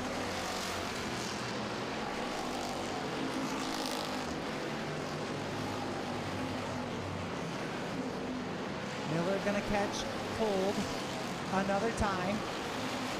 Garcia also gonna be the next car to go a lap down, and then he's gonna have a bit of a gaggle of cars to deal with here in the upcoming laps as long as this stays green. Oh, we got a spin. As soon as I say that, 47 goes around in turn number 2. Just about going another lap down was Jeremy Johnson rather.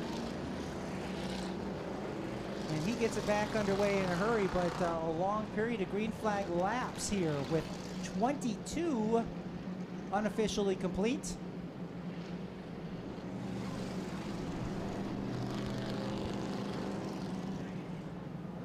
Jim Miller Jr., your race leader, Jordan Lakota second, Kyle Callahan third, Spencer fourth, Dan Goki in fifth. Then Landon Heidi, Brian Thompson, Hunter Dutre, Tim Lahart, Jason Congdon were your top 10 heading into after that last lap. Desiree Albring, please report to the front gate. Oh, I'm sorry, Jeff Draheim. Jeff Draheim or Draheim? Jeff Draheim or Draheim. You need to meet Desiree at the front gate immediately. Again, Jeff Draheim, please report to the front gate immediately. Desiree Albring is there. Very important information that you need to know. Please report immediately.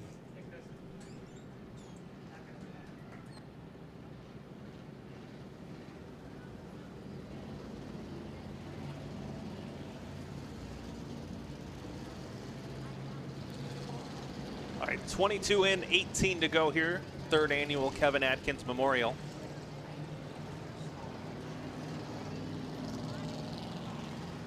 Well, with this caution, certainly puts players back in this game.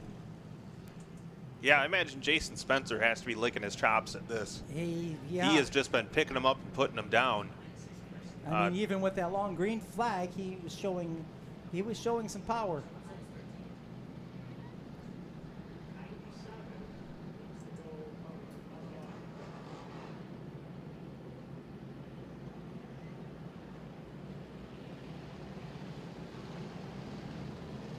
As they sort the tail end of the field, there, number of cars a lap or more behind.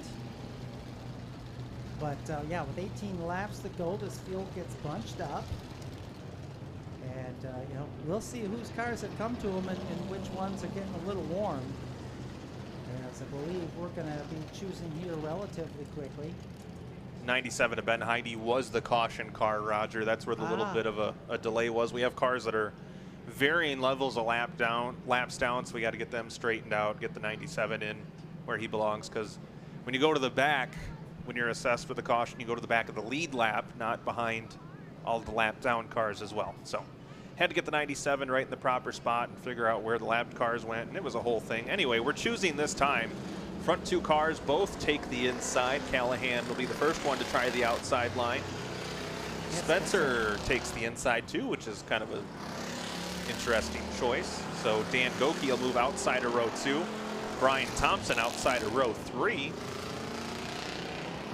Yeah, because he was behind Landon Heidi, and now he'll be starting in front of the 87 of Landon Heidi.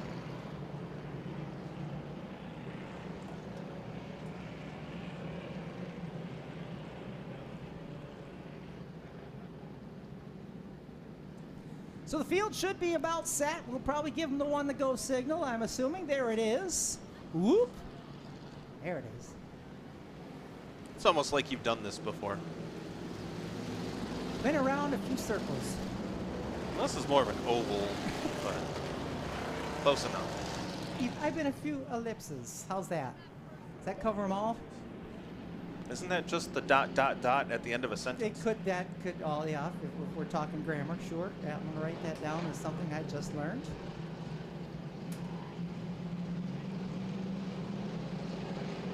All right, Jim Miller Jr. leads him into the M&K Truck Center restart zone. Great restart by the 9. And thought it was going to pay dividends for the 14, but he wasn't able to get back to the bottom of the track quick enough. Lakota fills the gap. Yeah, it looked like Dotre got the worst of that one. He's going to fall about 7th position here as the field comes by with Miller out front. Yeah, it was a big stutter step moment there for that whole outside groove. Looked like Lakota just kind of caught napping there, and it backed up the rest of the field in that outside groove, and Dutry was, like you mentioned, Roger, he was the biggest victim of that.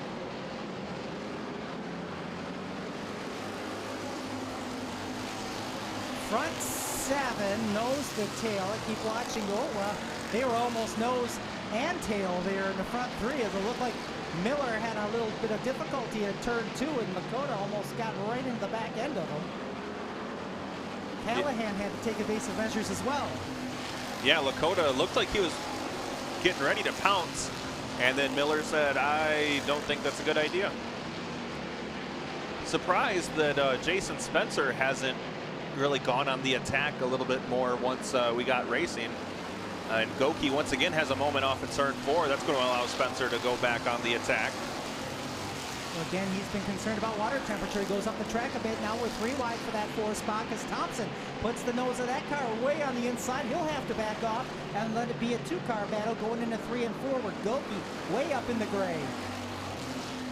Well, Spencer will wrestle the spot away now. He moves up into 4th. Oh, the 87 of Heidi goes around off the nose of the M15. Caution flag out. I had been watching that battle, and the one moment I turned my head, an incident occurs, so we'll have to take a look at this. Want to take a moment to wish Grace Snyder a happy 11th birthday. Happy birthday, Grace. I apologize to whomever that was that came stammering up to the tower to yell at us and give me that information. Well, right before driver introductions, I was probably a little terse. It was just the wrong time. There's a reason why we don't let people come up into the tower. Yeah, it's almost like we're here to do a job. You know, if you had, Isn't that crazy? Yeah, next time just you know, let security or let the folks on the souvenir stand know, and they'll get that information relayed to us. But so I do apologize to that gentleman. But happy birthday to Grace Snyder, celebrating number 11. 11's a big one.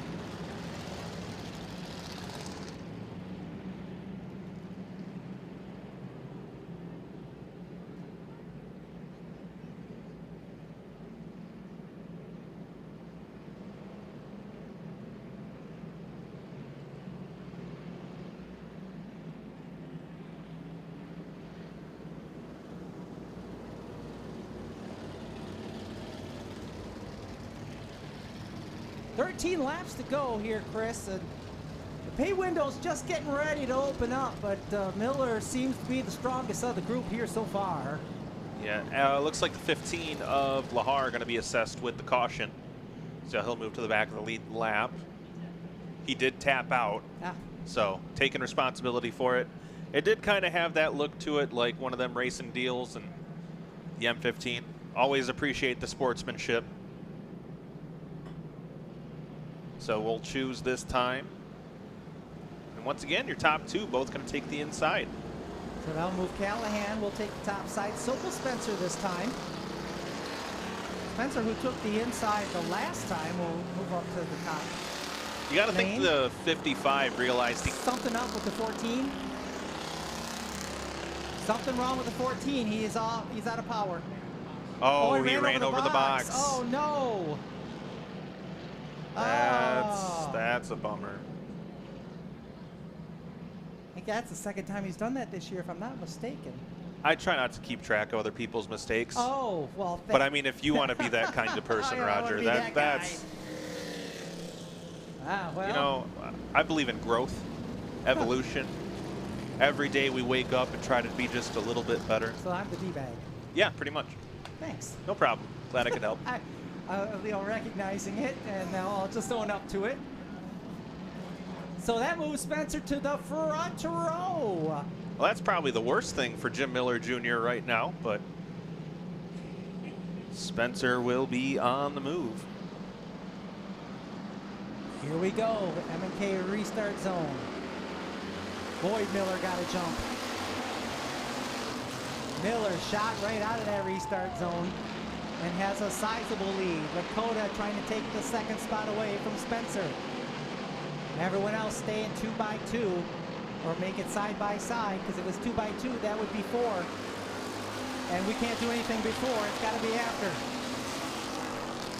So Spencer now will fall in line behind the one of Lakota as your front 5, nose to tail. Now Thompson wants that 5th spot. He'll pull inside Landon Heidi's number 87.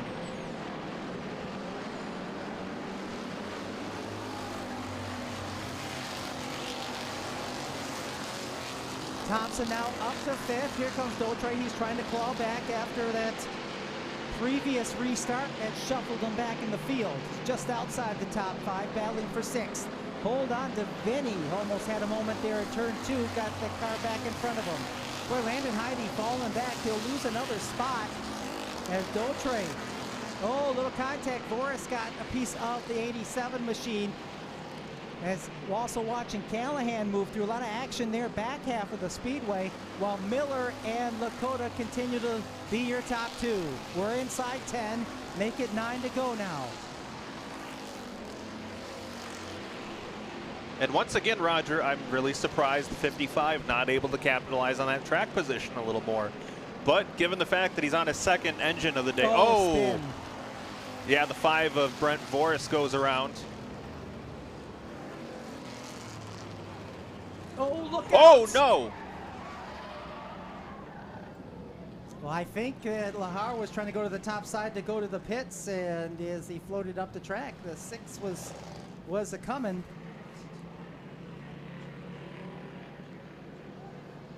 Well, I'm assuming maybe Lahar thought maybe Lahar was tapping out again because it just looked like he was just going to take it to the pits. yeah, see, when you tap out, though, you're just supposed to tap on the roof. You're not supposed to tap on another car. Tap on a single-digit car. It gets confusing, I know, but... Well, that's unfortunate for the 6 car. He's minding his own business. He was running in the 12th spot.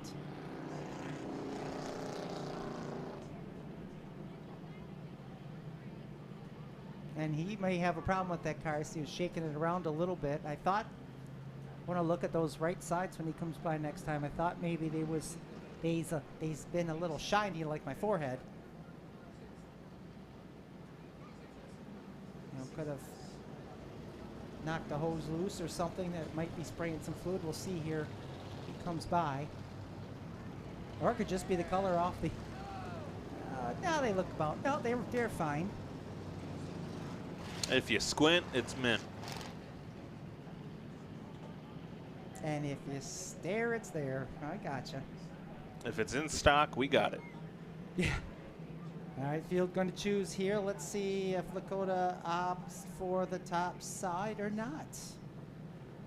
We know Miller will. Yeah, Lakota's tried the inside every time, and it's worked 0 times. And he's gonna keep going back to that. Spencer, he's making sure he's at the top side. He's going to go back to the front row. He's going to bring Goki to the top row as well as Dautre.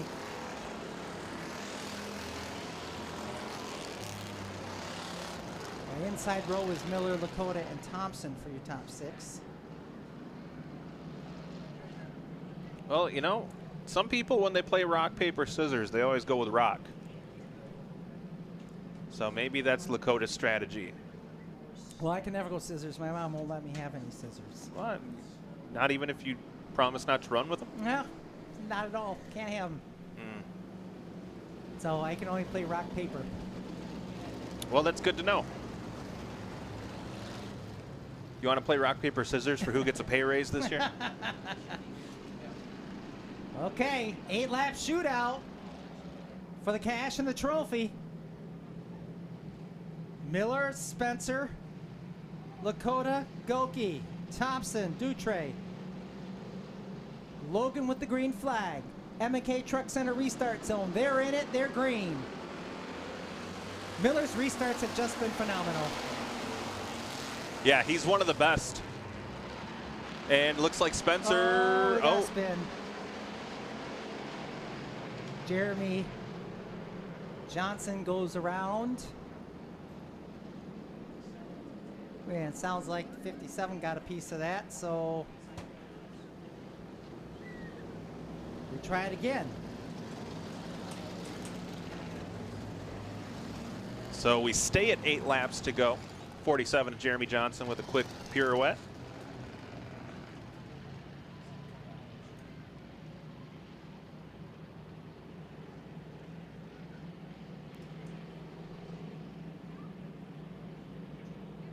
All right, so we did not get another lap completed, so we revert back to the last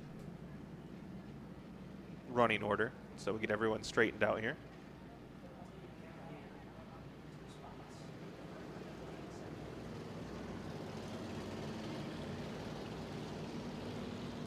So we'll do another pick here shortly.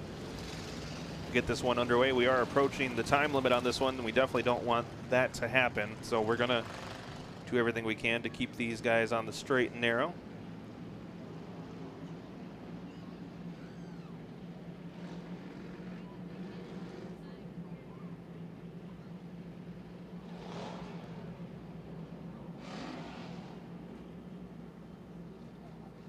I gave a 14 in front of the 87. Let him in.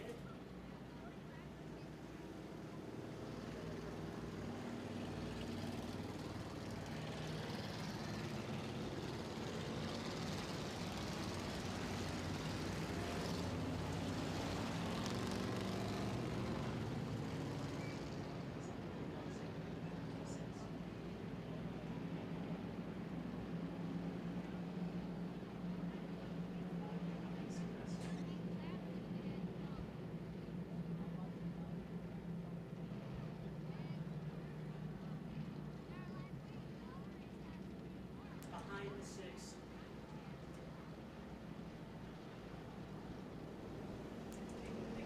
All right, we're picking this time. And Spencer, once again, going to get outside front row prime parking.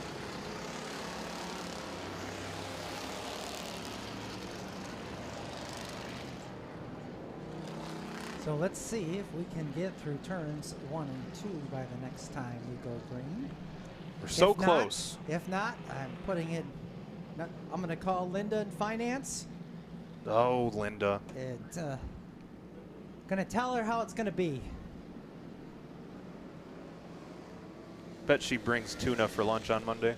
Oh, I bet she Probably going does. to put it in the microwave. Oh, no, she probably went out and had salmon. She's going to bring the leftovers for Monday. So she's got Saturday night salmon on Monday afternoon. Oh, it's going to be ripe. Yeah. And different finance. Freaking Linda. Field set to go. They won't have to deal with it Monday. They want to deal with these 8 laps. Miller, Spencer, feel like I've said it before. MK Truck Center restart zone is where they hit the gas, and against Miller gets a great restart. Well, the J1 also got a really good restart there, Roger. He stayed right glued to the bumper of the 9 car. He'll slide up in front of the 55. Looks like somebody may have gotten a piece of the wall there. There's lots of smoke going up. Well, the 97 back there is dragging something. He is throwing some sparks. Wonder if maybe his exhaust may be dragging. It's near the front of that machine. Miller and Lakota, 1 and 2. Thompson now, look at that. He's up to the 3rd spot. Kind of a sleeper pick right there in a podium position in that 66 machine with Spencer in the 4th spot. Yeah, this is a great run for Brian Thompson in the 66. How about Callahan? He had to climb from the tail of the field, and he's just about where he was when he had to take that penalty. Coming to 5 laps to go. Lakota now starting to put the pressure on Miller. Miller a little higher exit in turn number 2. Not a full line, just enough to keep that top line slightly occupied. Lakota going to take a peek to the high side. He slides. He's going to lose that momentum, and now Miller, caution is out. The 47 again. So Johnson, if he's called the caution car, would very well be his 2nd time. So unfortunately, he gets bitten a number of times after starting in the front row. Yeah, between the hood going up and then 2 cautions, now he'll have to exit the track.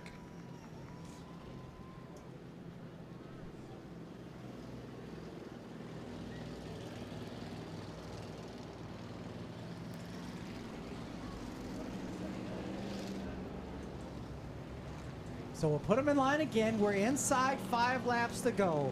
If this is your first time here, and you were here Welcome. last year.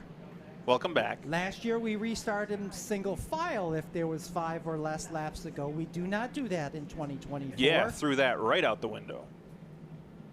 With the baby in the bathwater. That's still gross. They're going to pick. Could be the final pick of the night. Top 3 take the inside. Spencer, Callahan, who were 4th and 5th, Now going to be in row 1 and row 2. Interesting move by Thompson. Yeah, that's well, you know, I made the comment about picking to start inside of row 2 not working out for Lakota at all. Outside of row 1 hasn't worked out for Spencer either, so. Well, the big deal is no one seems to have anything for Jim Miller Jr. on the restarts. Yeah, he was your winner of last year's Kevin Atkins Memorial, looking to make it 2 in a row. And I'd say he's in a pretty prime position for that.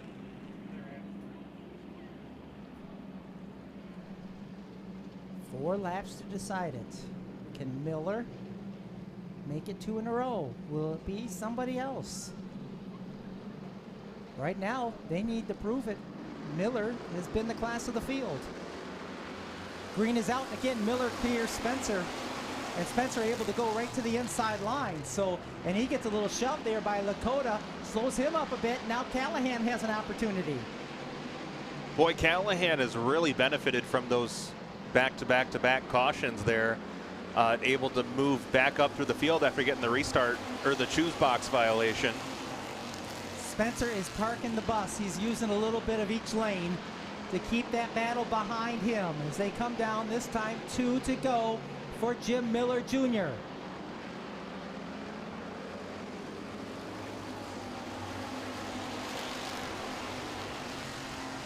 Callahan on the outside trying to take away third from the J1 of Jordan Lakota. As the field comes back around, they're going to see the white flag. 1 lap to go.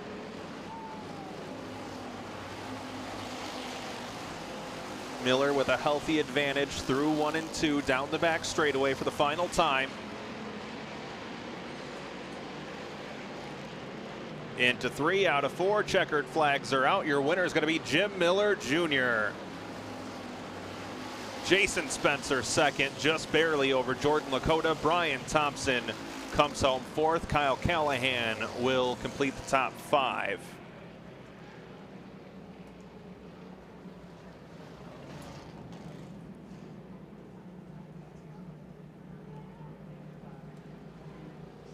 Well, what a great finish there as Jim Miller Jr. picks up his 2nd consecutive Kevin Atkins Memorial race. He'll get the big trophy.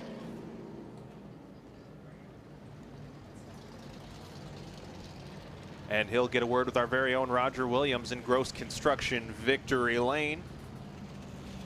Looks like he's taking an extra long cool down lap as he gets a congratulations from his competitors.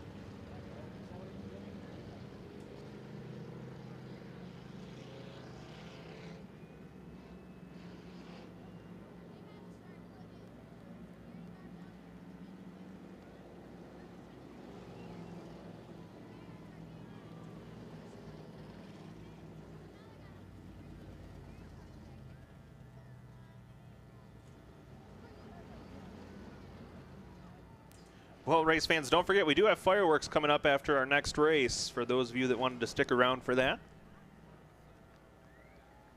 There's Jim Miller Jr.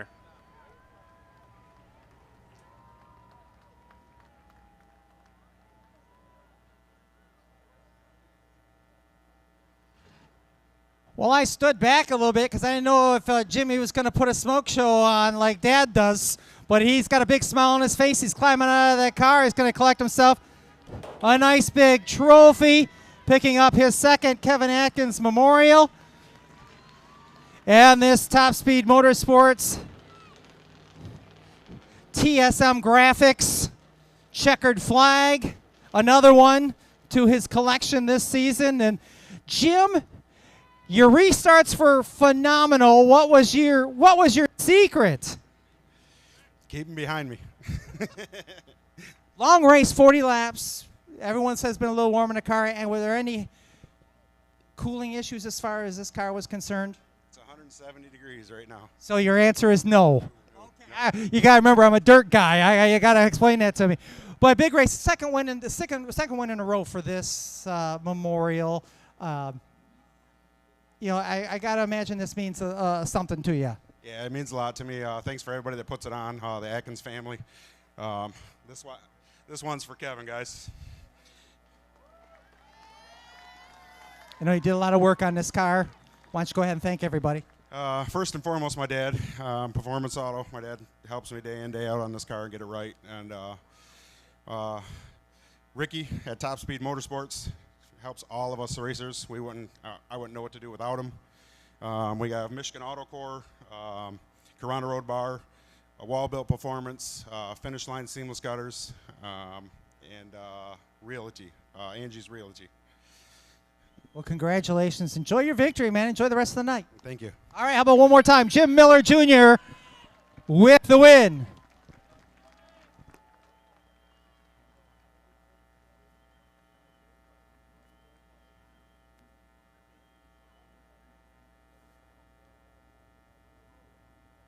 Well, one event left here tonight. Before the fireworks, we have our trucks going 25 laps.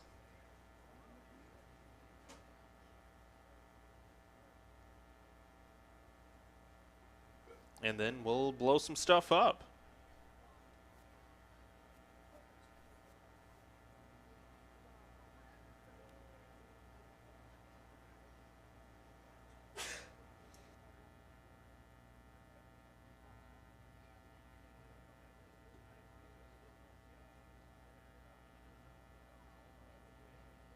Chris, now these truck drivers have given themselves a challenge to go green to checkered.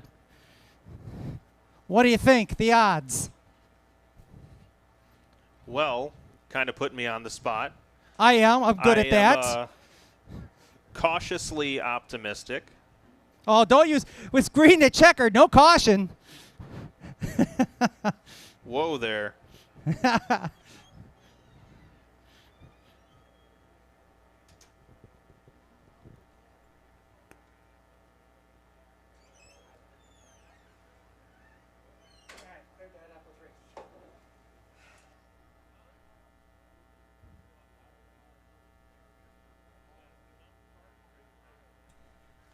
Well, all the trucks have to do is at least get 7 in, and they will be once we hit lap 8, it's gravy. All gravy. 25 laps for the trucks.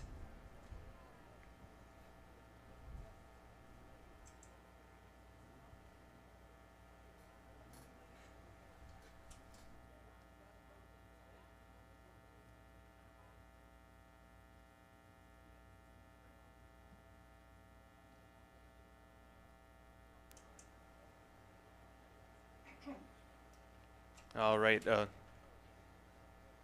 this is an interesting lineup for our trucks tonight. Seeing that a former champion going to be on the front row.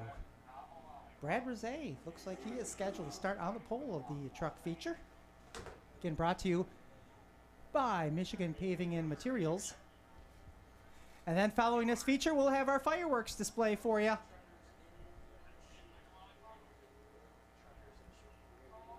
All right, Miller's back in the car, so I think we'll get them off the track and be ready to go. Hey, that lady doesn't have a filter. Anyone got a filter for that lady? Her shirt says she doesn't have a filter. The ones with the Rosé group. You run risk of contamination if you don't have a filter. Yeah. I'm teasing them and they should not even pay attention. Yet when I say something wrong, those people hear it like lickety-split. But when I'm having fun, no. They don't hear a daggum word I say. Absolutely not. That's exactly why they call me Shut Up Roger. Well, that tracks.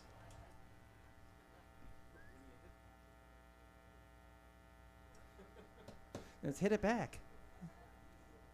Is that better? I can only hear. Oh, wait. No, it came back for a second. Oh, wait. Are we good? Oh, that's really loud. Okay, cool. All right. We want to make sure you can hear. Test. We want you to hear in stereo because we don't want it in mono. All right, you line up for your trucks. Final event of the night before our fireworks. Brad Rizet out of Mount Morris scheduled to start on the front row, outside front row out of Swartz Creek. It's Michael Dvorak's number 72. Row 2 inside the 67 out of Davison. That belongs to Mark Wilcox. And Joe Schamel in truck 47 will be on the outside out of Clio. Row number 3. It's the 50 machine from St. John's, Mark Palmer. And outside from Clio in the 95, Cameron DeLong. Row 4 inside, the 38 belongs to Grand Blanks, Greg Long the third, and Darren Burton on the outside in the 05 out of Flint.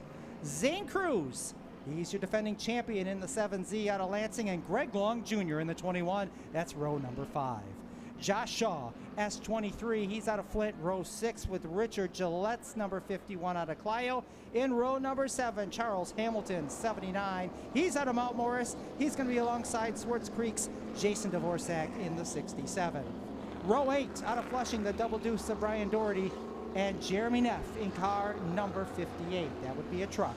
Chris Deviney in the 85 truck, and Tony Hart, who I don't think Tony had made the heat race earlier. No, and Tony broke. Okay, so he broke. Eric Deviney in the 13 and Matt Mosier in the 79. Looks like those trucks are here. So 19 of the scheduled 20 making it out onto the speedway. 25 laps for the trucks.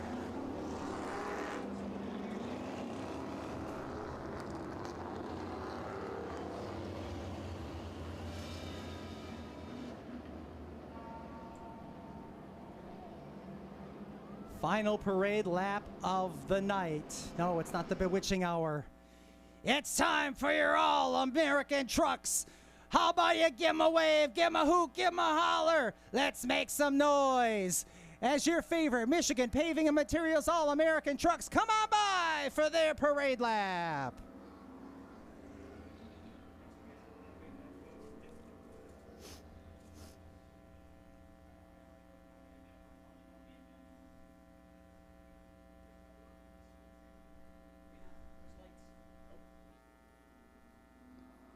Field bunched up, ready to go. As the trucks ready to take the green flag. Out of 4 they come, here we go. They're 3 wide through the pack, but Rizet setting the pace. Wilcox battling with the 72 of Michael Dvorak. They're almost 4 wide, back with the 4th spot with Schamel, Palmer, and a whole bunch of other characters. DeLong in there. Oh, contact between the 05 and the 95. 95 goes around. Everyone hard on the brakes trying to avoid. And there went their personal pledge. So a couple of trucks getting together, 3 and 4 wide, and could not make it through. See the 21 kind of dropping back. I'm wondering if... Yeah, I believe the 05 of Darren Burton is going to be assessed with the caution. Okay, well, Greg Long jumped or fell back a little bit there in that 21. Thought maybe he was having an issue, but looks like he was just tightening them belts as everybody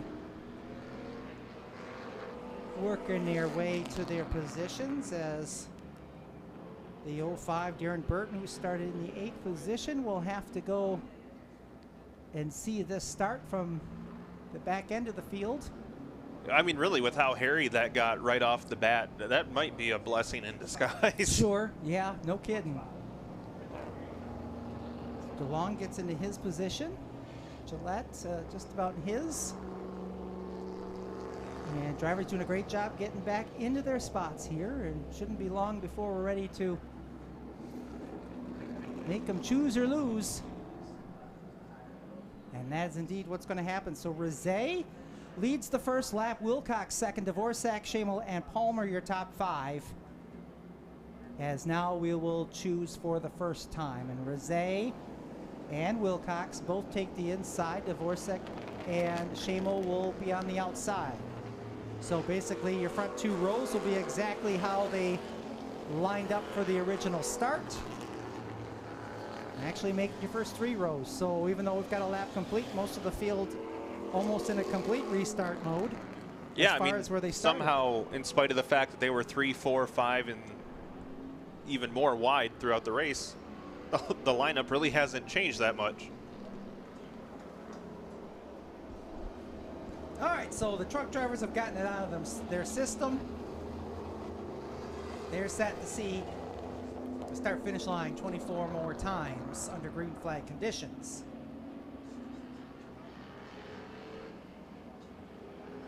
As they'll be able to go fast once they get to the M&K Truck Center's restart zone. It's painted green on the wall in turn 4. Good job on the colors, Roger. You're welcome. All right, green flag's out. We're back underway. When you get embarrassed the first time, you tend to remember we're 4 wide. Long, trying to make it 4 wide. Gosh, I didn't think that was going to work.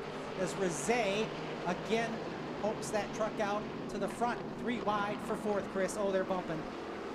Well, it's nice to know they learned from the first time. Shamel's gotten every quarter panel here, and they've gotten him every time. Yeah, he just got ping-ponged between the 50 and the 95 there for about a lap and a half. Boy, did he. He looked like Mo in the middle of the Three Stooges lineup.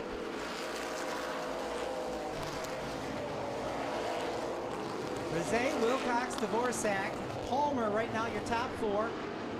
As DeLong trying to crack the top 4, he currently sits 5th. Oh, Zane Cruz about to be the meat and the sandwich here between the Longs. That settles down in a hurry as the 21 of Long will move his way to the inside. That's Long Jr. Yeah, your points leader, Greggy Bob Circle Track Pants in the 38, moving his way up through the field. Mark Wilcox there gave a little bit of pressure to Rizé there in 3 and 4. Wilcox with a legitimate shot. Here at the lead, oh, DeLong and Palmer made a little bit of contact there. DeLong had a handful of steering wheel. Meanwhile, up front, oh, Wilcox again tried to take a look at the lead. Watching Burton move through the field in the 05. Yeah, Mark Wilcox easily has to be one of the most underrated drivers in this field. He's really stepped up his game this year. He's been fast. Oh, Proud's your leader. Oh, Rizé facing the wrong way over in turn 2.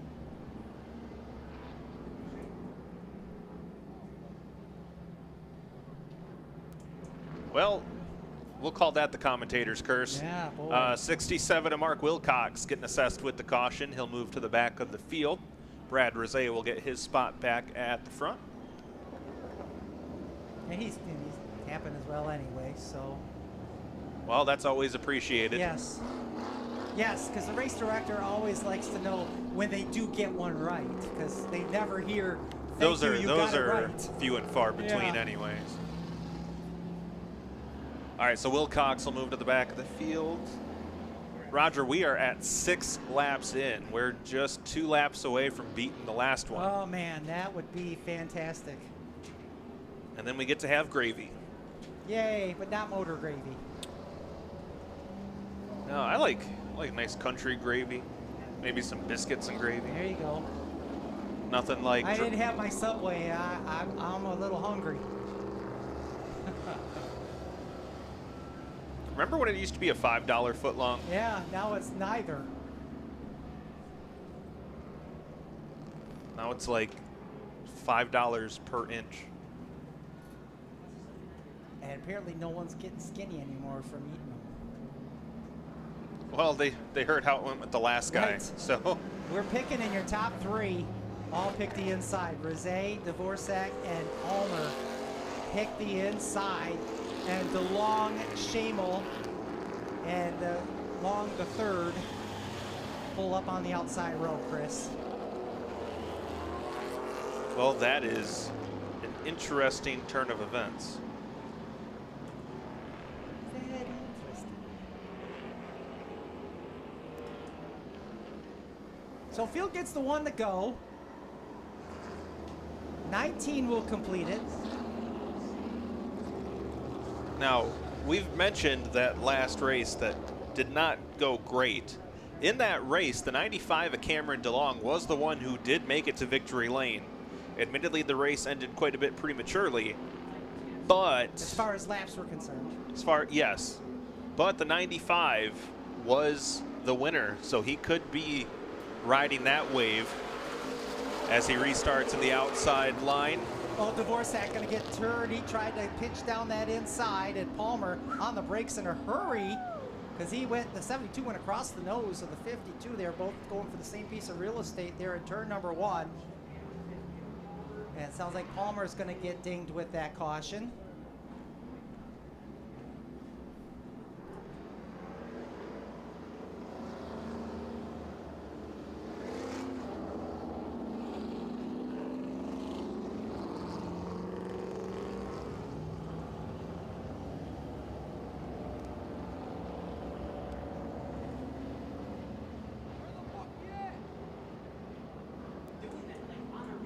Well, we got excited, Roger. Yeah. But that's why I always say our goals are unofficial. we're still at 6 laps. I'm looking at it. Yeah, we see that.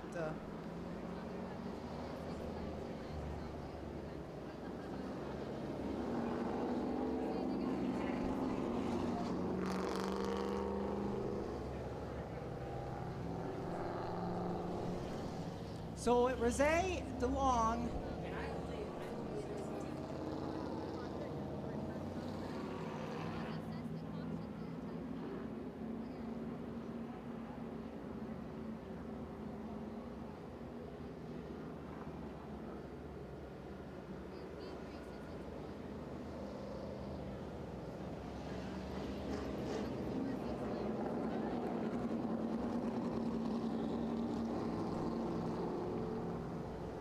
So yeah, we were a little, all right, well, I understand track position is very, very important, and I understand putting on a show. And these truck drivers do put on a good show. But yeah, let's get in a rhythm here and then start making moves. We got 19 more circuits to go here, and we want them all around for the finish.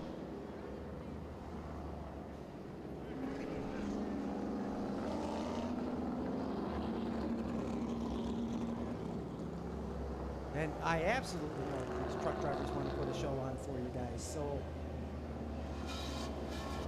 a little antsiness at the start here. A lot of drivers looking to get to victory lane. Very few of them have, with Long, the third, taking a majority of the wins so far this season.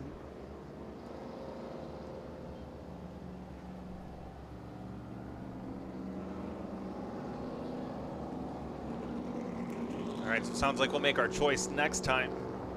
Still 6 in, 19 to go.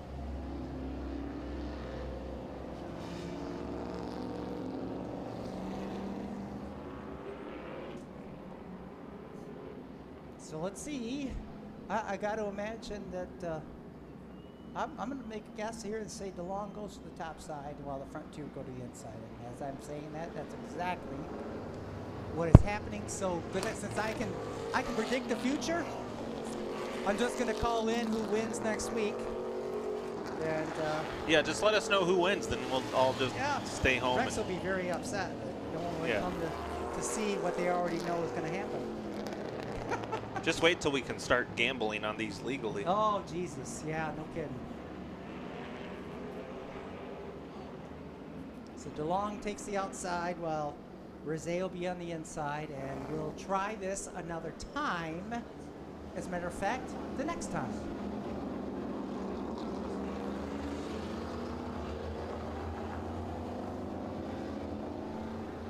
And every once in a while, you know, a class gets snake bit, and it just it'll happen for a few weeks, and then suddenly everything clicks, and you get green, white, checkered finishes. Right now, just a little bit of a slump for the truck drivers.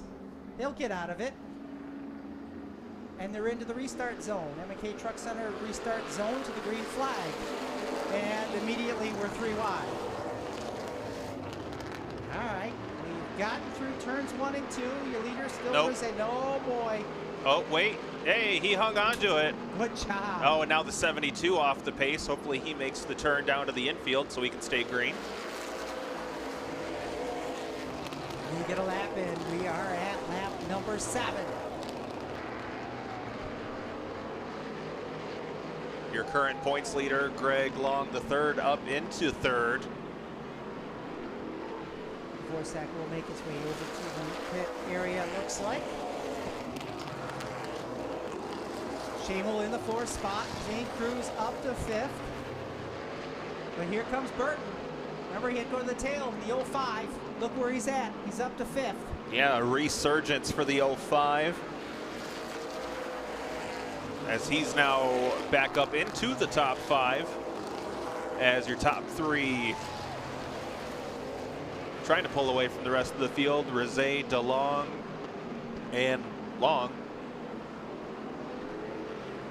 And then the next trio, about a half second back, Shamel, Burton, and Cruz. And then you got a bit back before you get to Long Jr. in the 21, who's running by himself. That's the 7th position. Hamilton in 8th, Shaw 9th, and Wilcox coming through the field now. He's begging for that. He's begging for that 9th spot right now.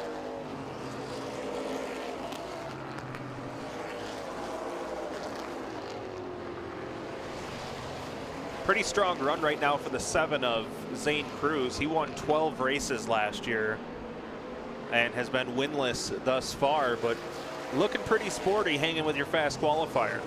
Yeah, he's been, oh, we got to spin turns 3 and 4. The 67 goes around. Look out. DeVinny's almost made mincemeat. Yeah, that was a very near miss. Jason Dvorak, the truck gone around, and it's back underway. A good set of green flag laps there, as we are now at lap number 12. So we've superseded the 7 we were hoping for. You were saying about Cruz in that red 7.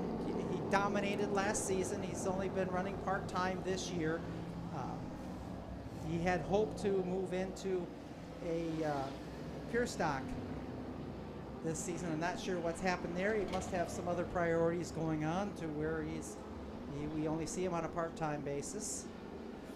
But the competition in the truck series has gone up quite a bit. Yeah, that is a very fair point. I mean, we're pulling 20 trucks just about every week now, so that's, yeah, that definitely increases the level of competition. 51 to Ricky Gillette assessed with the caution. He'll move to the back of the field. 12 in, 13 to go. And well, I was wondering here, I thought Cruz was going to pull into the infield there. Maybe he was thinking about it. All right, we're picking this time. So again, this time DeLong's going to take the top side. Well, I guess I'm not surprised there. He did last time. Burton's going to go to the high side. He's going to be outside row number 2 now. So Darren Burton's gone from 8th where he started to 19th to now he's outside row number 2. We are just shy of halfway. 12 in, 13 to go. Donuts. Baker's dozen. 13 left to go. I'm beginning to think Baker's can't count. Oh no, it was the whole deal. You buy 12, we'll give you one free. But I mean, if the box can hold 13, why didn't you just sell 13 to begin with? It just seems kind of strange. You anyway, have 4 rows of 3. You have to put the free one on the top. Then it's going to get squished. Exactly. That's awful. That's why you're supposed to have it in your hand the rest of the box. No, I'd rather just have 12. All right, green flag's out. We're back underway. Hold on to your shorts as they tried to go 3 wide there. Long Jr. tried to make it 3 wide. He settles back in. Rizet trying to hold off to Long, and now here comes Long the 3rd to the inside for 2nd. Long and DeLong battling for 2nd, still side by side through turns 1 and 2. We have made it past halfway now, 13 in, 12 to go. Wilcox making his way back through as well, just outside the top 5 is Shamel, way out of shape, gathers it back up.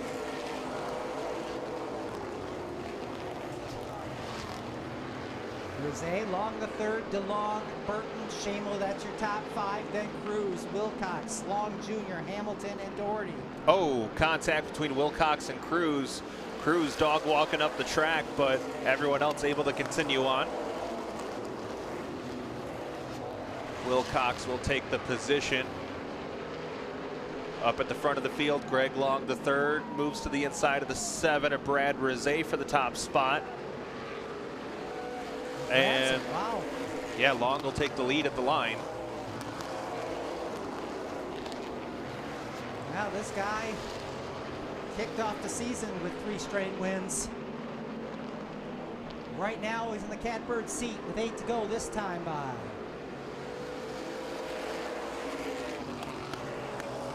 Just watching through the field here, Chris, especially turn 4. Some of these guys, the back ends are getting awfully light. Shaw almost got in trouble there in turn number 2, about the 10th position.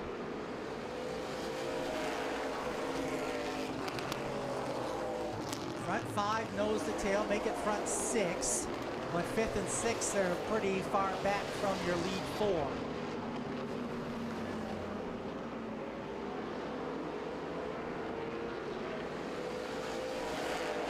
Long, Rizet, DeLong, and Burton still your top 4. Shamel about to be caught by Wilcox for a 5th position battle. Coming down to 5 to go here. Rizet and DeLong battling for the 2nd spot. And surprisingly, Greg Long III, he's got a decent advantage, but really hasn't ran away from the field like I expected.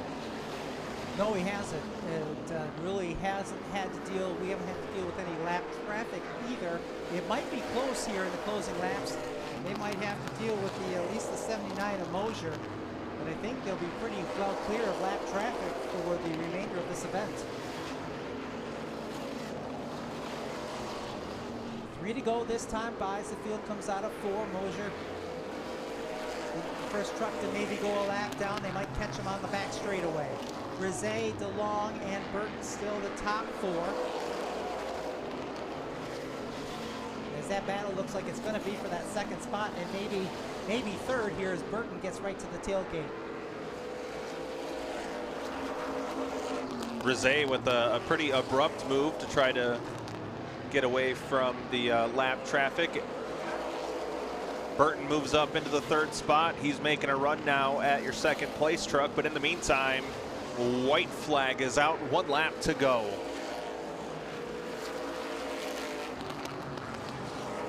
Long heads down the back straightaway for the final time into turn number 3, out of turn number 4. Checkered flag is out for the 4th time. Your winner is Greg Long III, Brad Rizet 2nd, Darren Burton 3rd, Cameron DeLong 4th, and Joe Shamel will complete your top 5.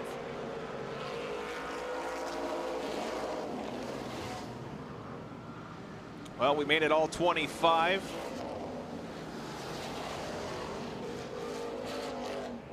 And with that, for the 4th time this season, Greg Long III and the number 38 will come around, and he'll get to talk to our very own Roger Williams over here in Gross Construction Victory Lane.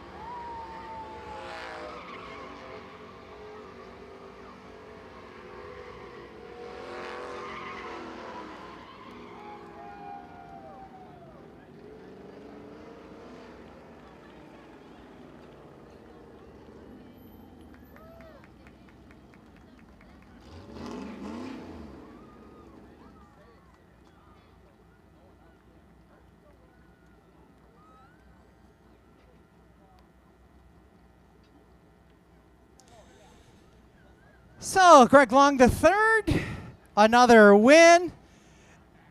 I forget what they, Johnny Stretch Pants, what the hell are they calling you now? Speedway Stretch, whatever, the Huda Hada.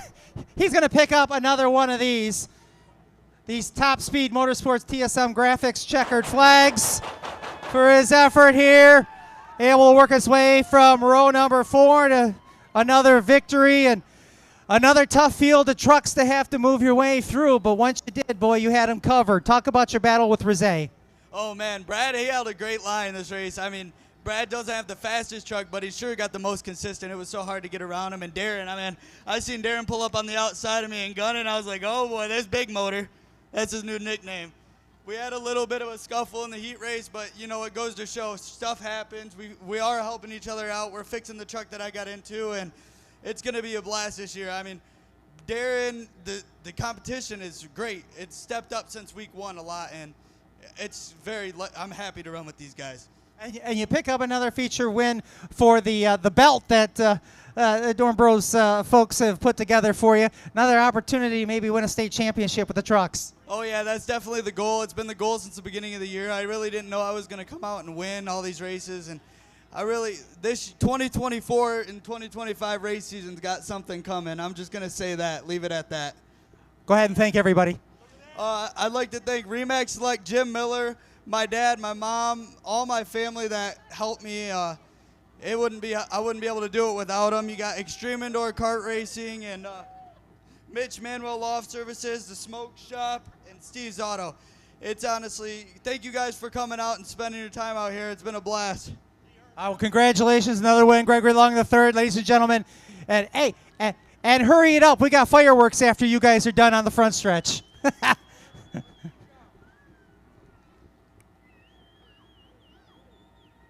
All right, well, as Roger mentioned, once we get post-race ceremonies done and get the lights shut off, we'll get the fireworks underway, so bear with us a couple minutes while we get things wrapped up.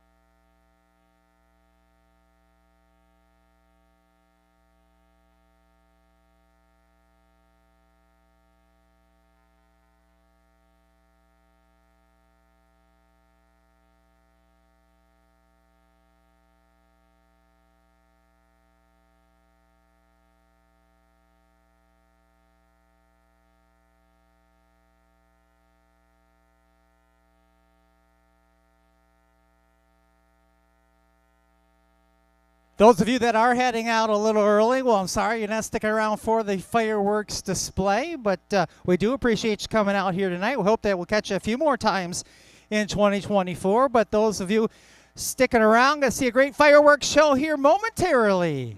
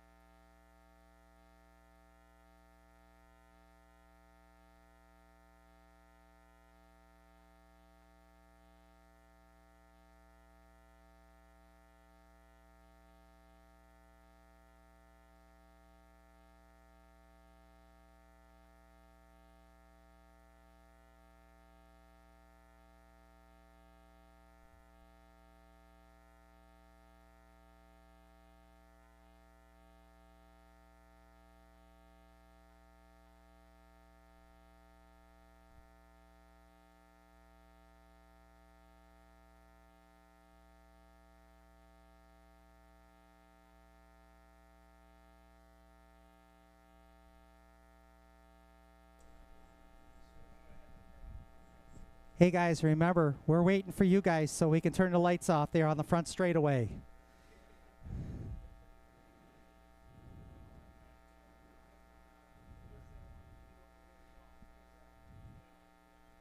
Yeah, no pressure or anything. We're just waiting exclusively on you. You guys are keeping us from opening a beer.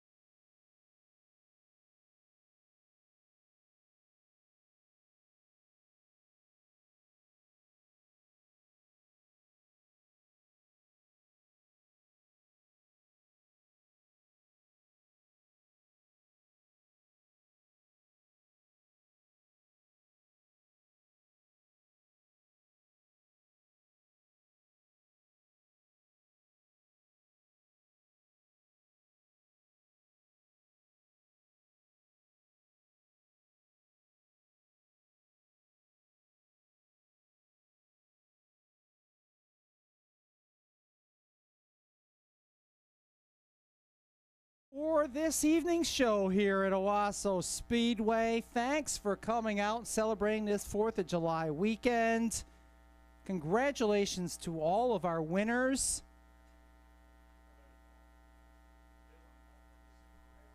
I had something witty to say and I lost it right there, so that's my gift to you folks. Thanks for coming out. Drive careful. Enjoy the rest of your holiday weekend. Be safe. We want to see you next Saturday night here at Owasso Speedway. On behalf of the entire crew here, the team that puts this all together on race night, and the Wheeler family, and for my co-partner, Mr. Chris Phobie, I'm Roger Williams. I'm shutting up for tonight. You folks have a great one. We'll catch you next Saturday night right here, Owasso Speedway. Good night, folks.